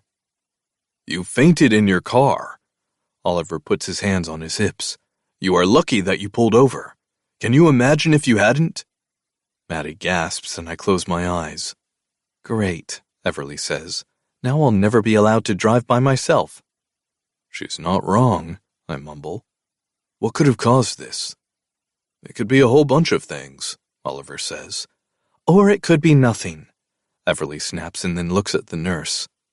I would like to get a doctor, please, she says and then side-eyes Oliver. A real doctor? I'm a real doctor, Oliver reminds. We are going to do some blood work, he tells the nurse, ignoring the hiss that comes out of Everleigh. Then we'll go from there. You are wasting everyone's time, she insists. Do it for me, Maddie says. For my peace of mind. Maddie then looks at me. And for Brock, who looks like he's about to go Hulk on everyone. Fine, she gives in. But only because after that I can say I told you so. Works for me, Oliver quips, walking out with the nurse as Maddie follows him, leaving the two of us alone. I'm fine, she whispers when it's just the two of us. Brock. I blink, not realizing I am staring at her, not saying anything. Do you know how scary that was? I finally say. When I think of what could have happened. I know.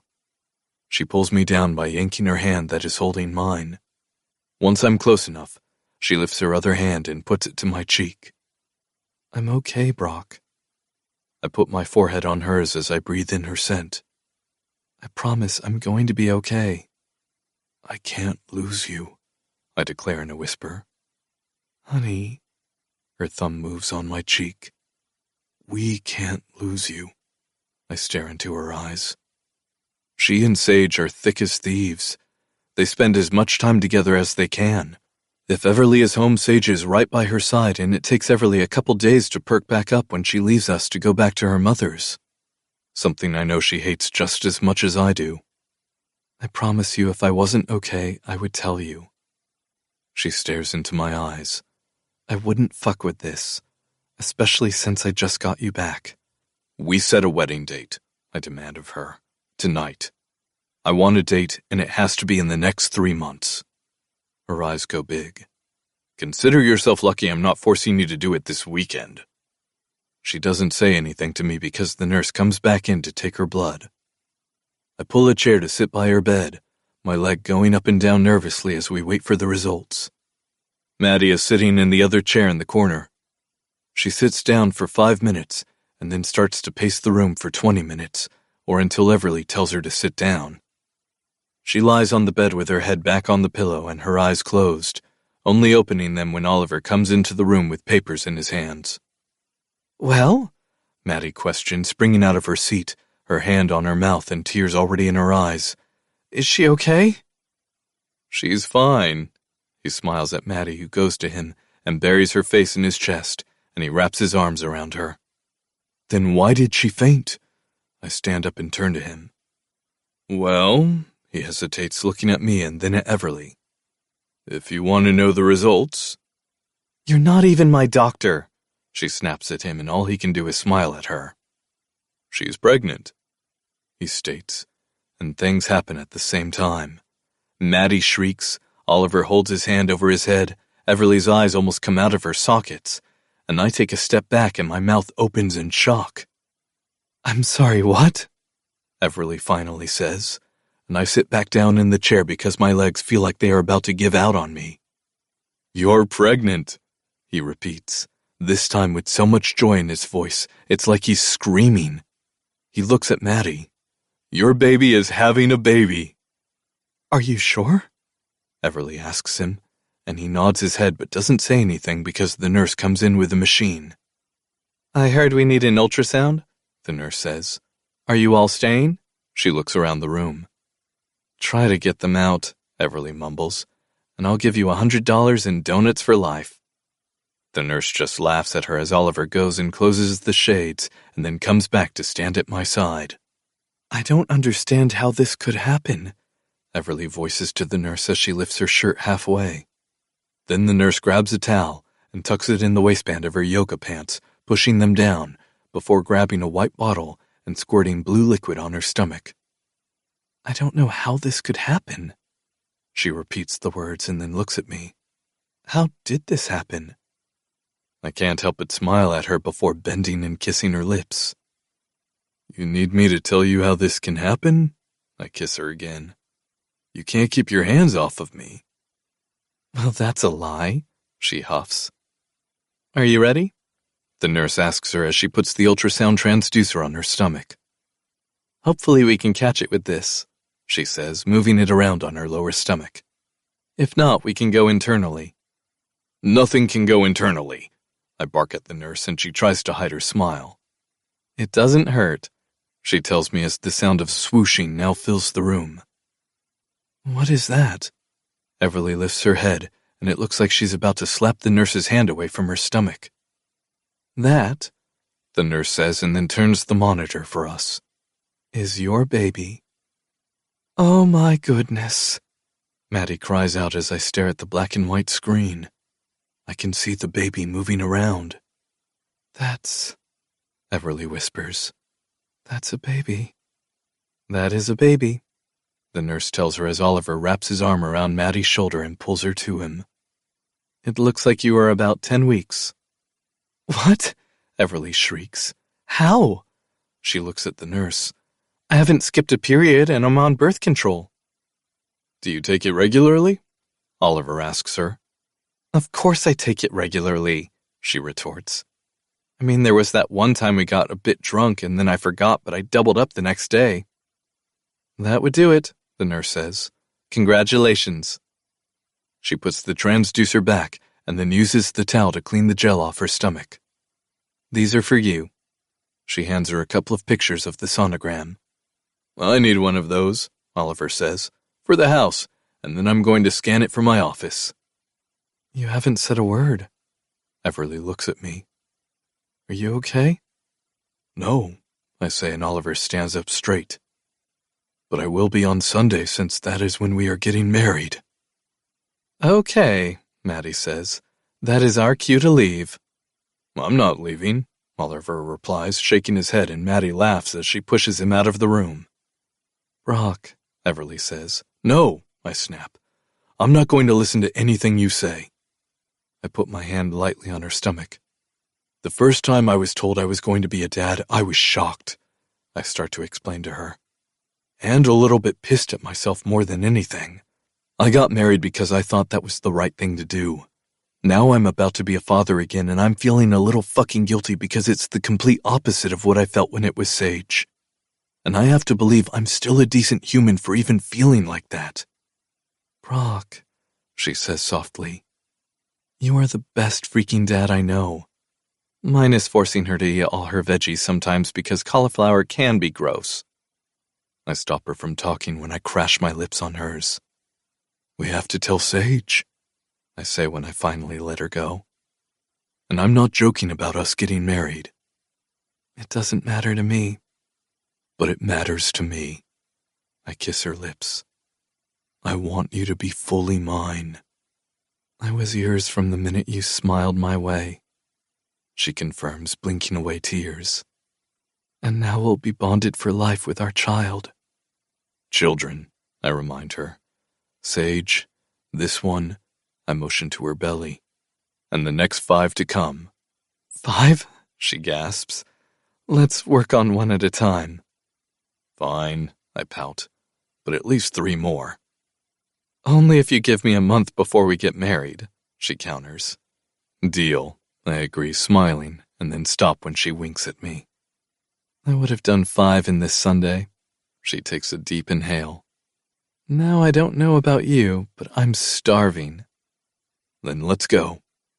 I slip my hand in hers as we walk out of the room. Thank you, I tell her, and she looks up at me. For loving us like you do. She stops and wraps her arms around me. No, she replies. Thank you for making my dreams finally come true.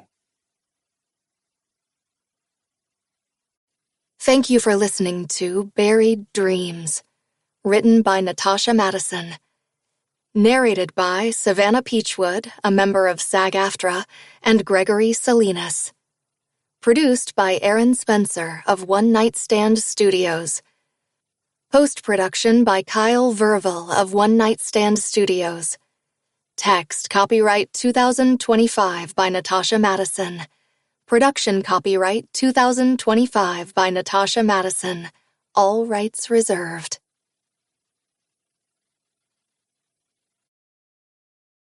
Audible hopes